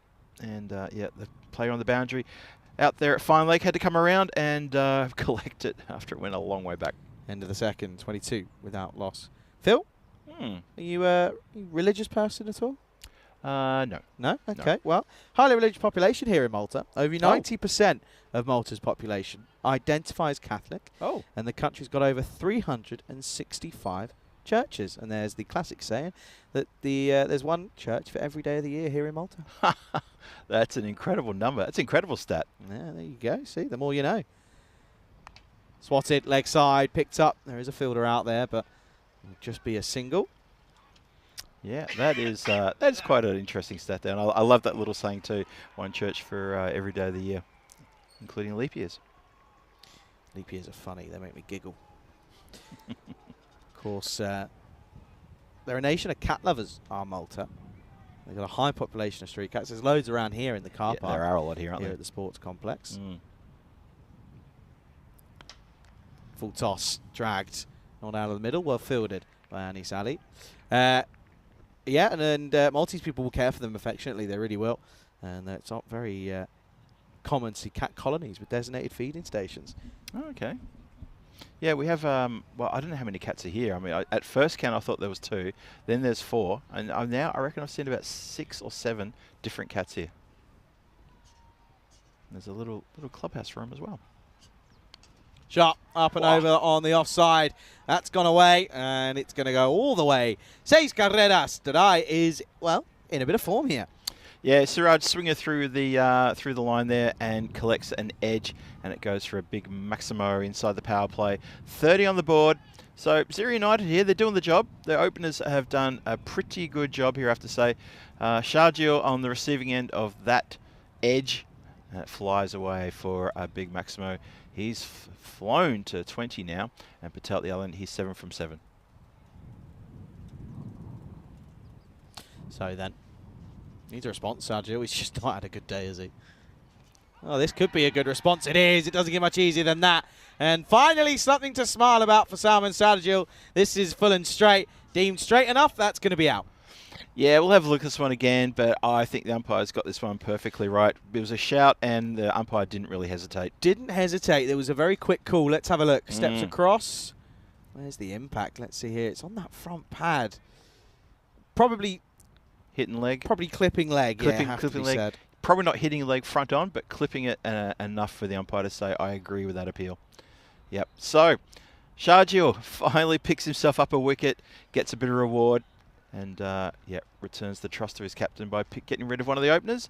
Just at the point where, well, Siraj just clipped him for 6 in the previous ball, so that's good revenge for the bowler. Yeah, it is. So 6 and out, 30 for 1. Darai, who got 20 of those 30, is out. And he has to watch on now with, well, with a bit of anxiety probably, because at the moment this game is not a foregone conclusion. 30 for 1. It's well respected. And they take it on. Could be close. Ooh. Even at the non-strikers end, at the other end, it's close as well. Candle in, gets a single to start. Yeah, Sharjah went down as well. Looks all right. I think he just slipped trying to field off his own bowling there. He looked a little bit proppy. I'm just a bit worried about him. But you're right. Yeah, that was almost well, Khan's gone for the double there, hasn't he? He tried to get one of them. Do you like rabbits? Nick Casserole, yes. Okay, good. Fincata, all right, yeah, is a long-standing Maltese tradition where you eat rabbit, which is called fincata. Yes. Shared in big gathering dates back to the Knights of St. John, controlled Malta and restricted the hunting of rabbits. Ooh. There you go, see? Up and over on the offside. Nobody back there, though. And that's going to go for a boundary. So Patel picks up where the outgoing batter left off. That's going to be 35 for 1 after the power play. Yeah, nice strike that. And not a bad power play, 35 for 1, I have to say. Chasing a score of 113 for the win. So Zero United still needs 78. And, well, that's not a bad start. That's better than anticipated. Need to hear more about this rabbit story, though, because I wouldn't mind. Got for you. Because I was thinking I wouldn't mind getting into some of that. That's all. Well, you need to go to a big gathering, so off you pop. Hey, I've got tomorrow off, you know. Yeah, that's true. Maybe. Yeah, that's true. 3 games tomorrow, though, folks, by the way. Yep. Some might not be aware of that. Just the 3 fixtures tomorrow. And, of course, with the clocks going back, it's all a bit confusing, but we'll be here. That's right. Don't forget to set your clocks. If you're in that part of the world where the clocks are being set, don't forget to do that. If you're not in that part of the world, don't adjust your times. Don't listen to me. But if you are and you know it, just make sure you take care of that. Check your local guides to know if you have to set the clocks. Yeah, to be fair, It's always weird, isn't it? Because your laptops and stuff normally say that they do it on their own, but you don't trust it, do they? No. You wake up and you think, okay, am I an hour late to where I should be right now, or vice versa? It's one of those. It's a tricky one. But you just kind of have to trust them, really. It's like on a plane when you land in somewhere else and there's a plane different and a time difference. You go, has it changed? Has it not? You don't really know. If it's like an hour, you can't really work it out. Yep. Swing and a miss, and gets away with it. Does the likes of Sahil Sharma. Yes, we just accept that the machines know what they're doing, even if we don't. 78 off 41 now needed, 11.4 the run rate required by United. Yeah, of course, one of the smallest countries in the world is Malta. Well, not the, but one of the. One of. And but it's one of the most densely populated countries. Yes, Yeah. I'm not surprised to hear that. No, not with the traffic. Yeah, I was thinking of exactly the traffic. It's something that you and I have to handle twice a day, every day. It's not fun. No. Bad this morning. Cut into the offside, and there is a fielder out there. Sharjeel. Oh, they're gonna. It's an underarm throw. And that's lazy. That's very lazy and poor. Boy. Sharjeel. Well, not quite having a good day. Not to harp on it, but he's not. Zishan Khan fielding in front of us here. As soon as that underarm throw went in, he put his hands straight on his hips, staring daggers at Sharjeel, begging the question, what on earth was that? Every run's important, he's saying. Lots of film locations. Films have been filmed here in Malta, of course, and TV series. There is a fielder there. Oh, and he's picked him out. And, yep, that is out. And Candle, well, there's no fire left. There's no burning left in that one, as he's going to have to make the walk back and swings at a full delivery. Sharma is going to get a wicket. That's right. Candle is definitely out there. And that's a nice, comfortable catch. The fielder didn't have to do a lot to try and figure this one out. Just gets in position, steadies, and takes it just a little bit above his shoulder, but then he gives the out signal in case the umpires didn't see it. Good catch, though, and second wicket falls. Yeah, so Gladiator, Troy, Game of Thrones, Jurassic World, all filmed here. Troy was filmed here. Oh, okay. Yep. What else have I got for you? Do you know, Malta it's an archipelago, isn't it? It's several islands that make up Malta. Do you know approximately the circumference of this main island we're on? No. Okay. I don't know either. It just bumped into my head. Just The this wonder. circumference? Yeah, specifically the circumference. Like how long would it take me to walk around the island? I'm thinking a few days. Oh, could be another one here. Surely not. Oof. Oh, it's not, and he's run past it. Oh, no. 0 for the fielder out there in the deep. Oh, dear. Karki's going to get a 4 to start. There's a bit of a giggle. Patel, he's never a happy man, is the non-striker. He says, what are you doing? There's a fielder there. Doesn't matter. Goes through in 4 runs. Not for the first time in this game that Patel has had a few words to Karki either. That happened during their bowling stint, Karki's bowling stint. Patel was furious at Karki for putting it in the slot too many times when Talib was on fire.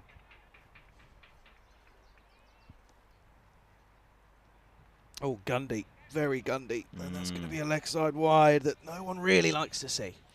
Yeah, and I keep watching the body language here of Zeshan Khan, the skipper fielding just in front of us, and every one of these little errors, you can see him just slumping more and more. He's just feeling that pressure of, why can't these guys gel? Mind you, he's out there with less players than he probably should have. Oh, off the cue end of the bat. It might actually be off the back of the bat, to be honest with you. Gets a single. End of the 4th, 43 for 2. Yeah, so country is 316 kilometres squared in area. That's the main country. Okay, yep. Highest point, 253 metres on mainland Malta. Capital is Valletta. Total area, 315.718 kilometres. Land making up 315 and water taking up 0, because, of course, no rivers. Yes, remember that. Or lakes. Yep. Compared to other areas, right? So in Australia, yep, Malta is slightly less than 1/7 of the Australian capital territory size. Oh, wow. US, slightly less than twice the size of Washington, D.C. Okay. Malta is smaller than the Isle of Wight in the UK. And okay. It's 1/18 of Prince Edward Island in Canada. I didn't know that was a place. Yeah, it's got obviously quite a lot of islands. A lot of islands. Oh my lord, it's non-stop. Well, they're classing a rock as an island. Well, that's just a bit silly. Yeah. But of course, mostly known as Malta, of course, as the mainland, and then you've got Gozo as the island. Upish! Not gone. That's put down at point. And standards are dropping here because there's buzzers, and the rails are just starting to fall off. As Roy should have had a wicket, but Lawrence puts the catch down. Well, United was starting to feel a bit of pressure there, and if that catch had been held, that would have been absolutely, well, you know, I mean, not just pressure, extra pressure, but Gozo would have felt that they were in the red-hot chance of nailing this one and maybe bowling United out. That was a very important drop. Oh, no. It's coming apart slightly. Still a lot of runs to get, though. 68 from 35. Run rate required still at 11.65. Now just fends away. The fielder has been changed. There's going to be more buzzers. There's another 2. Oh, dear, oh, dear. Yeah, just a little bit sloppy out there. So where was I? Yep. Yeah, so Malta is 256 kilometres squared. Gozo is 67.1. Kamuna, which I think is the island in front of us. That's Manuel Island, sorry. Manuel Island, which is opposite us in the hotel. You know, I told you about that's a lovely walk up there. Yes, where the fort is. Yeah, that's an island. This is hit down the ground. And this is going to be 6 runs. Just gets enough on it as Roy is getting taken to the cleaners here. Yeah, good shot from Patel. 6 runs. They haven't had a big 6 for a few overs. And that's a nice shot to relieve a bit of pressure. Yeah. Comino is 2.8. Manuel is 0.3 kilometres squared. And then there's like 0.099 kilometres. It's a rock, basically. I think Comino, isn't that just the small island just between this one and Gozo? I think that's where it is. Maybe. Could be. Yep. You know more than I did. Well bowled, but equally well played into the leg side. I also think I read somewhere that on that island there is a population, but it's very, very, very, very small. Okay, I'll take your word for it. Possibly a family who couldn't quite... Small island between the islands of Malta and Gozo. Oh, there you go. Yep. Measuring 3.5 kilometres squared, named after the cumin seed. The island has permanent population of only 2 residents. Away into the offside. That's going to be a very, very good take out there in the deep, and that's going to be the end of Kaki. Yeah, good catch that. Really good catch. I was scared it was going to go through the fingertips and possibly spill over for a 6, but it's been held, and that is a good catch. And I just spy Zishan even giving his catch there a little bit of a round of applause. Nicely taken. Is that, yep, that is Talib out there, ever reliable Talib, who has been batting quite well in this tournament so far. Yeah, absolutely. So that's going to be the end of him. Score now is 53 for 3. Let's have a look. Yeah, so 2 permanent residents. 2 permanent residents. That's what this says. I'm hoping it's a married couple because I'd love to hear their stories. Well, otherwise, Lord knows what happens on that island if not. From where one priest and one policeman commute. They're not married. A policeman and a priest. They commute. Yeah. To this island. I'm assuming so. Or Gozo, one of the 2. Okay. Halfway stage, 53 for 5. Bit of an update for tomorrow then. So you can see there Roma CC will be taking part in the T20 Super Cup. Super Copper sounds nicer. In the final, that of course is the winner. Will go to the ECL 25. And then of course we see with the Italians Women's League, there'll be a final between Padova CCW and Roma CCW. That Padova sounds like a Pavlova, and I'd love a Pavlova right now. Oh, we talked about Pavlova the other day. Yeah, this is when we're having our fruit conversation. Yeah, you like the meringue and that's it. Just the meringue? Just the meringue. The thing with Pavlova is that you want to get a Pavlova where the meringue's got a little bit of chew to it. Yeah, of course. But sometimes you get a Pavlova like the cheap ones where too chewy. It's just this. It just crumbles. It's nothing. It's like eating solid sugar. Yeah. Slabs of sugar. Could be worse. What else have we got here? That island, not a lot to it. Sand and trees, that's about it. I wonder if those 2 people live together. Probably not. There's a hut on either side of the island or something. As far away from each other as possible. Like something out of The Odd Couple, where they constantly just make a line in the sand and they go, that's your side, this is my side. Stay on your side. What about Gozo? I want to find out more about this. But I was thinking, by the way, I might go do you can get on the boats and do the excursions. Yes. Or like tours. Asking the question, but Oh dear, there's going to be a mix-up here, is there? No, he's going to just get Ooh. home. Can't be out LBW if it pitches a mile outside leg stump. That's where Khan's gone wrong first up. And they're going to just want to have another look at this one just to make sure. Yeah, you can see that there, pitching outside leg stump. And going above the stumps as well. It's way too high. And then looking at this one, let's have a look here. Keeper has to get called upon again. He's okay. Yeah, he's good. Yeah, okay. Yeah, these excursions. There's, I think there's several There's services loads that take you up loads to of different Gozo. companies that do It's a it. popular place to visit. Yeah, I want to go do these. I want to go do these trips. That's what I want to do. I might do that on Wednesday. Oh, you got Wednesday off. That's I've right. got That's Wednesday right. off, Yep, yeah. You'll be with Rico. I will. Lakeside. And Oh. oh dear, that's going to be 4. Ariel gets a 4 off his second ball when Zishan Khan's not going to be a happy chappy. Not one that happens off your own bowling. That's not pleasant at all. What else we got here? He's not happy with himself there, by the way. Here's Anis Ali. Let's have a look here. Gozo, known as Gaulos in antiquity. Island's part of the Republic of Malta. After the island of Malta itself, it's the second largest island in the archipelago. As of 21, Ireland had a population of 31,000. Inhabitants are known as Gozitans. What's happened here? Oh, ouch. Oh, he's taken that one on the leg pretty badly, hasn't he? Ouch. Yeah, known as Gozitans. Rich history, locations such as some temples, which I can't pronounce, along with the other megalithic temples of Malta, and amongst the world's oldest freestanding structures. Oh, did not know that. Yeah, well, neither did I. Oh, hello. Up in the air. Chance. No, pulls the plug. Does Ali. That was a big swing from Adial. It was in there for a little while too. Had a chance to change their mind several times, the fielders. In the end, it goes down. So, well, what's happening here? There's a bit of aggro. Yeah, there's a bit of animated discussion there. I saw the umpire just. They thought of a second, did they? Yeah, I think that's what it was. Yeah, they did think of a second. And to be honest, I can't see as to why there'd be an issue. Lazy from Zishan. Not sure what that's about. Steps well away from it, Desario. I'm not going to get anything away there. The island's character, less developed than the island of Malta. Known for its hills, which are actually featured on its coat of arms. Hit away firmly down the ground. Works to again from Ali. He's like a ball magnet at the moment. He can't get out of it. Single to finish the over. And it's 52 needed off for 24. 61 for 3. What else have I got? The Azure window in St. Lawrence is a natural limestone arch. It was a remarkable geological feature until it's collapsed in March 8th, 2017. Island has other notable features, including the inland sea, something that I can't pronounce, and there are a few sandy beaches on the island named Ramla Bay in somewhere and the door. There's some mental names on there. Listen, you try and pronounce that. Zagara, but it's probably not. It's probably some weird pronunciation. Jaga. Nah, definitely not. Jaga. Give up. Yeah. I was going to say it really quickly so you can't hear my pronunciation. Let's not. Oh dear, oh dear.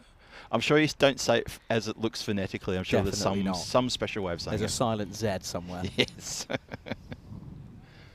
Oh boy. Well, things are going interestingly here in the ground as well, because 52 from 24 means it's 13 runs per over. They're starting actually to get away from United, to be honest. I think that that run rate is starting to climb to a level where it's going to be uncomfortable. I'm not sure if they've got the firepower. Guys are struggling for time as well, by the way. Yes. You've got 10 minutes to get through the next couple of overs. Look at that. And that's going to be a tight squeeze, and they're not exactly rushing around at the moment, are they? Yep. Zishan taking too much time to get through everything. And you know what? Gozo, they've come undone with a penalty 5 runs added to the score. Yeah. Yes, and they need to be careful here, because if it happens again and it could decide the game, the fallout will be interesting, to say the least. Up-ish, and there is a fielder out there, but just short of the man out in the deep. It's Talib patrolling the boundary out there. He's already taken one catch out there, doing a good job. What else? Sami Ula. Oh yeah, good one. Yep. What's this? Malta's known for its feasts, which feature lively celebrations, parades, and of course, with the petards. Their feasts.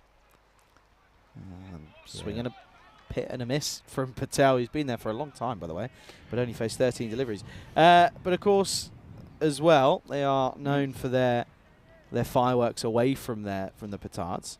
I know that they're pretty big on them. And We had a big fireworks display last night. yeah, there was a couple actually, quite all around the sort of different areas of Malta. Yep.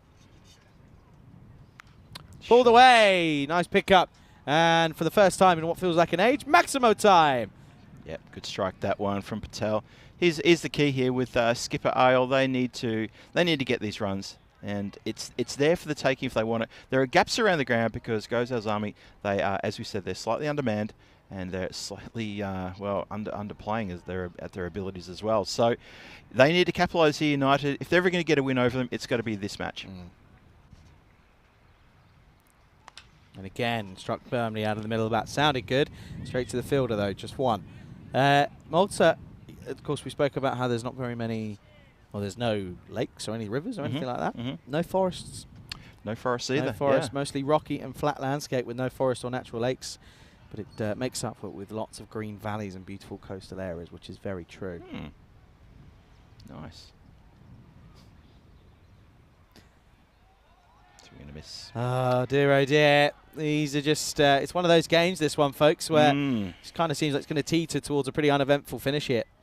I was trying to figure out what those fireworks were last night. We were spoilt to a big display of loud, massive fireworks, probably about 10 minutes long, maybe 8 minutes long. I lost count. It was over the main harbour area where we were. That's where I saw those fireworks. I'm sure, as you say, they're around the ground. Head away. Around the... It's a wayward throw and a half. It's a proper Oh dear. Where is this game going? It's very interesting. Going at 10s at the moment, 70 for 3 after 7. And of course, well, the next game is going to be an interesting one, of course, as it will be Zero United who take on the Knights in that one coming up in 45 minutes' time. Yeah, Knights will be absolutely out to pick up points. They came in today thinking they'll have a red-hot chance against the Strikers. That got turned on its head pretty quickly from Push Paranjan, who said, no. So edX Knights now, they get a chance to pick up points against Zero United, and they'll be hungry to bury this team to pick up all 4 points, I reckon. Speaking of hungry, I know that they're currently in the middle of their sort of semi-final weekend and finals weekend at the moment at the GBO, which is good, considering about 4 weeks ago it was flooded. Yep. And was underwater. Good luck to everyone out there, of course. And Zishan Khan, of course, bowling this 8th over.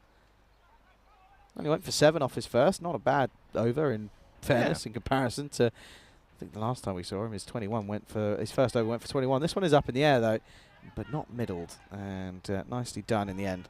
Out there by Stevie Roy. Gets the ball back pretty quick, does he? And Zishan's taken one on the finger. He's just giving that a bit of a ring and blowing a bit of warm air on it. That obviously stung a little bit. But he has been pretty economical, has to be said. Well, I'll tell you what, he loaded up and cocked the gun but didn't pull the trigger.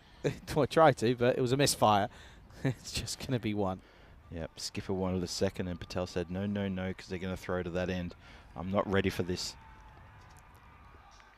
Big loads of applause going around somewhere. Yeah, there's something going on over there, just the other side of, well over the other side of the tennis centre away to our Very right. loud, though. Yeah. Oh, so you're going to miss. Yeah, I get the feeling, this is what I'm thinking. I'm thinking Zero United are not going to have the firepower to get over the line here. I think Gozo Zami are going to hold them. It's just a feeling I got. Oh, big shot. And that's where you can't bowl there. That's gone a long old way. That's in the car park, 6 runs. I'm obviously mic'd up to the batter because he's heard that and said, hang on, Gowers, hang on. You can't say that. Watch this. Bang. Well, they still need 34 runs off not many deliveries, so there's still a bit of work to be done. There's sort of a delayed show of 6 there. I thought that was actually pretty clean over the line. And obviously, they're just double checking. So they still need a lot of runs. They need quickly. 34 off 13. The run rate is 15, but you could take it as you like because 34 off 13 is pretty easy to work out. That you need them pretty quickly. You need a couple of big overs here. So they need another big hit off this last ball of the 8th. Goes for it and has got it. Yes, he has. Another 6 to finish the over. So 2 6s at the back end of the 8th. It's 28 needed off 12. 85 for 3 after 8. Well, Patel there obliges with a couple of big hits. So yes, you're right. Two big Maximos off the last 2 deliveries, and suddenly it sort of swings and changes again. 20 out of 12. It's petering along, but it is going to come to a pretty it's going to come to a close finish. It certainly could do. They're going at just above 10s. Of course, needs to go at 11:20. So they've been up and about it, just short of it. They need one big over, and the 9th is always a good over to get one. How are they doing for time here, by the way? Oh yeah, let's check the clock on that. How are they doing for time? Because that over felt like it was a long one again. It really did. Yep, I think they could be in a little bit of trouble and strife here. Yeah. We'll see it in just a minute. You also saw from that run rate graph that came up before. Oh, there we go. Under 4.5 minutes. They're fine. Well, never know. Depends on how it goes, to be honest, but it should be okay. Well, they're going to go to the left armour, Sahil Sharma. This is swatted away. Again, not out of the middle about there'll just be one. Sharma again, just with his run up, it's too long. Yeah, we talked about this the other day, didn't we? The fact that he did one on a long run up, and he looked absolutely exhausted by the time he delivered the ball. Just does not need that length. Trundle. Pulled away. And we're gonna have to look. We're gonna have to have a look. It's definitely 2. Is there a bit more? Ooh, that's your man Sharjul out there. What he's done, has that foot just dragged on the rope? Man. I think there. he's all right. What do you reckon? Just okay. The rope doesn't move. Yeah, I think you got to give the benefit of the doubt from that Close angle. though. He is really close there. Yeah, the rope doesn't move even when he's getting himself up. So yeah, I think he's okay. Patel 40 off 20. Good innings from him. It's him or bust though.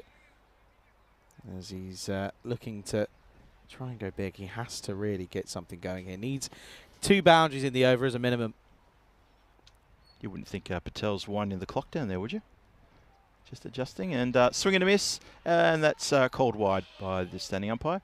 Just the way that he was adjusting the pads seemed a funny one. There we go.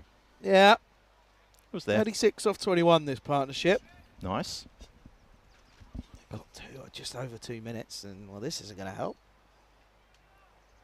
Also, bowling your bowler with the longest run-up in this over is probably not the cleverest of ideas. Yeah, well, he's bowled 2 deliveries in 2 minutes. So, there could be trouble here. Goes up over the top on the offside. Fielder out there, takes it. And with that catch, is probably the game. Patel's going to go for 40. Sharma picks up a wicket. Not only that, but they also will get an extra minute on the board. That's going to be 89 for 4 now. Yeah, that's the first thing I thought was, well, that's going to add a minute to the clock. But also, yes, the fact that the big hitting Patel is now done. Led the way in that partnership with his skipper and got Zero United up to a red-hot chance to take the points here. But I think now that he's gone, unable to stick around, that could be curtains for this innings. So, 40 off 21, very good from him. But, again, it's a one-trick pony. It's a good catch out there in the deep in the end, as that will bring an end to Patel, as we said. And well, now out comes Bandari. He needs to see ball, hit ball. Bandari, he had a couple of good hits the other day. Tried to get more here. He's not going to. It's full and straight, and Sharma's got 2 in 2. Bandari plays a pretty rash shot, to be quite honest with you. He's going to have to go for a golden ducker. Oh, and his skipper has marched all the way up to the end to give him a send-off as well. Unimpressed. I'll tell you what, I don't blame Bulwan for that either. He's walked all the way up to Bandari. He's hit his pad in disgust. He's really upset about that. He's saying, well, mate, we had a chance there, but you've blown it. Bandari goes off with the golden derrick to his name. And we saw Bandari, he came out and batted at the end of an innings a couple of days ago, and he put on, I think, 12 in the last over, just out of nowhere. Just suddenly just went bang, bang, bang, hit 3 fours. And we said, well, where's he been? And I'll tell you what, we expected the same thing again, but that's too good. In the shed for a reason. Thank you, Charlie. That's exactly where he is. And he's going to stay there now. Hat-trick ball, by the way. Oh, good delivery. Ooh. Good delivery, good areas, good movement. Just swats away at this and, well, swings and misses. Yep, and that pretty much is that. I'm thinking, yeah. I mean, I said it a couple, probably 2 hours ago now. That Goes to Zalmi are going to hang on here. They're going to take the points. Zero United just running out of steam at the vital part of this innings. Oh, wrapping in front, but that's down the leg side, and it'll be a dot ball to end the over. Superb over in the end from Pardo. He really is, from Sharma, sorry. Concedes the 4 runs, picks up 2 wickets, 1 over to go. It's 89 for 5. Yeah, it's panning out the way that I think a few of us might have thought it was going to go. Zero United just running out of steam. And, well, Sahil Sharma, look at that. I mean, 3 for 12 from his 2 overs. Despite his long run-up, he's managed to pick up 3 wickets, so that's pretty good. Okay, he's got a couple there at a time when the Zero United batters are really just swinging, and swinging. So he's hit the stumps, he's got a catch in the deep, and he's picked up another wicket in his previous over, so he's done well, done the job. Okay, then. Last overtime, they need a magical one. And well, the most they've scored on over was 25. And, sorry, a correction. I tell a lie, it was 15. So they need their best over yet if they're going to go ahead and get this to play well. 24 off 6, and they're going to go ahead and turn to Sami Ullah. Last overtime. Swing and... Let's have another look here.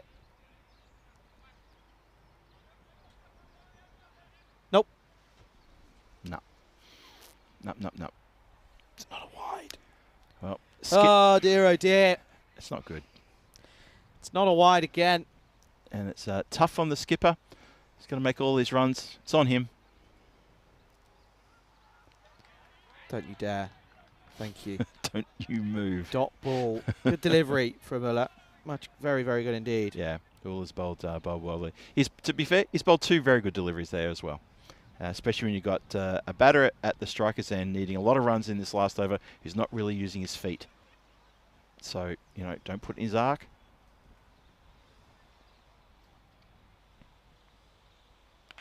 Up in the air, slapped for 6. Well, there's light at the end of the tunnel, but only a glimmer.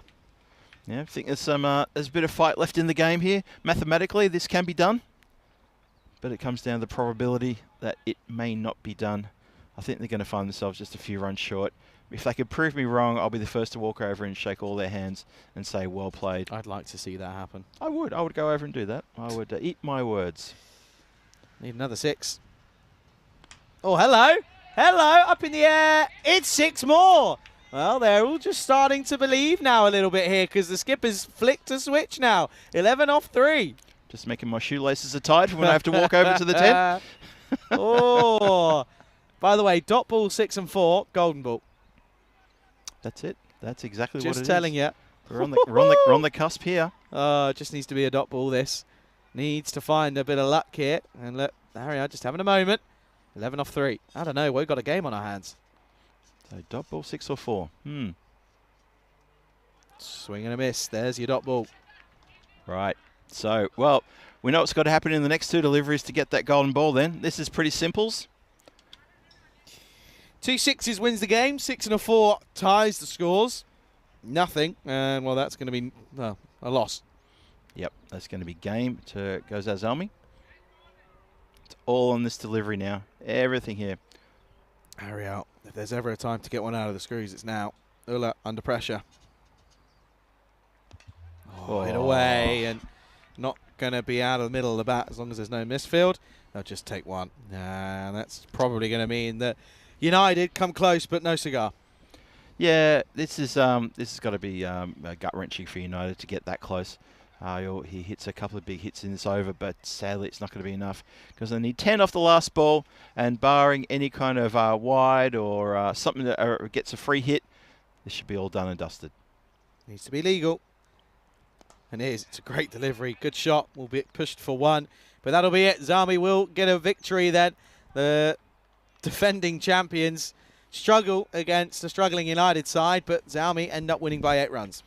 Yep, they do, and they bank themselves a pretty good win in the end. Undermanned and in a little bit of trouble as well. Put a score on the board that didn't think was going to be enough. But then again, as we kept saying, Zero United, they just lack a bit of firepower. They lack a batter who can dominate. Absolutely. Let's have a look at what's coming up in the final game of the day then. It is, of course, going to be an interesting one. the Knights take on United. And, well, there's a shock inclusion for me.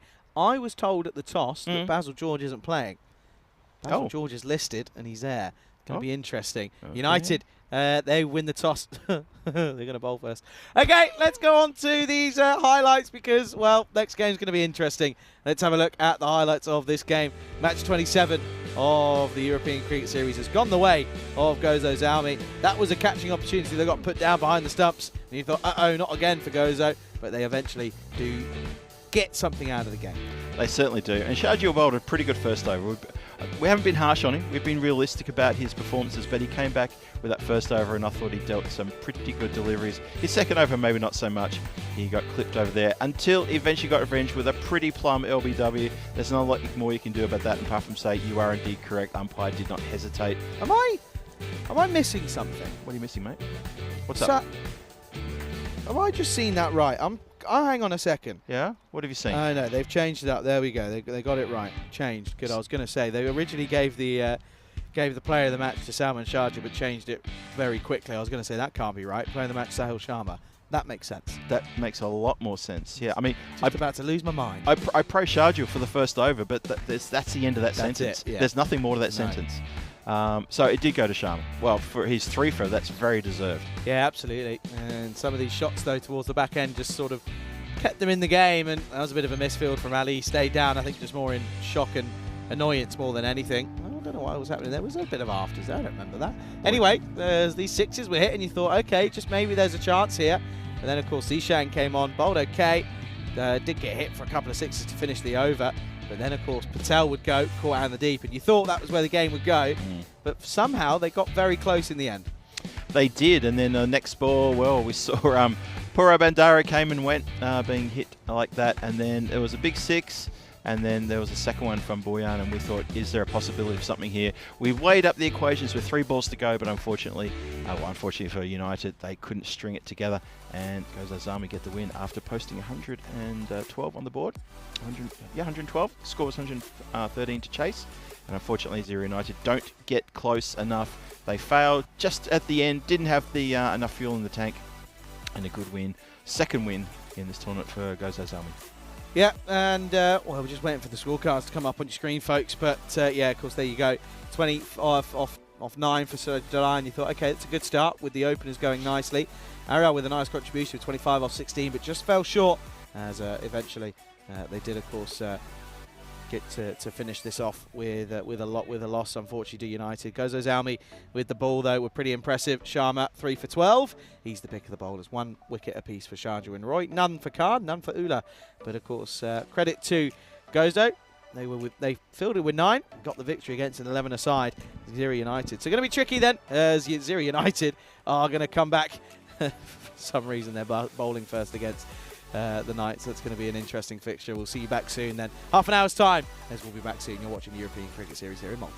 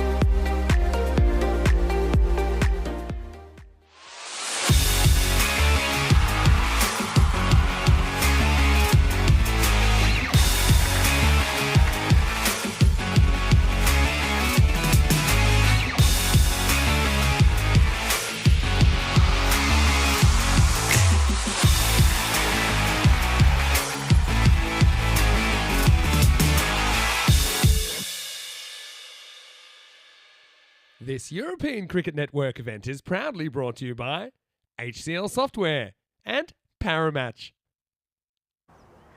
Howdy folks, welcome back to the Master Sports Club here for the final game of today. It is of course Super Saturday here on the European Cricket Network. This last game of the day here in Malta is going to be a very interesting matchup. It is of course going to be the Edix Knights. They take on Zira United in this one. Let's go over to Taran Peters. He's got the two captains for the coin toss. Edix to call. Heads. Heads is the call. It's a tails. He's going to have a bowl. Well, there you go then. News from the toss is that Zira United winning the toss and bowling first. Big news though with the lineups. No Basil George for the likes of the Knights. So that certainly does sort of soften the blow a little bit for the Zira United side, even though they're going to bowl first. They choose to bowl first. Would I have done that? Maybe not, but of course they do know that their bowling is their strength. So maybe they want to try and sort of restrict the Knights pretty much here in the first innings and then try and knock it off. We know that they're a bowling side rather than a batting side. They have struggled with the bat over the course of the last couple of days, so it'll be interesting to see how they go about things here in this fixture. As for the Knights again, of course, well, they're going to pick themselves out of the dust here, haven't they? They were victims to a push Parajan slaughtering a little bit earlier on today, so they're of course going to have to pick themselves up, try and get some points out of today's action. Let's go over to Phil G, who's standing by for the final time. Phil, news from the toss here in this last game of the day is going to be an interesting one, a very, very interesting one. The Zira United boys, they're going to bowl first. Thank you very much, Charlie. And yes, echo my welcome to everybody as well for match 28. About to start very soon here. The Zira United take on the EDX Knights after Zira United just went down to Gozalzami in that previous game. Match 28 here in Malta at the European Cricket Series in Malta. Phil G here for European Cricket Network. Welcome you all wherever you're watching. And thanks for sticking with us throughout day 7. We've got one more game to go. Exciting one for you. The United team take on the Knights. And let's have a look at the lineup there. So United, that is a pretty unchanged side from the group that just went down to Gozalzami in that last game. Went down to about the last 2 deliveries. Unfortunately, it didn't have enough mojo to get across the line. Look at the EDX Knights, a couple of changes there. Basil George is out of the side. And, well, we've still got Samuel Stanislas there at the top and Yadav Manu. They're the 2 batters to watch for. Jugal Chowdhury as well, getting amongst the runs. Those 3 at the top there causing all sorts of trouble for the opposition bowlers. And they've got a good bowling attack too, I have to say. I think Sukamaran has bowled pretty well. Computer likes what they see with the EDX Knights. Gives them 83% chance to win this one over United. Only sitting there on 17. And as we said in the previous match, we feel that United are a bit undermanned in the batting department. And I think this may show. So, as Charlie explained with the toss result, it was Zira United. They won the toss. They're going to have a bowl first. And just want to point out as well that, well, in the previous 3 matches, whoever wins the toss wins the game. And let's see if that trend can continue here into this last game. We shall see shortly. Hope you're all happy and comfortable wherever you are in the world, enjoying your weekend thus far. The sun has broken through a bit more here. We had a fair bit of cloud cover earlier on today. That cloud has lifted. I can see a lot of blue sky out in front of us. The sun is out. The ground is bathed in sunshine. And the last game for the afternoon is moments away from kicking off. I can see the Zira Knights teams. Well, obviously they're out there. Skipper is with his opening bowler. He's just having a bit of a warm-up. And interesting to see that Zira United have got Bivak. He's going to bowl the opening over. Now that's interesting because it's previously been Hom Gurung. He has had the duty to open up the bowling. And now it's going to be Bivak. So obviously they know that Mr. Reliable here is indeed reliable because he picked up, I think, 1 wicket for 4 from his 2 overs. Very economical and really, really good. Probably unlucky not to get more wickets, to be perfectly honest. He's been terrific performing with the ball. Let's see if he can perform against EDX Knights. They're up against it as Samuel Stanislas faces the first delivery here. And respectively punched down the ground with a flat bat. Oh no, it's gone through the skipper. Not a good start. Bullone turns around and apologises to his bowler. And that's a 4 off the first delivery that was never there to be a 4. That was just offensive. That was nothing more than a defensive. You couldn't even call it a push. It was a flat bat to meet the ball. And that has rolled away, would you believe it, for 4 runs. Not a great start for United. And in all seriousness, Bivak he's a little gutted by that. He really dropped his head there when it got through his skipper. But a 4 on the board to start with. And a very similar shot, with a flat bat, and this time Vivek Duray, he runs across and fields it himself and says, I'm not having that happen again. And manages to stop it going any further. Have a look at this. Just a proper defensive shot, and he gets across this. No, let me grab that. So, early days here. 4 on the board. Only 2 deliveries gone. Patel down on his haunches. Not sure what he's waiting for. And bowler in. Now that has pretty much hit him on the foot outside the line of leg. That has skewed away, and that has gone for 4. Well, it's all going wrong for the United team. Have a look at this. Yep. I'm not sure if that's hit him on the foot on the full. No. I think it's just bounced up and hit maybe the side of the very low part of the pad. It's off bat. It's actually off bat? Okay. They say so.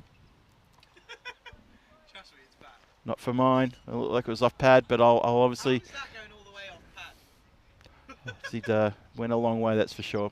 Didn't look like it. Didn't look like it. Charlie's lost it next to me. That's hit down the ground, and not to be. Charlie's...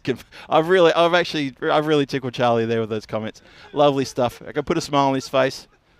Hope you put a smile on your face too. I'll tell you he's not smiling. That's Vivek Duray. He's not happy at all. 8 for no loss, 4 balls bowled. And Stanislaus, he's sitting there with 2 boundaries to name, both off the bat apparently. Charlie joins me. You recovered there? He's not recovered. I literally tried to hint to you. I went, no, it's off bat. Just no, it's off. It's come off pad. Oh, Phil. Well, I was going by the sound, the very dull sound, and the fact that Stanislaus, he jumped a little bit. The fact that it went all the way to the boundary on the wrong side. I've seen that before. Well, no, that's not off the pad. Pretty confident. And juggled. Oh, happy days for Ziri United. And they pick up a surprise wicket. Samuel Stanislaus, he's gone. And that is a good catch down there on the boundary line. Salim Rain takes a juggled catch inside the boundary line. Shows his number. Here's Lord Nelson, 111. Have a look at this. Nice shot, to be fair, but unfortunately just didn't get the power. And it's going to have to be a early wicket for Samuel Stanislaus. And he can't believe his luck. Picks out the fielder, has to make the walk back. And away he goes. That's going to be 8 for 1. Yeah, a bit of a surprise wicket, that one. I thought it was going to carry all the way. It sounded good. Bit of wind there, isn't there? Held it into the wind. It is hit. He is hitting to the wind there. You're right. It is coming right to left. And it is swirling as well. We've had a few sort of like breezes come straight into the commentary area. But yeah, well judged catch. We've said that all day about the catching. The catching's been going aerial, and most of the catches have been taken despite the fact that the wind is quite swirly. It's another one for Duray as well. Another one for him. There's Manu in at 3, coming off the back of a good score. And left alone, just watchful. Allows that one to go through. He knows that Bibek's a good, reliable bowler, and that is the over going 1 for 8 to start things off here. Of course, not only are we live here in Malta, but Rico is taking you through the action out in Italy at the moment. 141 for 5 in the 15th over out there in the second game of the day. The weather looks a bit better here, and there you go. It all builds up to tomorrow as whoever wins the game going on at the moment will take on Roma CC in the T20 Super Cup. The winner, of course, of that will go through to the ECL. But before that, we'll have some women's cricket coming your way. Roma CCW taking on Padova. Not Pavlova, Padova CCW. That, of course, starting a little bit earlier at the same time here. That'll be 9:30 Central European Time, 8:30 GMT, and 2 o'clock out in India. Every time we see that Padova name, we instantly think about food. Smack our lips on that one. Speaking of which, last game of the day. Yep. That's a filthy leg side wide. Pretty full delivery, that one. And it is a Gurung who's going to pick up the second over. Usually opens, but he's going to bowl the second. Yeah, last game of the day. Get your questions in, of course, and also any random things you want to get in the chat, do make sure you do so. Tripton, he joins the chat, says hello, Filthy and Charlie. Hello there, Trip. Good to see you. Bowler in. It's been cut down to the ground, miss-hit. They're going to take a quick single. And fielder hits the stumps, but well and truly home. Quick recovery there from fielder there at the... Well, that's Buwan, isn't it? He's lost the hat, but he's still got that number on his back. Yeah, that nickname Filthy I've got. I've been carrying that for a long, long time, to be honest. Where did that come from? You know what? I'm trying to remember where I got it from. I think I got it from maybe like the first group of people I lived with when I moved to the UK in 2000. It was I lived with a couple of Australian couples, and yeah, they hung it on me after about a week. Oh, neck and crop. Lovely delivery. And Manu's gone. Wow, the dangerous Manu is gone for a duck. A second baller, and Gurung is looking good here. And suddenly, wow, edX Knights, I thought they'd be doing a bit better than this. They're not. They're 2 down. 2 big hitters back in the pavilion. Yeah, this is exactly what the Zero United boys were hoping for. Get early wickets and try and restrict them because they know they're a bowling side, not a batting side. Manu, go off the back of making a very good score in the last game. He's going to have to go for a 2-ball quacker. There's Derek. Sorry, Rico. That's going to be another one that's going to bite the dust 10 for 2. Yep, Derek said escort Manu off. Surprise, surprise that he's gone. Real big surprise. Have a look at his delivery again. That's a really good delivery, but just completely gets it wrong. Absolutely gets it wrong. And it's now 2 down. So edX Knights looking for a flyer against the United team, and it's 10 for 2 in the second. Well, interesting times ahead. Chowdhury now comes out. Yeah, Chowdhury at 4 is still a good man to come in at 4. He is again scored 20, quick fire 20 odd in the last game. Has opened the batting at times. So he's a good player to have in coming at this time because you're only 8 deliveries into the inning. So it's, you know, can pretty much come at this as if he's opened the batting anyway. Look at that. Couple of Porsches to get your eyes on. There you go. That's your target. Go for it. Tried to. Tried to, didn't he? He saw that as well. Yep. If everyone to get a target in, that's going to be that has to be it. Surely. I'm not a Porsche fan myself. Why don't we can go back to camera 4 here?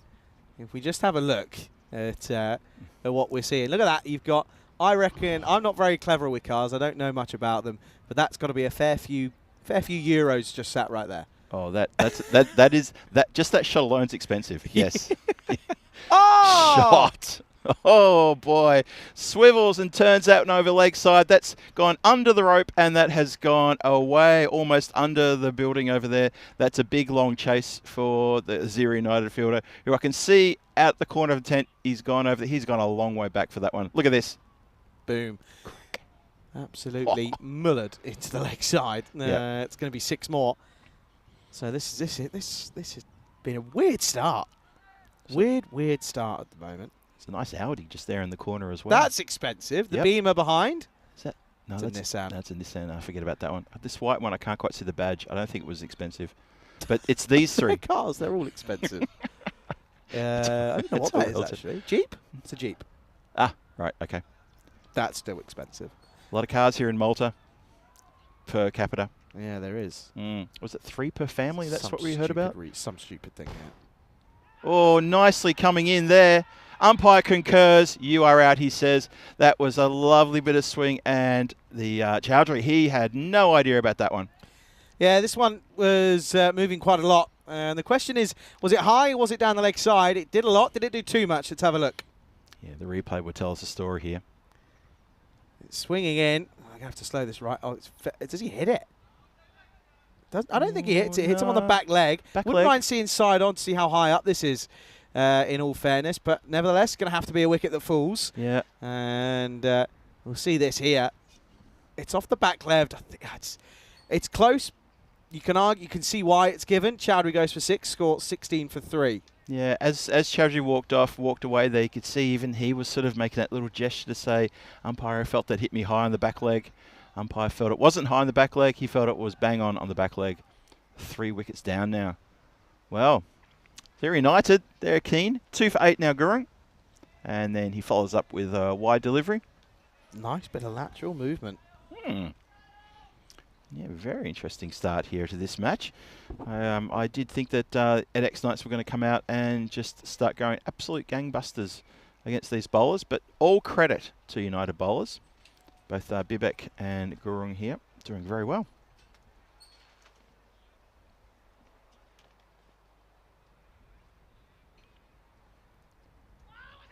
And now that's tickled the pad going down leg side. Optimistic shout for LB. Don't ask him. Well, I don't think he's asking for LBW. I think he's asking for caught behind. Really? Yeah, he's not going to be appealing for LBW. He's definitely going thinking that that's come off back going behind. And trust me, he's a bowler. End of the over, 17 for 3 at the end of 2. Let's have a look at the standings. Knights should not be in the position they are at the moment. Look at this. Cricket's a funny game, though. United sat 1 and 4 after their 5, but Knights at the top. And I tell you what, if they don't win this game, Strikers go well ahead at the top. They do.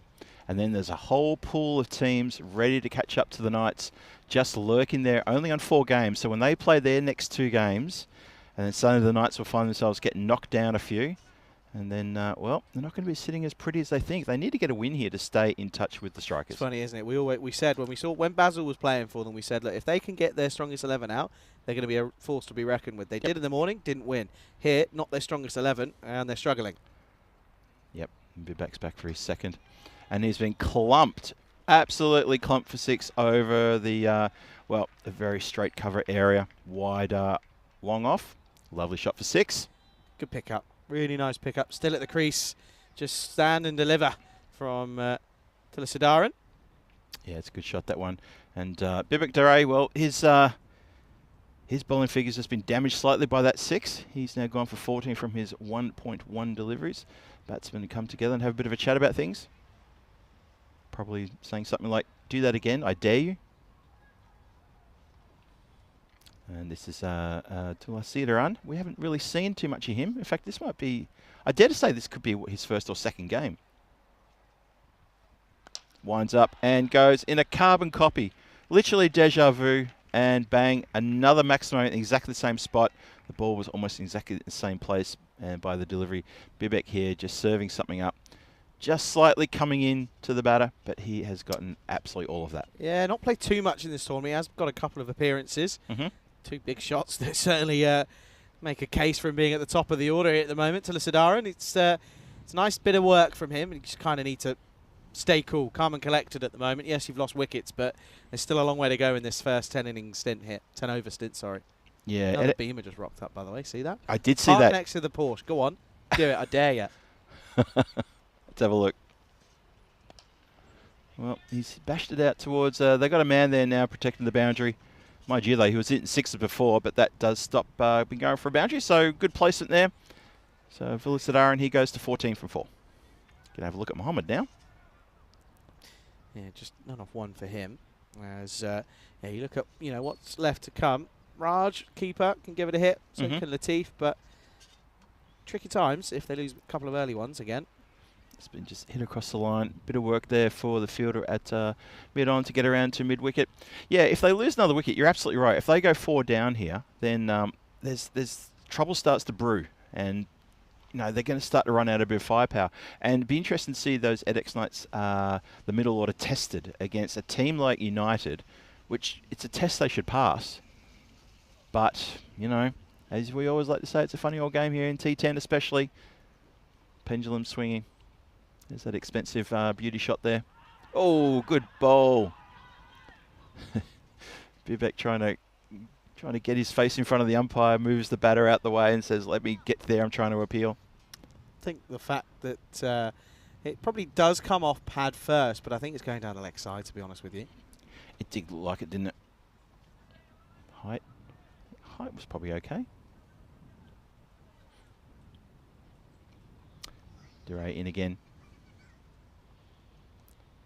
And helped over the top of that third man who'd come up inside the 30-yard circle, and that's 4 runs. Yeah, that's a frustrating finish to what was a pretty good over, in all fairness. As 6s come off it, but and then a sneaky boundary to finish the over. So 18 come off it. It's 35 for 3 at the end of 3. Very much United that are ahead at this point. The wickets will certainly help. The governor is doing some ball retrieving. As you can see there, 18 off the third. Nice little stint there, but good. They needed that over, did the Knights, because they were really struggling. They really were. When that third wicket went down, we all sort of thought, oh, here we go. But, yep, a lot of runs scored, and after losing a couple of big guys, including Manu for a duck at the top there, that was tough. We thought, oh, EDX Knight's going to be tested here. They still are being tested. And it's a pretty good bowling, but now the power play's done. Field starts to drop back. Gurung is going to come back to bowl his second. He had a really good second over, 2 for 9 when he bowled the second over of the innings. Now he bowls his second. And it's not a bad start. Just not quite getting a lot of carry, not much oomph, but it's more sort of going for just more sort of going for getting the location right, getting the radar right. Here's Gurung. Don't mind it. No. Lala, not the quickest, but he gets wickets. That's it. Yep. If he's going to be bowling stump to stump, then already that's going to something to upset the batsman. And hits him on the patch. Ambitious, how's that?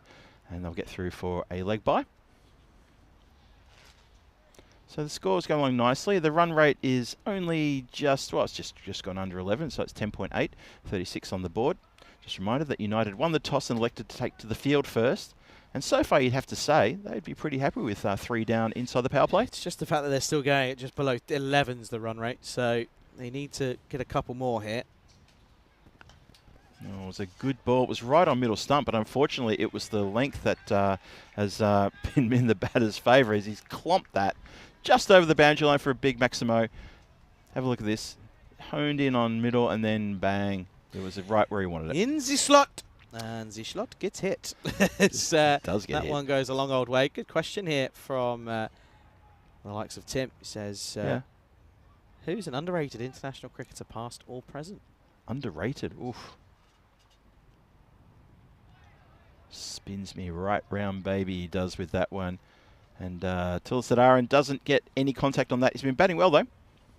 Got 2 that come to mind for England that I can think of. Yeah, who were the 2 names that stuck in your head straight away? Because that's pretty quick. Sam Curran in the Test arena. That boy, okay, he might have some issues with the T20s. I know that there's kind of memes that go around him. But, yeah, I think in the Test arena he just didn't get enough chances. And then I'll say Alex Hales. I know he had his demons. I know he had his problems. Yeah. But yeah, Alex Hales for me. I think Hales is a good call. Yep, I would agree with that.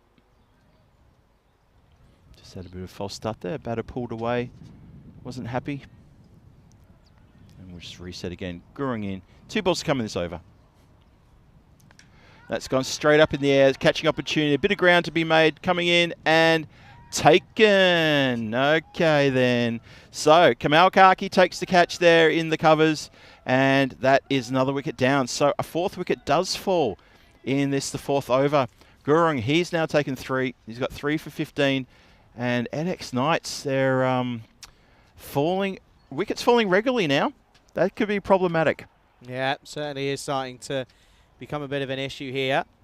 And yeah, things just need to just settle down here. But that's another big hitter back in the shed. 42 for 4 then. Yeah, Vishnu Tulasadaran, he just started looking good there, getting up to 24 runs off not many deliveries, striking the ball really well. He's gone for another one, just gone straight up. Was in the air for quite a while, but a very well judged catch there by Kamal Kaki. And so 4 down now. Gurung's got 3. And now you're asking batters that haven't really had to bat too much so far this tournament to get some runs on the board. It's true. Yeah, and you have a look there. That's Saran Bakal, who we haven't seen a lot of. He hasn't. I think he had 1 game where he may have been around for more than 2 overs, possibly. But we haven't seen a lot of Saran Bakal. And that is going to be the end of a very successful over, end of a good bowling spell. Gurung gets 3 for 15 from his 2, doing the job there for his team. Saw people in the chat before asking about Johnny. He's still here. He's okay. Is he? He was. Oh, no, he is. Yeah, He there just is. moved. Yep, Moved into the sun. Oh, he's moved. Yeah. He doesn't always move. No, he very rarely moves. He loves his spot, doesn't he? You might have seen earlier in the day he was in danger of a ball that came perilously close to taking him out.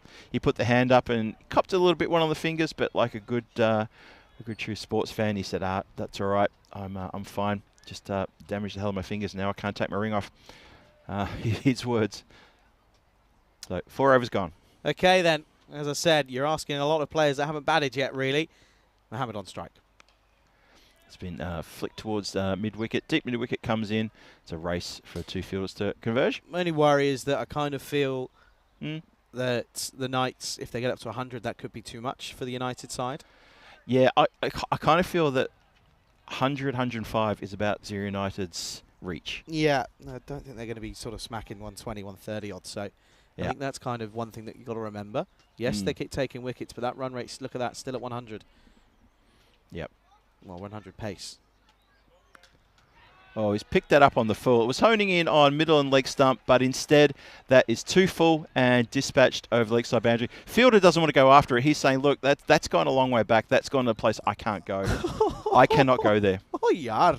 That's a shot and a half, by the way. Isn't it? It's a tape shot. That's a tape ball shot any day of the week. Just watch how quick the wrists are. Oh, that's just ridiculous. The bottom hand comes into it. He says, oh, yar, thank you very much. I like that. He doesn't even want to watch where it goes. Why would you? You know where it's going. And again. Oh, now that is definitely, Charlie, you are bang on correct. Charlie next to me raises the finger. Umpire then concurs and says, yes, that hits you on the full in line. And that is nothing but out. Rain gets a wicket. Juggernafatte style from Rain, and good comeback, very good comeback. Stuck to his guns. He only missed his Yorker barely in the ball before they got tonked for 6. Comes back, gets it spot on. Question is it impact outside the off stump? No, ooh, close, very close. But in real time, there's not really too much you can give against that. Yeah, I agree. It was just outside the line, wasn't it? But just Surin Bakal, that's it for him. He's gone for 6, and it's basically 6 and out, so he doesn't bother us anymore. Or the scorers, for that matter. 5 down, edX Knights for 49, halfway through the 5th. John then in at 7, and this is not what many had on the script for this game. Oh, no. Oh, that's clearly a no ball. Did you? I like Patel. Patel might be one of my favourite players in this tournament. He's quite animated. He's a character. What's he doing? Is he just? Yeah, I took it. How's that? It's just a celebration. Look, I caught it on the full. Look at me. Woo! Nice. Camera's definitely on me. Free hit. And that's And again. Where's the appeal now? You can't get up. Good take, though. Gets across and saves it from going for any more runs. Gets a little pat from his teammate there. Good work, Patel. He's a bit of a character. He doesn't mind. He wears his heart on his sleeve. If he's upset, he'll let the people know about it. If he's happy, he wears a big grin. Good to see. Enjoys his cricket, obviously. 51 for 5. The 50 was up with the previous extra. And that's a shot that's gone straight up in the air and straight in the hands of mid-wicket. Mid-wicket just trotted in and casually took that. And that is the end of John. Orwin John. Oh, dear, oh, dear. Well, it's not, because it's a free hit, of course. That was. So, a little bit lucky. Very lucky. Try that again. Rain comes in. Oh, no. Good work from Patel. Again. He's been asked to do a fair bit now in this over. Yeah, I'd be furious. Yeah. I mean, he had a few words to Kaki in the previous game when Kaki was putting it in the slot for the batters to just go after. So he's probably going to say something here about these leg sides. Remind you Oi, I'm done with this. Stop bowling it. Thank you. You put it there again, I'm not going to stop it. Yeah. I will not go for it. It's one way of stopping him is just saying, I'm not going for him, lads, so don't bowl that. And that one is lifted up and... Oh, no. The fielder there on the point boundary spills what was a pretty regulation, straightforward outfield catch. The wind, I felt the wind had just dropped a little bit as well. And you know what? No sun to worry about there. Just really just all wrong. Moving, and the hands were in a weird angle. Arms splayed out in front of him. Just, yep, never looked comfortable with that one. And Rain has one dropped off his bowling. His first over gone for 12. That's been carved towards that same player. This time he stops it really well and gets a throw back. So just the single. Rain gets 1 for 13 from his over. It's 55 for 5 after 5. That's a lot of 5s. Thinko. It sounds like one of those dodgy, you know, the classic like South American TV adverts. Yeah, yeah. It's like oh, call us on Thinko. That's anyway, right. That's the in-game analysis. I'll tell you what, the in-game analysis here is abysmal from the Knights. Really is. Shot selection hasn't been good. The bowling's been pretty decent, to be fair. They've held on to all but one of the opportunities that have come their way. The only thing for me is that you've got to keep in mind they're going at 11s here, and 110 would be enough for me. I don't see United really pulling anything off with that. Yeah, I agree. 110 is a bridge too far for the United batters. If they can prove Maybe. I feel it is. That's where I draw my line in the sand. Shout. It's harsh. I'm drawing my line in the sand there. You're because just doing that because you're not here tomorrow, so you don't have to deal with the wrath of it. That's why. There. Well, Zero United are playing the Titans tomorrow. Uh-huh. Okay. Well, we'll see. It's in the air. Catch for a chat, and it is, and that is done. So 6 down now. Yeah, good catch. Did you hear that? Just slightly. Good catch in the end. Very good indeed. That's going to be another one that gets taken. And oh dear, they're unraveling here. Oh, look at this. Just straight up in the air and easy to like in the pouch. Good catch. Good catch. Indeed. Hey, listen, you've done a shift and a half over the last over the last week. You've earned your day off tomorrow. Yeah, Gurung, thanks very much. I You've appreciate earned that, your Charlie. day off tomorrow. Yep. So I'll give you a few slip-ups. I'm going to unwind tomorrow and How come have you back found fresh. it? First week of ECS action. Of course, done the ECSN. Did the ECSN. How have you found it? Well, the ECSN is definitely a different animal. For Big time. sure, Big different time. animal. I'm loving this, though. It's Easy good. work. two games a day. Thank you. Yep. And that's been cut away nicely. Just to that third man. Wide third man. Runs wide.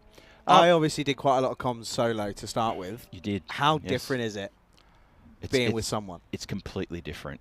Different kettle of fish, right? Because you set your own pace and you basically go to the beat of your own drum. Yeah. And it is just completely different. It's not, for me, it's not better or worse, whatever. It's just different. That's all. Oh. Just hit away. We'll see how it is. But did you not feel that? Do you prefer to commentate with someone else or go It solo? depends on who you're commentating with. Yeah. For sure. Yeah. But no, of course. Hang on. People are going to take that out of context. That's not me saying that I don't enjoy commentating with anyone. That's not what I'm saying at all. No. I do understand what you mean, though. But yeah, it is fully just. If you know, it's like, for example, Vinny, I've only commentated with once properly before. That was in Belgium 2 years ago. So when I worked with him in England, it was a bit of a kind of got to get used to each other's rhythm, as you said. Yes. Rico, I've done too many gigs with Rico over the last year, even 18 months. Yep. That's a wide ball. Let's have another look at this. So it's we both understand how each other work, and that's that's arguably not a wide. So it's kind of like that, and you kind of learn to bounce off whoever you're with. And the thing for me is, if you're doing 4 or 5 games a day on your own, that's where it starts to get tedious. That's different. Yes, and I think that's the difference of what we're talking about here. It's a swing and a miss. And I think that what I'm trying to say about the whole commentating by yourself is I did the night series, which is only 2 matches of a late afternoon and evening. Yeah. By yourself, that is a lovely gig to do. That is. I really enjoyed that, but probably for other reasons than doing, say, like Sunday, Monday this last week, which I did by myself, but for 4 games during the day. So it's different, completely different animal. So I think that's the difference for me. But that is a great shot. That's a clever shot indeed. And that has travelled the distance for a Maximo. So EDX Knights get back on their skates and they get one over the boundary line. You never answered the question, by the way. What was the question? Underrated test player. Oh, underrated test player. Or was it international? Just underrated international player, not test. Underrated international player. Underrated. Doesn't have to be mainstream. Can do whatever. Let's have a look at this, by the way. Okay, yeah. I did have a name in my head. Of course, I had someone from Victoria, my hometown. Do you remember who that was? Sorry, I've drawn a blank now. I was having that conversation about commentary and stuff. Sorry about that. I'll come back to you. There's the scorecard. It's fits and starts and a few just really poor efforts there from the EDX Knights. They seem to be a different team compared to what we've seen before. Trying to think of one outside of England. Trying to think of one. Yeah, I'm trying to think of one as well. I'll tell you someone who tried their hand at test match and did do well. That was Simon O'Donnell. Great ODI player, but in bits. He wasn't. I don't think he had a very long career in ODI. Obviously, didn't get played T20. Simon O'Donnell, I think he had his hand at test matches. Didn't play a lot, but he was one of these guys who stood tall, had a reputation for striking the ball a very long way, and he would come out in an ODI and he would get 25 off, 6 deliveries or something like that, and the crowd would go wild. But that's all he did. He didn't deliver big 50s and 100s. He didn't. I think when he went to test matches, he just didn't do well either. I have got one. Oh, okay. I have got one. Vernon Philander from South Africa. Yeah. Criminally underrated. One of the best pace bowlers. That's a shot at the stump Whoa, and nobody home. They it's a should come wild back. But shot. no, going to turn it down because Raj overshoots his first single. Oh, because he's trying to get home. But good start for the bowler for Bandari. Yeah, Fernand Philander. That's a Just really because good shout. he was up against sort of Rabada and Dale Steyn. Mm. It's, you know, but he wasn't quick, wasn't rapid. But boy, could he put it on a spot. And I tell you what, one of the best, did. and that same area, one of the best players to have never played for England, Jamie Porter of Essex at the moment. Ooh, close stumping there. Can't say I know Jamie Porter. Doesn't surprise me that you don't. Okay. But trust me, those that know. Okay, open that to the chat to have that conversation. Yeah, Jamie Porter Jamie never Porter? played a game for England. Should have. Essex. Yes. Right. Yes. Was involved in an England's Lions tour once.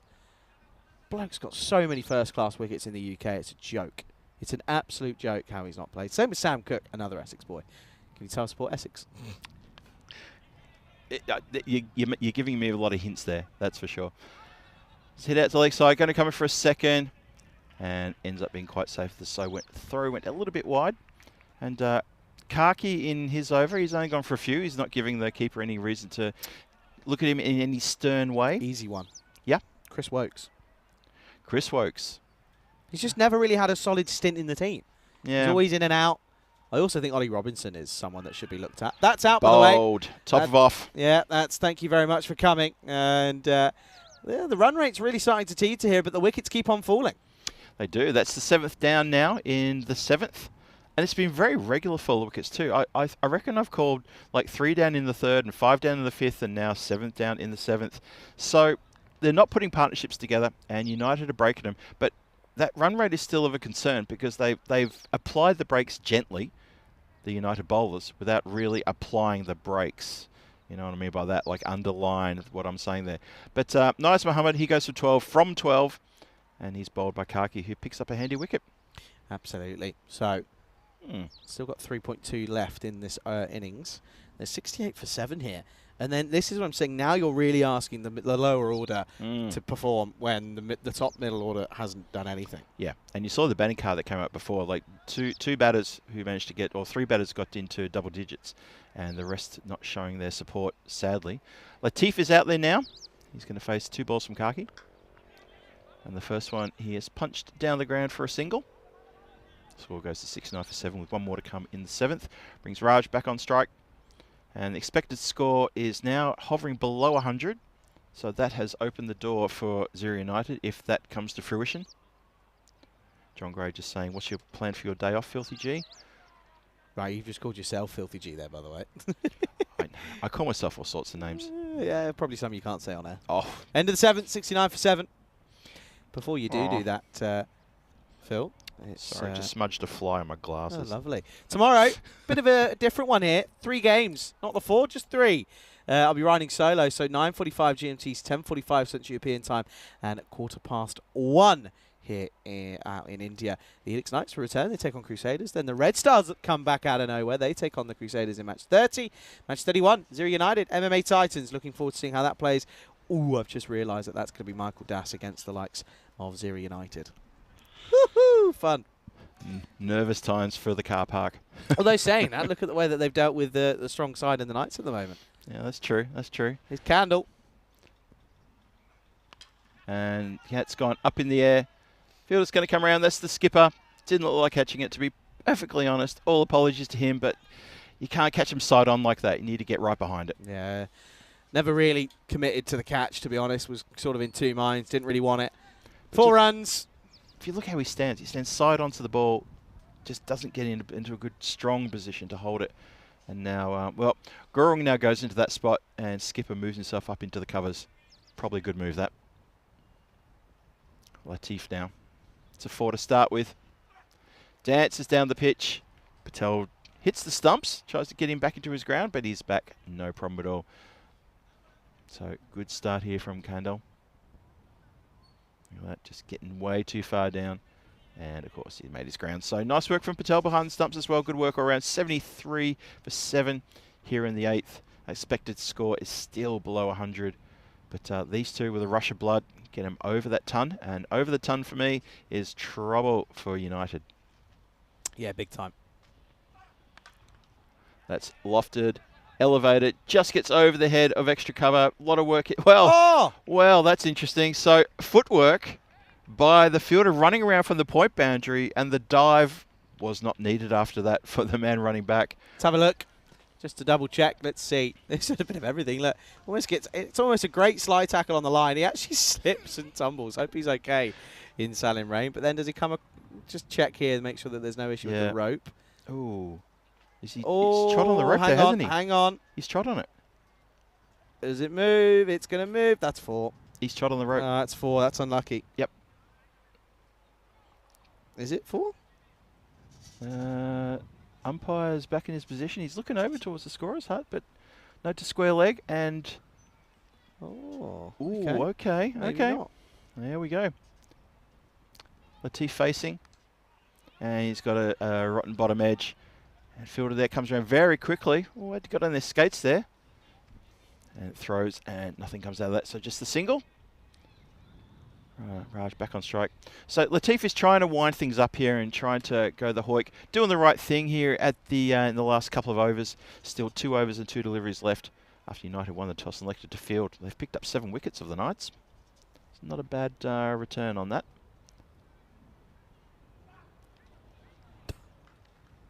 Well, Now, this is a very rash shot.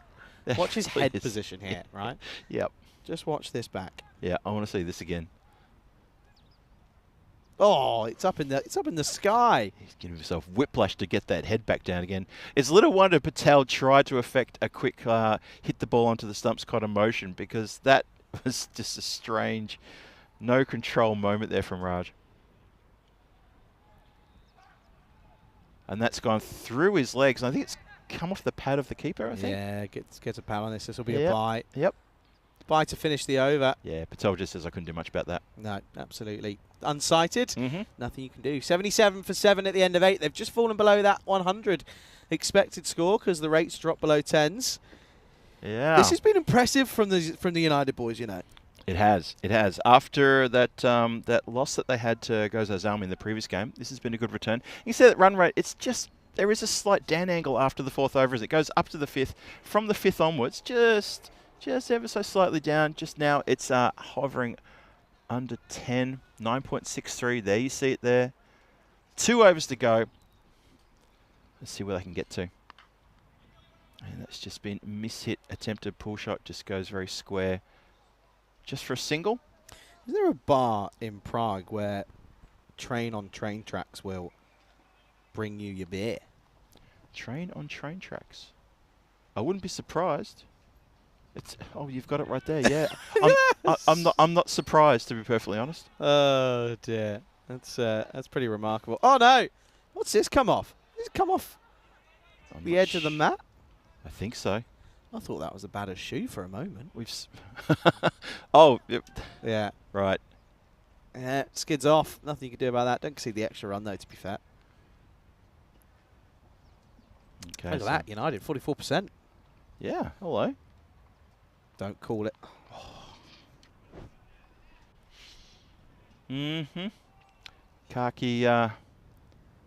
That's not a wide. According to the umpire, he strays. Not a wide. Unless they've changed the rule again and I'm unaware. Well, we didn't get the memo. And instead, that's been absolutely punched down the ground for a Maximo. Bowler gets punished. Yeah, that's rough. The extra ball. Seen it a couple times. The extra ball that shouldn't be there gets taken to the cleaners. Yep. And amazing stuff. See, Dave B joins us in the chat. Good afternoon to you, Dave B. silly thing behind us. Yep, someone tooting the horn. The joys of commentating from a car park. It's literally what it is. Yeah. Oh, there we go. We've had a few shocking moments, and here's another one. Someone not realising. Check side on here. Or just not caring. Keep going, because he waits a minute, doesn't he? Does the keeper? Oh. No, he's waited for that foot to come down, but he's not that quick at reacting. No, he's fine. Nah, he's good. And that is lofted up in the air, and that is a lovely shot over the cover boundary. 6 runs. Another Maximo. So Latif adding a little bit of impetus here to the innings here right at the end. So they're probably on track to get over 100 now with these big shots. And that's going to lift the run rate nicely for the Knights. set that big total. Hits out towards where Johnny here is sitting. He's putting his jacket on, bit nippy now. Yeah, that breeze is, when the sun disappears, gets a bit cooler. And that's another Maximo. So we're up now to 99 after 9. Back up to the 11s. That's what they needed, a bit of an influx of runs. A couple of 6s to finish, or 3 6s in that over, in fairness. Magical, 22 come off it, 30 off the last 2. 99, 99 for 7 at the end of the 9th. Yeah, well, that's we talked before about that magical score of 100 and how that's going to be very difficult for Zero United. Well, they're on the cusp of getting 100 at X Knights. Kaki there gets carted around the ground. So we see a collection of people walk around the top of the field, heading toward, well, I'm sure they're heading towards the archery field possibly. Very busy sporting complex here at Marsa. There's a lot of different sports going on. Of course, Saturday as well, isn't it? So, Saturday, yes. Always going to happen, always going to be the case. Yep. We've seen birthday parties here today. Have we? Yeah, there was a party. have? You know, in the where the pool table is, inside the main hall there. There was a little room off the side, said big party, big sign. I always stuck my head in the door. Party, innit? I stuck my head in the door and I said, party in here. And a bunch of 6-year-olds told me, you're not welcome. I said, all right, see you later. At least they didn't think I was the clown. That's good. Bowler in. Last over coming up. It's been played out nicely just for a single to the fielder coming off the point boundary. And that's Raj collects 1, turns it over to Latif and says, well, Latif, you hit 3 6s in the last over. A few more of those, and we're going to take this game away from United's batters. So what do you say? 100 up, of course, with that single. Needs to now continue on because he's done the job here, Raj. He's got Latif back on strike. Yep. And a bit of a as that goes down the ground and taken. Nice catch indeed. Kamal Kaki gets a bit of revenge for the man who took him to the boundary 3 times there in that previous over for 3 big 6s, and he takes the catch. It's a super catch. Covers a lot of ground. Momentum as well means he's going against the grain. It's a really good catch in the end. Unfortunately, a disappointing way to go for Latif. As a good little cameo, though. He's got his side up to the triple figures. It's 100 for 8. Yeah, it is a good little cameo. And the X Knights now, well, triple digits on the board. And we think that that's pretty much, well, I think that's pretty much Zero United's limit. I just don't think that their batters have got the reach. They'll probably come out and prove me wrong, you know, blast this in, you know, eight overs or something like that. But anyway, the point is Latif holds out down the ground, does not get enough of that. And Handel picks up a wicket. And Matthew now faces a couple of deliveries. Oh. Well, that took off, didn't it? That was rapid. Did you know what? The keeper's done very well, Patel, to stop this. This is quick, shorter, and he's I don't know if he's happy or not. I can't really tell. But that really took off. I mean, that was proper express. And to be up at the stumps like that, you've got to react so fast. Patel's doing a good job on the stumps. Really enjoying. We've already mentioned giving him a bit of a rev up during this innings. Don't mind doing that again. And that's gone up in the air as well. Fielder settling himself and takes a comfortable catch in the end.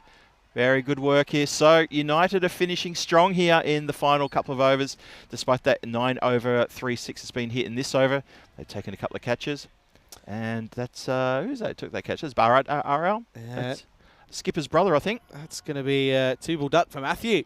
So 100 for 9 at the moment. Yeah. Have we seen it? Have we seen a team bowled out in this tournament?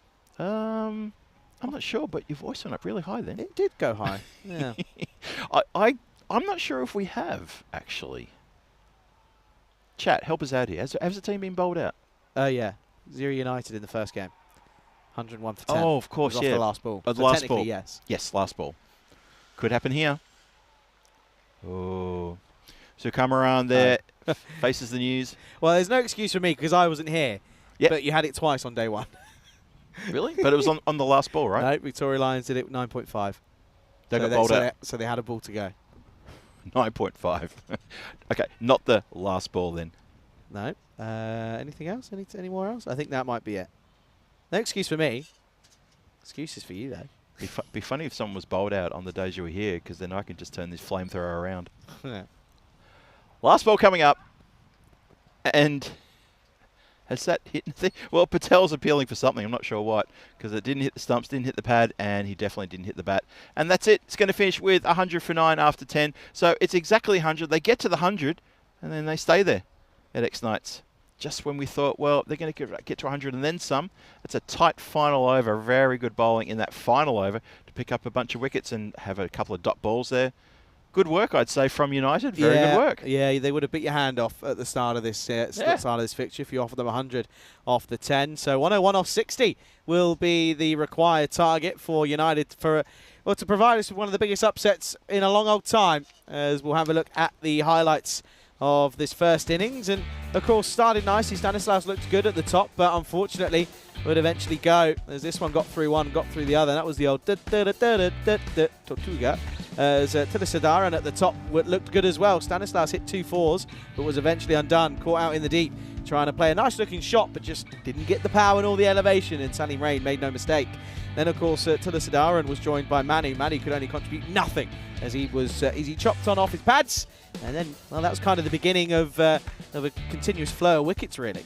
Yeah, the dropping, the wickets falling was pretty consistent, and yeah, well, they're sort of almost thinking, but hang on, hit me a bit too high. Umpire says no. Yeah, the fall of wickets was pretty regular. We were calling like 3 for 30 odd, then 4 for 40 something, and 5 for 55 was on there. It just kept happening, and it wasn't until, honestly, probably about that 9th over when Latif came in that we saw a partnership that actually built, and it was a 20 odd run partnership.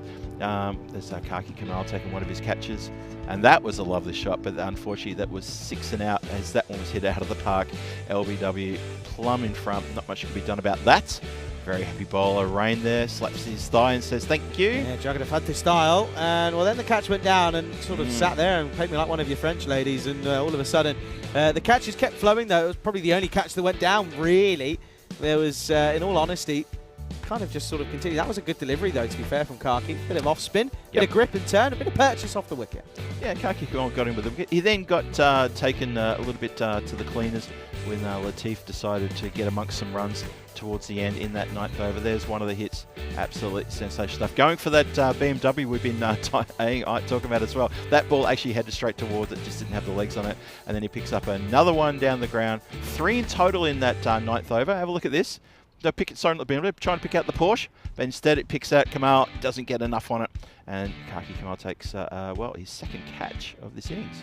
Yeah, and then of course the skipper, Jace Matthew, came out. It was a 2-ball quacker for him, and then after that it was kind of, well, that's all she wrote. 100 exactly on the dot is what they finished on, 100 for 9 off their 10. And as we said anything above 100 would be tough for them. 101? Could be interesting. There's the story for the batters. 9 extras, not bad for United. Yeah. But yeah, you can see there just one batter really getting going. That was probably Latif at the back end, to be honest. Of course, him and Tilisidaran went nicely, both getting into the 20s. But apart from that, pretty lackluster, just to say the least. Just one other player getting into double digits. Yeah, not ideal at all. Extra sat at 9. Of course, on the bowling side of things, lots to talk about. Wicket shared by all of them, which is always a nice feeling for a team. 3 for Figuring. He was very good at the top. Really good at the top, and Tucker chips in towards the end with 2 for 8 of his, but that very good last over as well, not going for very many. And when they got to 100 very quickly in the 9th over, then they pretty much stayed on 100. I think they got to 99 by the end of the night, so 1 run off the last over and a couple of wickets. So that's how it's looking. X Knights get 100 on the board for the loss of 9 wickets. And so you can see there, as we talked about the batters and the bowlers, what happened there. The bowling wickets were shared around a bit. Zero United, they need to get 101. And honestly, 101, I wouldn't say that's their limit, but it's going to push them. It's going to stretch them. Yeah, it is going to be an exciting one. Last innings of the day coming up. We'll be back soon. You're watching the European Cricket Series here in Malta on the European Cricket Network.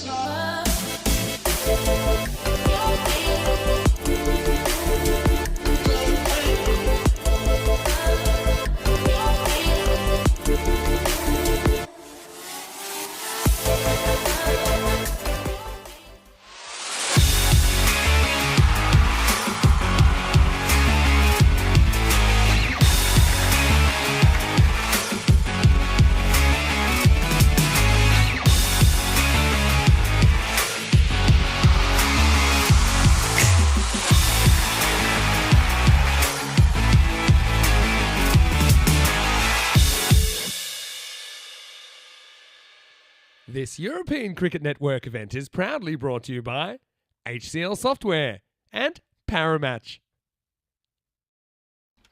Welcome back to the Masters Sporting Complex here. Phil G on the comms here for European Cricket Network.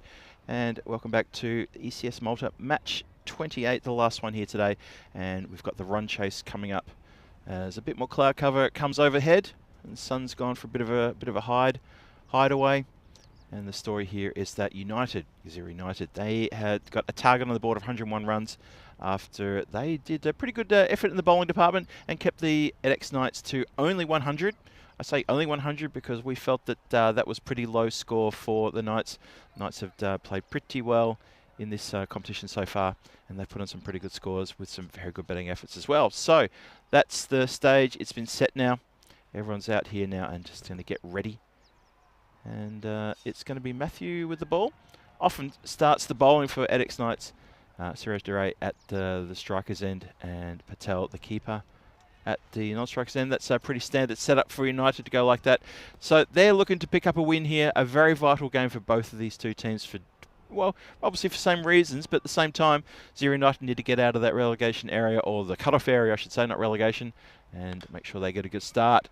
And, ooh, takes a bounce, and fielder just manages to keep that away from the face there. Just got up a little bit high on him. I think he's all right, though. And no run. Have a look at this. Sliced away. Took a bounce. Proper. Good work. Good preparedness from the fielder to get behind the ball there.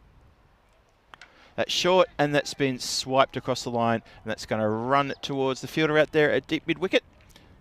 It's Adil who's out there. Just rolls the arm over and gets it back to his bowler. And Duray is off the mark with one run. Brings Patel on to strike and gets his first look.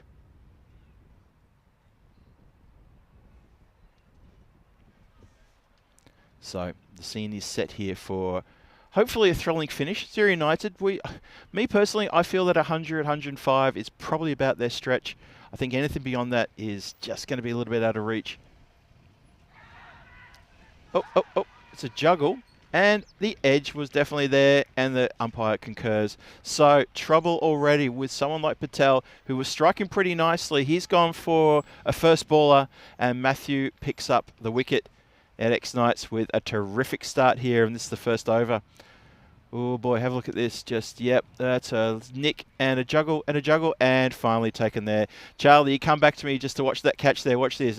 Boom, boom, boom, and then a caught. Yeah, it's trouble in paradise for United, because it was Patel that scored a quick 540 off just not very many. Take me like one of your French ladies. But of course, unfortunately, is going to have to go without scoring, and that's going to be troublesome times, as the score is now 1-1. Yeah, he'll be properly disappointed with that, as it brings Kandel to the crease, probably there way sooner than he wanted to be. Of course, when you're batting number 3, you just think, get off to a start, then bring me in. You don't want to come in the first over. Oh, some good away swing there. Full delivery. Handle just half a tantalising sort of push of the blade, but yeah, it doesn't really launch into anything full-blooded. And probably thankfully he misses. Yeah, Kandel needs to, well, get hot, doesn't he? Excuse the pun. No pun intended, genuinely. He does need to get hot. They need to get boundaries here. Here we go again. And it clipped off a leading edge, and it goes towards point, and the throw's a little bit wild. Bit of work to do there. And the umpire shows us the TV sign. Then he turns around and shows the tournament referee the TV sign, says, I want to go upstairs on this one. What was your first thought? Let's have a look. It's close. I think he's gone here. I genuinely think he's out by a fair distance. Oh, he is. Yep, he's out. That's going to be a real shame. So Duray is now back in the shed, and it's 1 for 2 here. And just when they do a real good job at one end, part of the game, they're making a bit of a nightmare of the other part. Yeah, I paused for a minute on that run out because I thought the keeper had to take it up high and get it down. But yeah, you can see there just clearly not going to be, was barely, well, he was in the picture, but just too short. That's a good throw, good quick throw coming in there. That was Yadav Manu there in the point region. Get the ball out of his hands really quickly. Yep, trouble, proper trouble here. United, this is not a start they wanted to. Skipper is now out there. Buwan, they're going to be looking at Buwan Ayo to really really stand tall for the next 9 overs. Be there to the end, Skip, and try to get us over the line is what they're saying. Yeah, Matthew was a bit keen there, running it a bit early.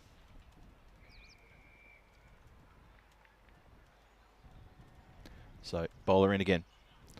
Oh, how does that miss the stumps? I cannot believe that. It's just that away swing. Matthew goes on a big wide arc run. That's a cracking delivery. Have a look at this. Oh, that's going to hit the stumps. No, it's not. Whiskers, absolute whiskers. And that's very, very unlucky for Matthew. What an over, though. Great start for the Knights as they're trying to restrict United here. The score 1 for 2. 259 matches since the Golden Ball. And sorry? I hate it. Yeah, I'm getting fed up with that too. I tell you, you know what's going to happen? You'll get a Golden Ball tomorrow. It'll happen. I hope not, because I won't be able to deal with it. If it does, can you ring me? I'll get a taxi. It will take me half an hour to get here, but I'll still come down. And the rest. I'll call in the helicopter or something. I'll figure something out. Oh, boy. Oh, dear. Anyway. Well, talk about the worst of starts. 1 for 2. Here's Sukumaran. Yeah, Duray now just playing with steady hands, just guides it directly to the player there at third man, and they get through for 1 run. It's going to be a tough afternoon here in this innings for United. Yeah, this is already going to have to look to rebuild, which is not what you want when you're chasing 101. It really isn't. Yep, they were almost 3 down with that last ball of the previous over, but as it is, 2 for 2 here in the second. And, well, Skipper Ariel, that's one of his favourite shots is to back away and try to belt it through the offside square or just in front of square. And, you know, I'm kind of hoping he starts to work on a few different shots. Sukumaran is, if he keeps it down nice and tight there, even if he just bowls it just outside of the off stump, if Bhuyan keeps backing away, he's going to be swinging and missing for the rest of this game. Well, he goes in a bit tighter here, and this time it goes inside and almost collects leg stump as it flies past the blade. That was just a defensive prod. Now, I'm not sure. The game plan for Zero United here, when they're in the second over, there's 2 wickets down. There's not many runs on the board. In fact, there's 2 runs on the board only. And EDX Knights are bowling absolute rippers. They've got to work something out here. Skipper's out there. Lead by example. And that's not how you do it. Swings at something that gets up on him. And that's no good. And let's have a look at the replay side on. Goes past his nose. He's slightly crouched though. He wasn't probably in his full stance. It's a fair call from the umpires. So, Sukumaran here with a good bit of pace. He's got 4 deliveries. They've gone past everything. And that's a 5th. And another dot in the books. Of course, he was the skipper who came in and was able to all of a sudden get his team within touching distance of a win in the last game against Gozo Zalmi. But just now, it's kind of similar to how he starts. He's like a bit of an old banger, doesn't he? Sort of, he teeters along, tries to get going, can't get going, but then, well, he'll hopefully sort of take a bit of lift off. Got nippy all of a sudden. The clouds have come over. It has gotten cooler. And a bit of wind as well.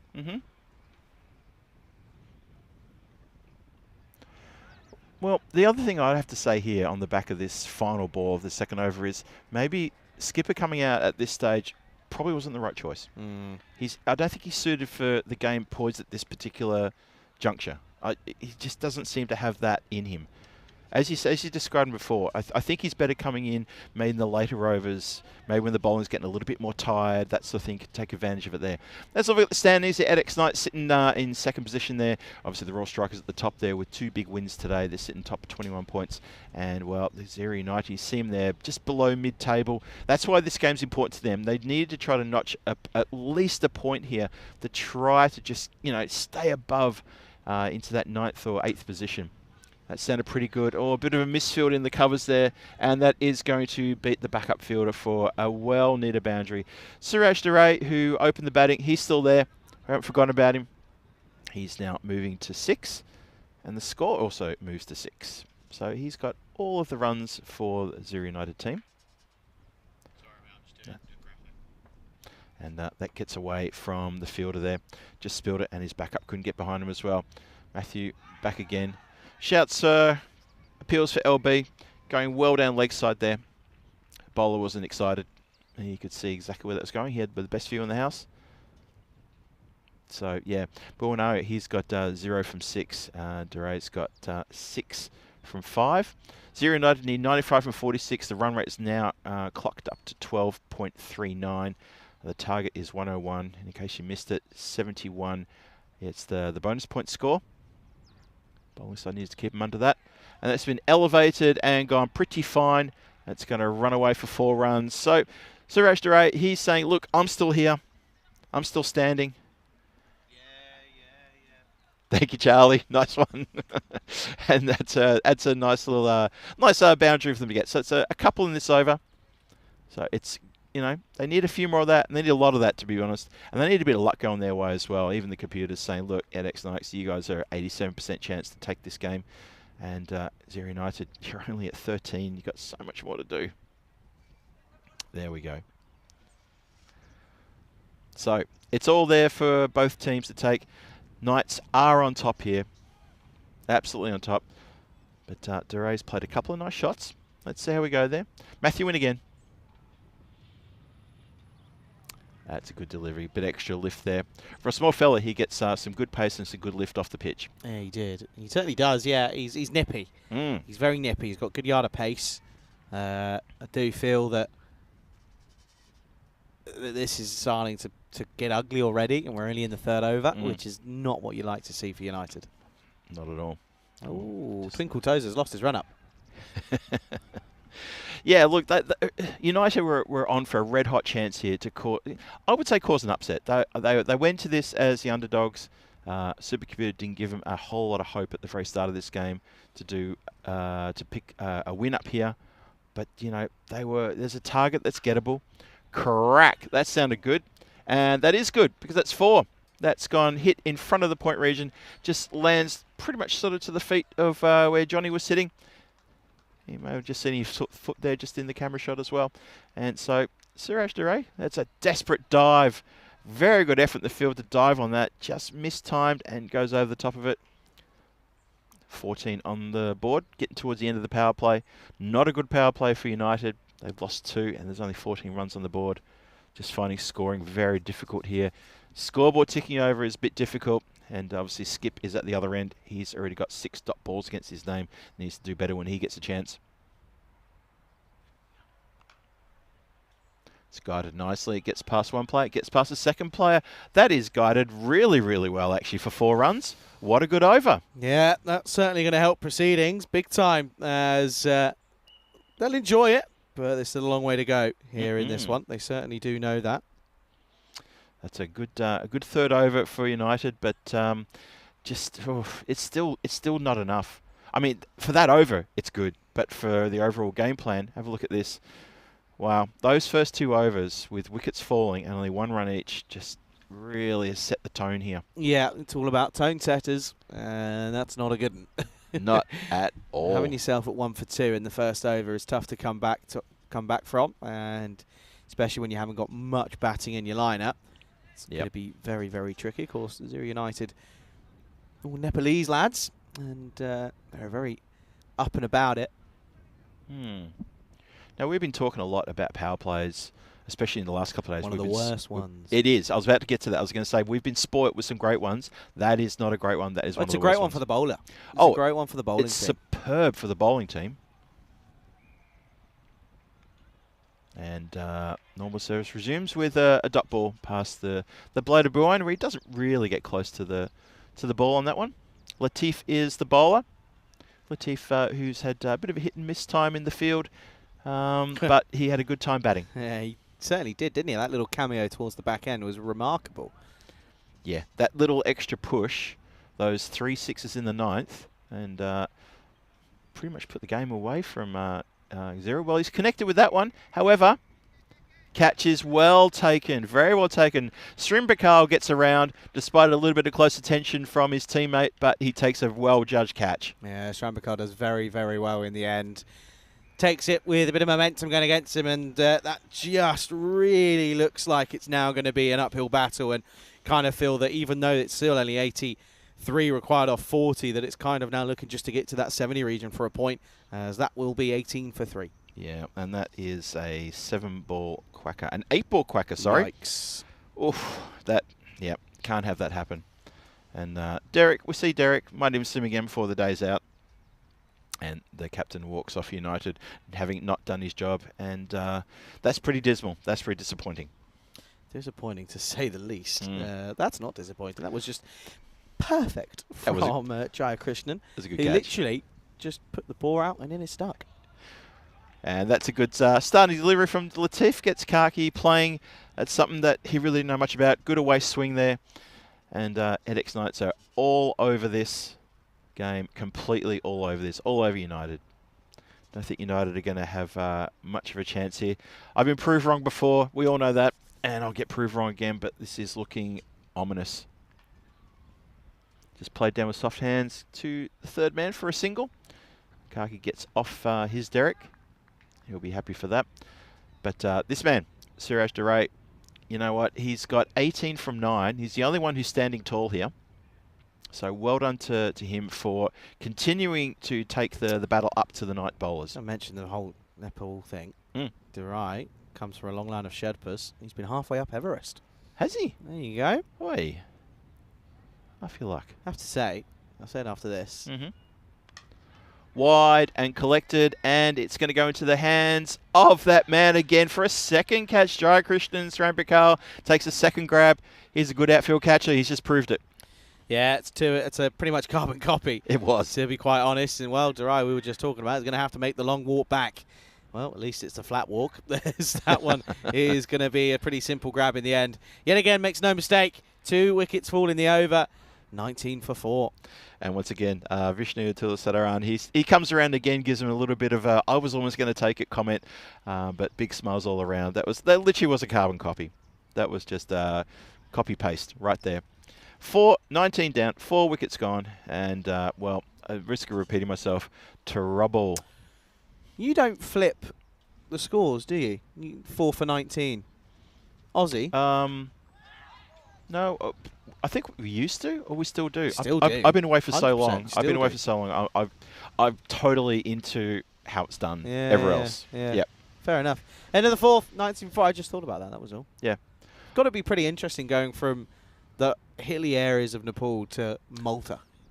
Pretty flat. Well, Well, it's not, but it is. No, you said before the highest peak in Malta is like 250 metres or something. Something like that, yeah. Yeah, that's... wow. In comparison, it's not a lot. Do you think when he got here, he said, right, I'm a Sherpa. What do you got for me? What? Oh, dear. Have a look at that graph. That is not a pretty sight. That's why I didn't stay on the screen too long. United are in all sorts of trouble there. A couple of wickets in that over. 4 wickets down, 19 on the board. Kaki is still there. He's facing this delivery from John. And he sees that wide from John go past him. Not interested. So Orwin John, he gets a chance to impress with the ball. Yeah, I think it's just a fact of now that I think the game's probably gone. They probably will get the win here. And, yeah, pretty abysmal efforts with the bat in both innings, to be honest. Yeah. Well, almost picks up a bit of an edge there. Very cross bat. Might have only succeeded getting edge. Might have been the top edge, but gets nothing in the end. Kamal Kaki. He has got a few runs in this series, but he only got him in the first couple of games. Since then, it's really dried up for him. And Bandari, well, he went for a duck in the previous game today. Genuine edge. And that's gone past. Oh, no, it hasn't gone past. What am I talking about? That's gone straight to the hands of the fielder. Sorry, Charlie. Straight to him. Didn't have to move a muscle. You know what? I looked from the screen to the action, and there was a bit of a lack of activity there. And then suddenly there was activity. Very mute celebrations, to be honest. Yep. Look at this. Doesn't have to move a muscle. Thank you very much. Pitch. It's pretty much perfect, to be honest. Yep. Sort of pinched me, sort of thinking, am I really going to get an easier catch? Probably not. Another one gone. Kaki goes for 1 and 20 for 5. And this is a very meagre defence, meagre offence here offered by the United players, and a very good defence offered here by the EDX Knights. And EDX Knights looking to have every answer. Afternoon to Steve. He says there's a sizable Nepali Nepalese community in the Algarve. Yeah, well, Suman Gimiri of Portugal, originally Nepalese. I know that for a fact. You see Lee Tuck's comment about Sam?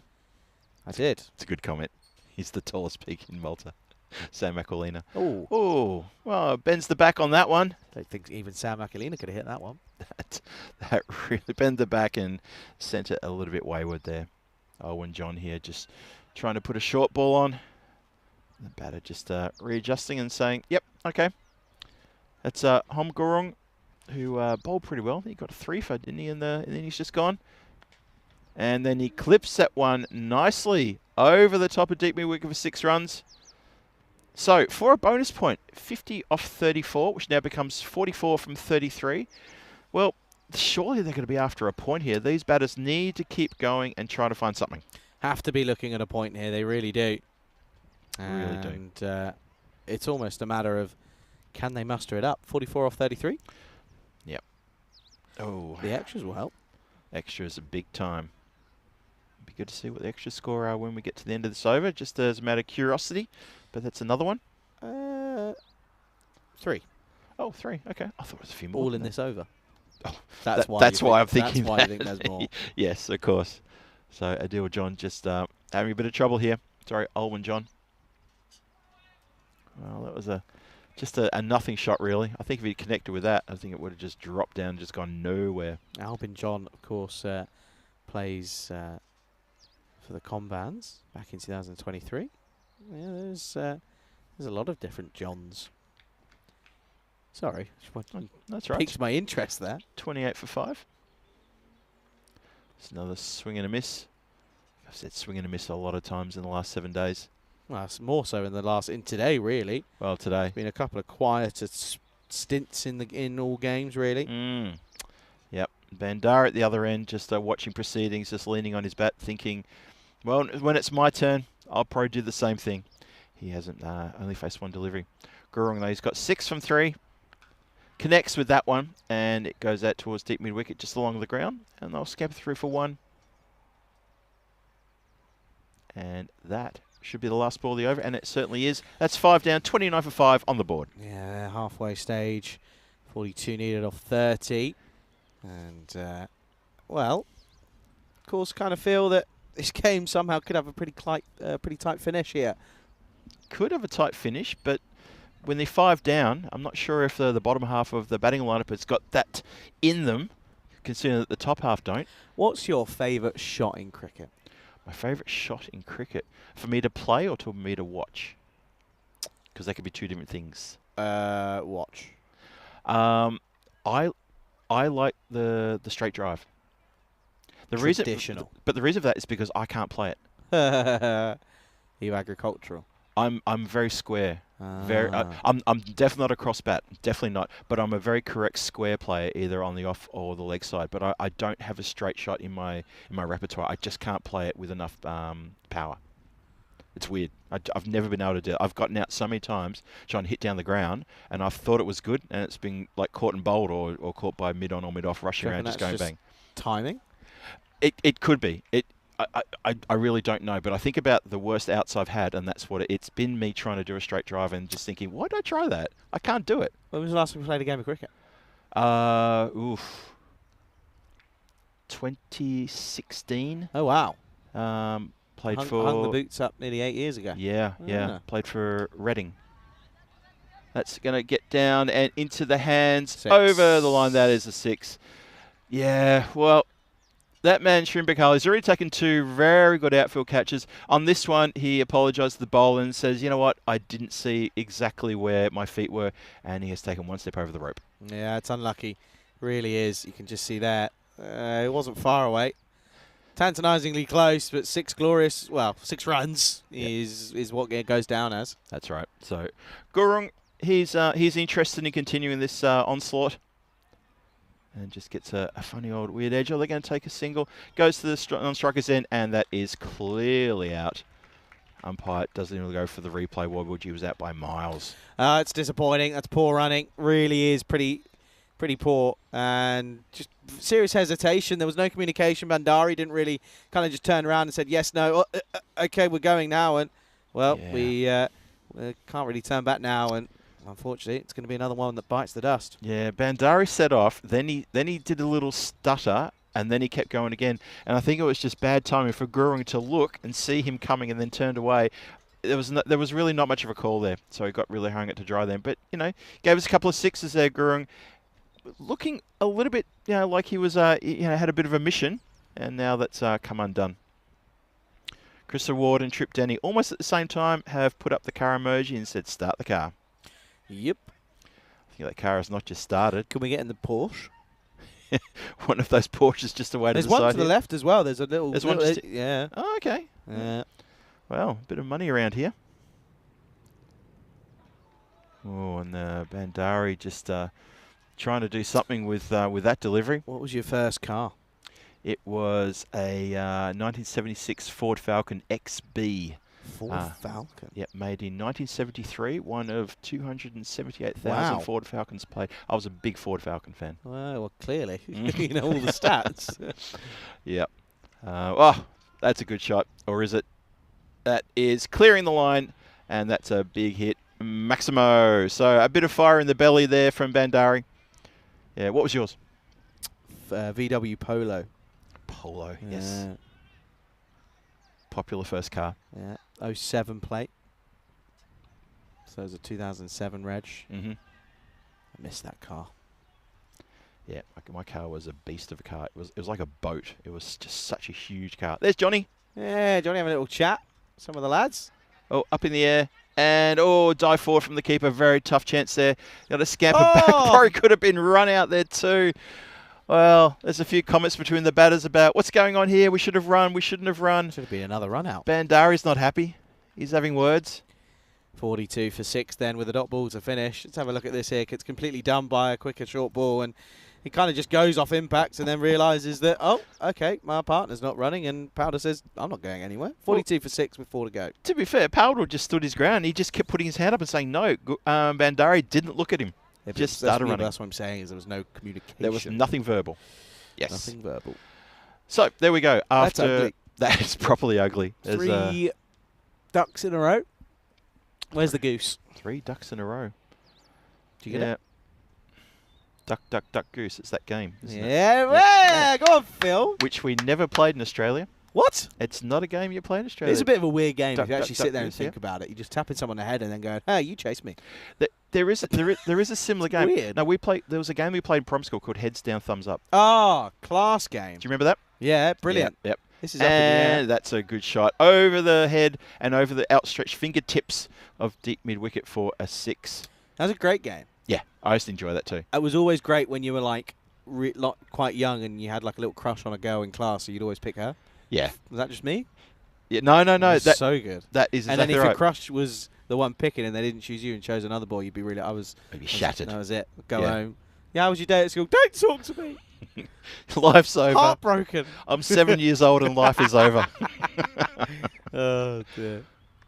And that's a hit uppishly, but it's going to land safe. Couple of bounces and across the banji rope for 4. So a bit more rearguard action here, but they're going to need a lot more than that. But that bonus point is on. I think I just saw that run rate just disappear there, but it's only 5 and a bit needed to get the bonus point. Heads down, thumbs up was great. Had to explain that to Nish. Oh, did you? Yeah, I had to explain what that was to Nish. He had no idea. Did he understand the concept? He got it. Yeah, he got it. But did he understand never as far to get that that's not something that adults will play? Yes, I think so. Because that's a bit of an inside edge there. Because I always think that what if adults tried to play that? It would be just. But you could always cheat. Yeah. You could always cheat because you wouldn't have your head actually or your face like on the desk. You just have your forehead on the edge of the desk, and then you could see whose shoes it was. You can see the shoes. Yes, yeah. that's exactly how I used to cheat. We all used to think we were very clever. Yep. And hit down the ground. Just going to be the 1 run to long off. What were you like as a kid at school? Loud. Most commentators would be. My report card, I'm not kidding, my report card throughout all of primary school was Philip is very well behaved in class, but once he gets outside, it's a different story. That's exactly verbatim what my report card said for 6 years. Not bad, to be honest. Oh, that's ask not the question. bad either. I think he's all right, though. Yeah. Umpire doesn't need to go upstairs on that one. Good fielding, though. On the money. Look, it's hesitation again, though. Oh, he's okay. Yeah. Yep.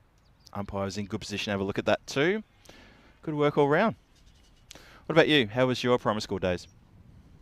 You a good boy? Straight A's? I got told that I wasn't a very good bowler in cricket in games because we used to call PE games. Right, I went to a posh private school. Couldn't tell. End of the 7th, 55 for 6. Before we talk about that, just a little reminder as to what's coming up tomorrow. Edicts Knights take on the Southern Crusaders, then the Crusaders go up against the Stars, and Zero United return against the Titans. Guess what they call PE in my school? PE? Yeah. Yeah, class. I was only there until I was 9, and then I left. Thank you very much. Poshest boy from Essex ever. I kind of got told that he needs to practice his bowling. I was not very happy with that comment, considering I was the best bowler in the year. But what can you do? I was right. I just kind of plodded along. Yeah, I was okay. I wasn't really a class clown. Wasn't really. I was the shusher. Yeah, I used to tell people to be quiet because it annoyed me. That's a good shot as well. That's been carved over the infield. 1 bounce, 4 runs. Sounds like the joys of a moderator on the ECN chat nowadays. Anyway, moving on. Shout out to our friends in the chat as well. Hello, everybody. How are we? What a day. Good old Saturdays, eh? Anywho. Actually, see, Wayne in the chat mentions he had an LH Tirana. What Cost him on a couple $100. earth is that? Oh, the Tirana. Is that 100 Aussie dollars? Must be. Up in the air. Hang on a second. Hold Chance. Should be that gone. thought. Oh, no. Oh, dear. That's a chance it goes begging. That's, keeper's having a few words here saying, you know what, you should have taken that. They're the catches we should be taking. And I'm sure the fielder knows it too. Tirana. LH Tirana. Yep. Oh, okay. Little muscle car. Yep. And I can also say that, you see that green one there? Just scroll down to the green one. That's what I had. That was my second car. Really? I had an SLR 5000. Now, Wayne in the chat will know what an SLR 5000 is, a Tirana. It was an LH, and it was not bad. It had a brand new 350 motor in it, and I'm talking brand spanking new. I bought the car for $2,000, and that's about how much the motor cost. Up in the air, chance for a catch here, redemption time, and this time it's held. Very happy indeed. Gets a high 10 from the wicket keeper. He's feeling good now. He says, "You see, I can catch." I can catch, I swear. I swear I can. And it's yet over Manu. You can't ever go at him. He's been a star for the Edicts Knights. Yeah, leading edge, trying to turn it into the onside. It's going to be another one that bites the dust. 61 for 7 at the moment. Let's have a look. I like my first car. I wouldn't change it. I was at boarding school. It wasn't a private school. It was a state boarding school, so that tells you more than anything. I made up for those years at a private school. And it was great. I had all the freedom of the world. I didn't, but that's great. Parks outside, drive anywhere. It's fantastic. 10 off 14 for a point. Ooh, gets up on just a little bit. Just guides it with soft hands through Manu. I wonder if we get told off for that. I'm sure he won't. And just for the 1 run. My car got stolen 6 times. What? Got stolen 6 times. My third car, not my first car. My first car. I was living in a city suburb of Carlton, just in the north of Melbourne, and it got stolen 6 times. And you get it back every time? I got it back every time. That's the weird thing. That's strange. Undamaged as well. That's really strange. Just joyriders. They're appealing here for a stumping or a run out, is it? They're going to have a look, yeah. Okay, let's have a look. It's a little tricky one. Does he get back? Oh, it's close. It's a good celeb appeal. That was a good still shot. Oh, is it down? Next frame. Yeah, it's down. Yeah, that bat's sliding, isn't it? That's sliding now. It just gets down, yeah. That'll be okay. Fun fact, it was a Ford Falcon, XF Falcon, so not the XB that I had first, an XF Falcon. The police explained to me that they said, well, you probably don't know this, but if you can open up the bonnet just by putting your hands on it and tricking the button, and you take out the dipstick from the engine. You can then, once you take the dipstick out, you put it into the side door, because it was the old key lock. Okay. It'll unlock the door and it will then start the car. The dipstick had a funny little end that could start the car. I tried it myself and they were absolutely correct. Take the dipstick out, wipe the oil off, open the car door with it, and start the car with it. Good old central locking systems nowadays. Unbelievable. Yep. Well, nowadays, exactly. Yeah. Yeah. Now I loved asking Rico the same question. Yeah. Because he came up with a car that I don't think I'd ever heard of. Can't remember what it was, but it, Oh, was, okay. it was old. Sorry, Rico. Ninth overtime. Ooh. Now that's a strange shot from the bat. It looks like he tried to pull away, and then the bat almost came out of his hands. They're still up for the bonus point here, so they need to keep at it. Yeah. They're still on for it. Need to buckle down here. That's only a couple of runs. I know. That's why I said it. No, I was laughing at something else. Oh, okay. I thought you were laughing at my comment because No, Dougsy Malone put something in that you can't put in the chat, but it's probably a fair equation, to be honest. I did see that. Yeah. It's probably a fair enough assumption. Yep. I don't think you're far off the mark, but you No. can't say that. First car was a 1974 First car was a 1974 3.5 litre V8. What? Bob. Seriously, Bob? But that only cost a tenner back then.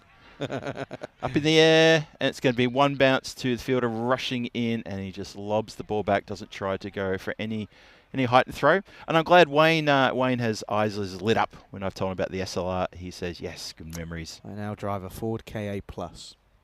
Oh, a KA, yeah. KA Yep. Plus. Yep. Oh, plus, sorry. Yeah. Not Ford KA. Yeah, I'm not driving a car at the moment in Prague. Don't need to, I guess. Well, the missus has got a Mini Countryman. I love minis. Yep, it's Yeah. Brand spanking new. I She's just had love it for a minis year. because when I was a kid, my mum had one and it was like being in a spaceship. One of the old school minis? Not the new ones that are a bit bigger, but the old Mr. Bean kind of mini. No. I'm Not one of 22. I'm not 30. But you said my you said mother your, drove you it. said And your I mum remember drove it. being in it. So no. Okay, Good lord. shot. That's up and running backwards. It was in the air for a long time. Oh. Attempt to knock the ball back, unsuccessful, but a good effort nonetheless. Agonisingly close for Alwyn John.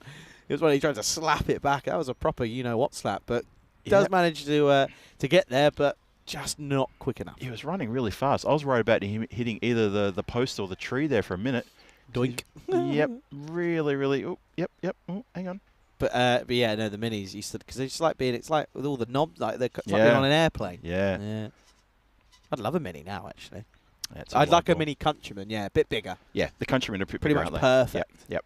Now Renata's Mini is pretty sweet. It is that sort of wow, it's like a cockpit of something. 1600.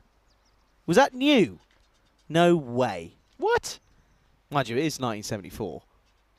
That today is probably about, what, 15, 20 grand? Yeah. Actually, I'm going to look it up. Yep. That's been hit out towards deep mid wicket, going along the ground there. Just do it in singles here, although they did have a 4 before. Let's see. So 2 from 6, 2 from the last over to pick up a point. That's what this game's all about now. Can United get that bonus point, get something out of this game? Because they're sure not going to get the win here. So Sukamran, he finishes with none for 8 off his 2. 2 wickets there to Adil Latif, and 1 to Alwyn John, and 1 to Jago Chowdhury, and 1 to Jace Matthew, and Yadaf Manu, he also missed out on a wicket. 20 grand. There you That's go. what that is. Yep. No, Right. 1600. Hey. Oh, what did you put in? 1.5. Oh, okay. Not a lot different. Nah, but nah. Some. Yeah, 20 grand. 21 grand. Last overtime. What do they need here? Let's have a look. They're not far away, are they? Just 2 needed for the point. There you go. And the point is banked. Well done to United for banking a point. Yeah, they did well. They've done well, but they'll be disappointed not to have got the chase down to anything here. You know, they just lost wickets, being at 1 for 2. You know, realistically, there was never going to be much to come back from that. A bit of a slinging action here from Thulsid Haran. And he goes down leg side, gives us a wide. Bandari up to 17. Well, he was there for a little while at the non-strikers end. When he gets on strike, he had a few almost run-outs. But he's got a few runs now. People are liking my "I'm 22, not 30" comment. It's quite good. Oh, yeah, Tripler lit up on that one. And that's gone up and high. And 1 bounce and collected before it gets to the boundary line. Yeah, well fielded. Yeah, very well fielded. I have to say, the fielding Couple today been very good by all participating teams. You know, they put their bodies on the line. They really do. You know, we saw a bloke knock himself out a couple of days ago, so you know, there's no question of that. Yeah, we've seen some good efforts in to save boundaries. He's fine, by the way. Confirmation. Yeah? He's Oh, all good. right. He's A-okay. Glad to hear that. That's not okay. Yeah, that's That's a bit harsh. And that's signalled. Oh. Oh. Well, he's standing tall there. It's going past his eyes. One for the over. Yep. Yes, Christopher. Charlie makes me feel old. Hey, glad I do something. Chris Ward, you're literally half my age.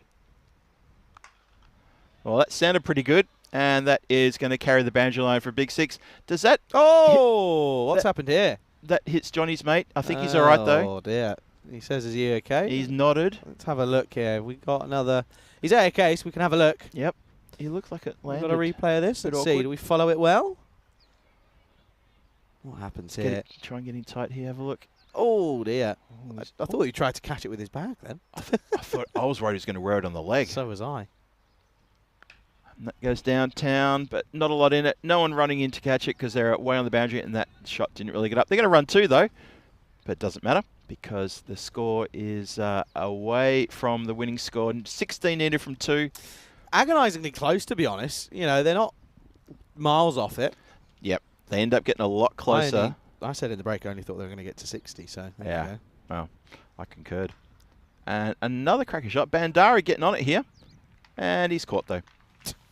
Well, he's trying. He's trying. And he's hitting it hard. He's hitting high. He's doing what's been asked of him. And he's come undone in the penultimate ball in this innings. And he goes for 27. 27 good runs to help the United team pick up a point here. Yeah, it's pretty good. It's a big point as well. You know, the Knights were back coming into this game knowing that they wanted points. They didn't take any points against the Strikers, so they came into this knowing that they had to get a win, and they will do that. But nice little spell from Bandari, 27 off of 16 for him, 85 for 8. That's right. And the last ball of the day, day 7, and it's clipped handsomely out towards point boundary and cut off there. Just going to be 1 run, and that's all she said. EDX Knights take the win over the United team by 14 runs in the end.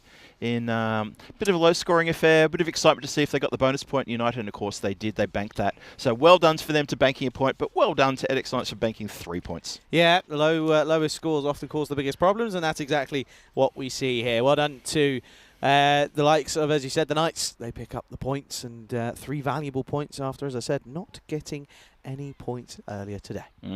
Exactly. Let's, of course, have a look at the highlights. Then we can run through what's coming up for the rest of the weekend. But let's have a look at these highlights first of this innings. Of course, it started horribly. In all reality, they were 1 for 2 as this one was eventually taken on the 4th time of asking. And then, of course, there was another real issue in that first over, which ended up being a good run out. But after that, you kind of just thought, well, there's no way back for them here. And at the end of the day, there wasn't. That's right. Look at this. Good run out there. And wickets falling nice and early. The power play went for, I think, a dozen. It was very, very... Yeah, 18, it was pretty, I think. Was it up to 18? I think it was 18. Oh, yeah, it might have been 12 after 2, but 18. Bit of a poor power play. Probably the worst one we've seen. 16 off the 3rd with just the one run apiece in the first and second, wasn't it? Yeah. Yep. And unfortunately, then Bouillon came in. He got an 8-ball duck, which it did. It set the tone for that early part of the innings, and it wasn't until the momentum happened later that we actually saw some excitement happening. Shrambakal took a couple of catches in the same position, and that was a nice catch there. A bit of a muted celebration, and at that point, EDX Knights thought they had this game completely done and dusted, and to be fair, they pretty much did. Yep, nearly got the catch there, the 3rd one to make it amazing. Then, of course, it stepped over the wrong line. Then there was a serious mishap here, a run out, no need to go even upstairs. That was poor running, and that was just kind of the sort of nail in the coffin, realistically, as there were a couple of nice shots at the back end of the innings. Bandari with a nice couple of hits, but yeah, you can see some of the spectators having a nice glance on, and well, he ate grass, did the wicketkeeper. There was almost a run out to finish us off as well, but he got a little bit lucky. Yeah, and this is the rearguard action that came in to ensure that the Knights picked up that bonus point, and Bandari started getting into the bowling. It took him a while to pick up there. Well, that was Manu who put the catch down, copped a bit of a serve, and then I think not next ball later, but the one after, he takes the catch. Very happy man indeed. Yeah, it certainly was. And then, of course, this one was close for John. Put the brakes on. certainly did. This one was hit firmly out into the offside, and that was the point that with the shot that would get them the single point that could end up being crucial when it comes down to getting into the top 8. Really could. Yep. And then, of course, towards the back end, Bandari was eventually caught at extra cover. And, well, that was all she wrote. Ended up being a pretty convincing victory. Yeah, pretty good one. EDX Knights very happy to get those points on the board and to solidify their standings up there in the ladder to be all out overall second place in the standings. Yeah, look at that. Not the prettiest of sights for United. 3 ducks in a row. And that never is positive when out of your top 4 batters, you only get 18 runs out of all of them, and that came from 1, Siraj Durai. Bandari, 27 for 16, not too bad for him off his little innings there. As for the bowlers, bowled very well, caught very well, fielded very well, and of course you can see there a decent array of bowlers used, so good chance to get a look at maybe the likes of John and Manu, who maybe wouldn't normally bowl. Yeah, look at that. They were 5 for 20 at one point, Yeah. and that spoke volumes. Absolutely trouble. Tells you exactly all you need to know. Well then, pretty convincing win in the end, as that will be the end of the action here today, as the EDX Knights beat United by 14 runs. Well then, let's have a look at what's coming up tomorrow. Of course, I think they're still going on out there in Italy, but of course here tomorrow, it's a 3-game day. EDX Knights return. They take on the Crusaders in match 29. Crusaders take on the Stars in match 30. 31, Zero United return as they take on the MMA Titans. 9:45 GMT, 10:45 Central European Time, 1:15 out in India. Going to be exciting. Phil, you're going to have a day off? You're going to keep a little eye on it though, I'd assume. I'm still not sure what I'm going to do tomorrow. I think I'm just going to do some sightseeing, just stretch the legs and see what the city's got to offer. Looking forward to it. Just to sort of unscramble the brain and come back happy and healthy on Monday. Well, you deserve your break for sure. Don't know if we can allude to maybe what's coming up tomorrow in Italy as well. There's more action to come from them. Not too sure if we're able to bring up a little graphic that tells you about that at the moment, but of course it's 2 more games tomorrow. Got the women's side of things coming up in the domestic final in the morning, and then of course the Super Cup will be taking place. And you can see there, it's the winner of the Coppa Italia taking on taking on Rome. Roma at CC in that one. That one, of course, 8:30 GMT, 9:30 Central European Time, 2 o'clock out in India. Well, depending on where you are in the world, enjoy the rest of your evening because you will be getting an extra hour in bed, of course, because the clocks go back. So make sure you remember that. Phil, what a day. Oh, it's been a bit of everything today. It really has. We've seen some incredible hitting, power hitting. Pushparanjan is going to stick in everyone's mind from earlier today. And there's been some good catching, some very good catching, and some terrific fielding as well. You alluded to that before, and I think that we need to give a bit of a tip towards some of the fielders who have put on a wonderful display for us. It has been a great day, day 7 here in this ECS. Yeah, it's in the books. Another chapter closes on a beautiful day here in Malta. Make sure you return then tomorrow a little bit later. Enjoy your lie-in. We'll be here waiting for you. Thank you to everyone here at the ground, to everyone who's got us it from A to B, to all the crew, to all the staff, to everyone in between. Pleasure to have your company with us as well. Thank you to everyone for getting involved in the chat as well. That's all we've got time for, folks. Enjoy the rest of your Saturday evening. We'll be back tomorrow. See you soon.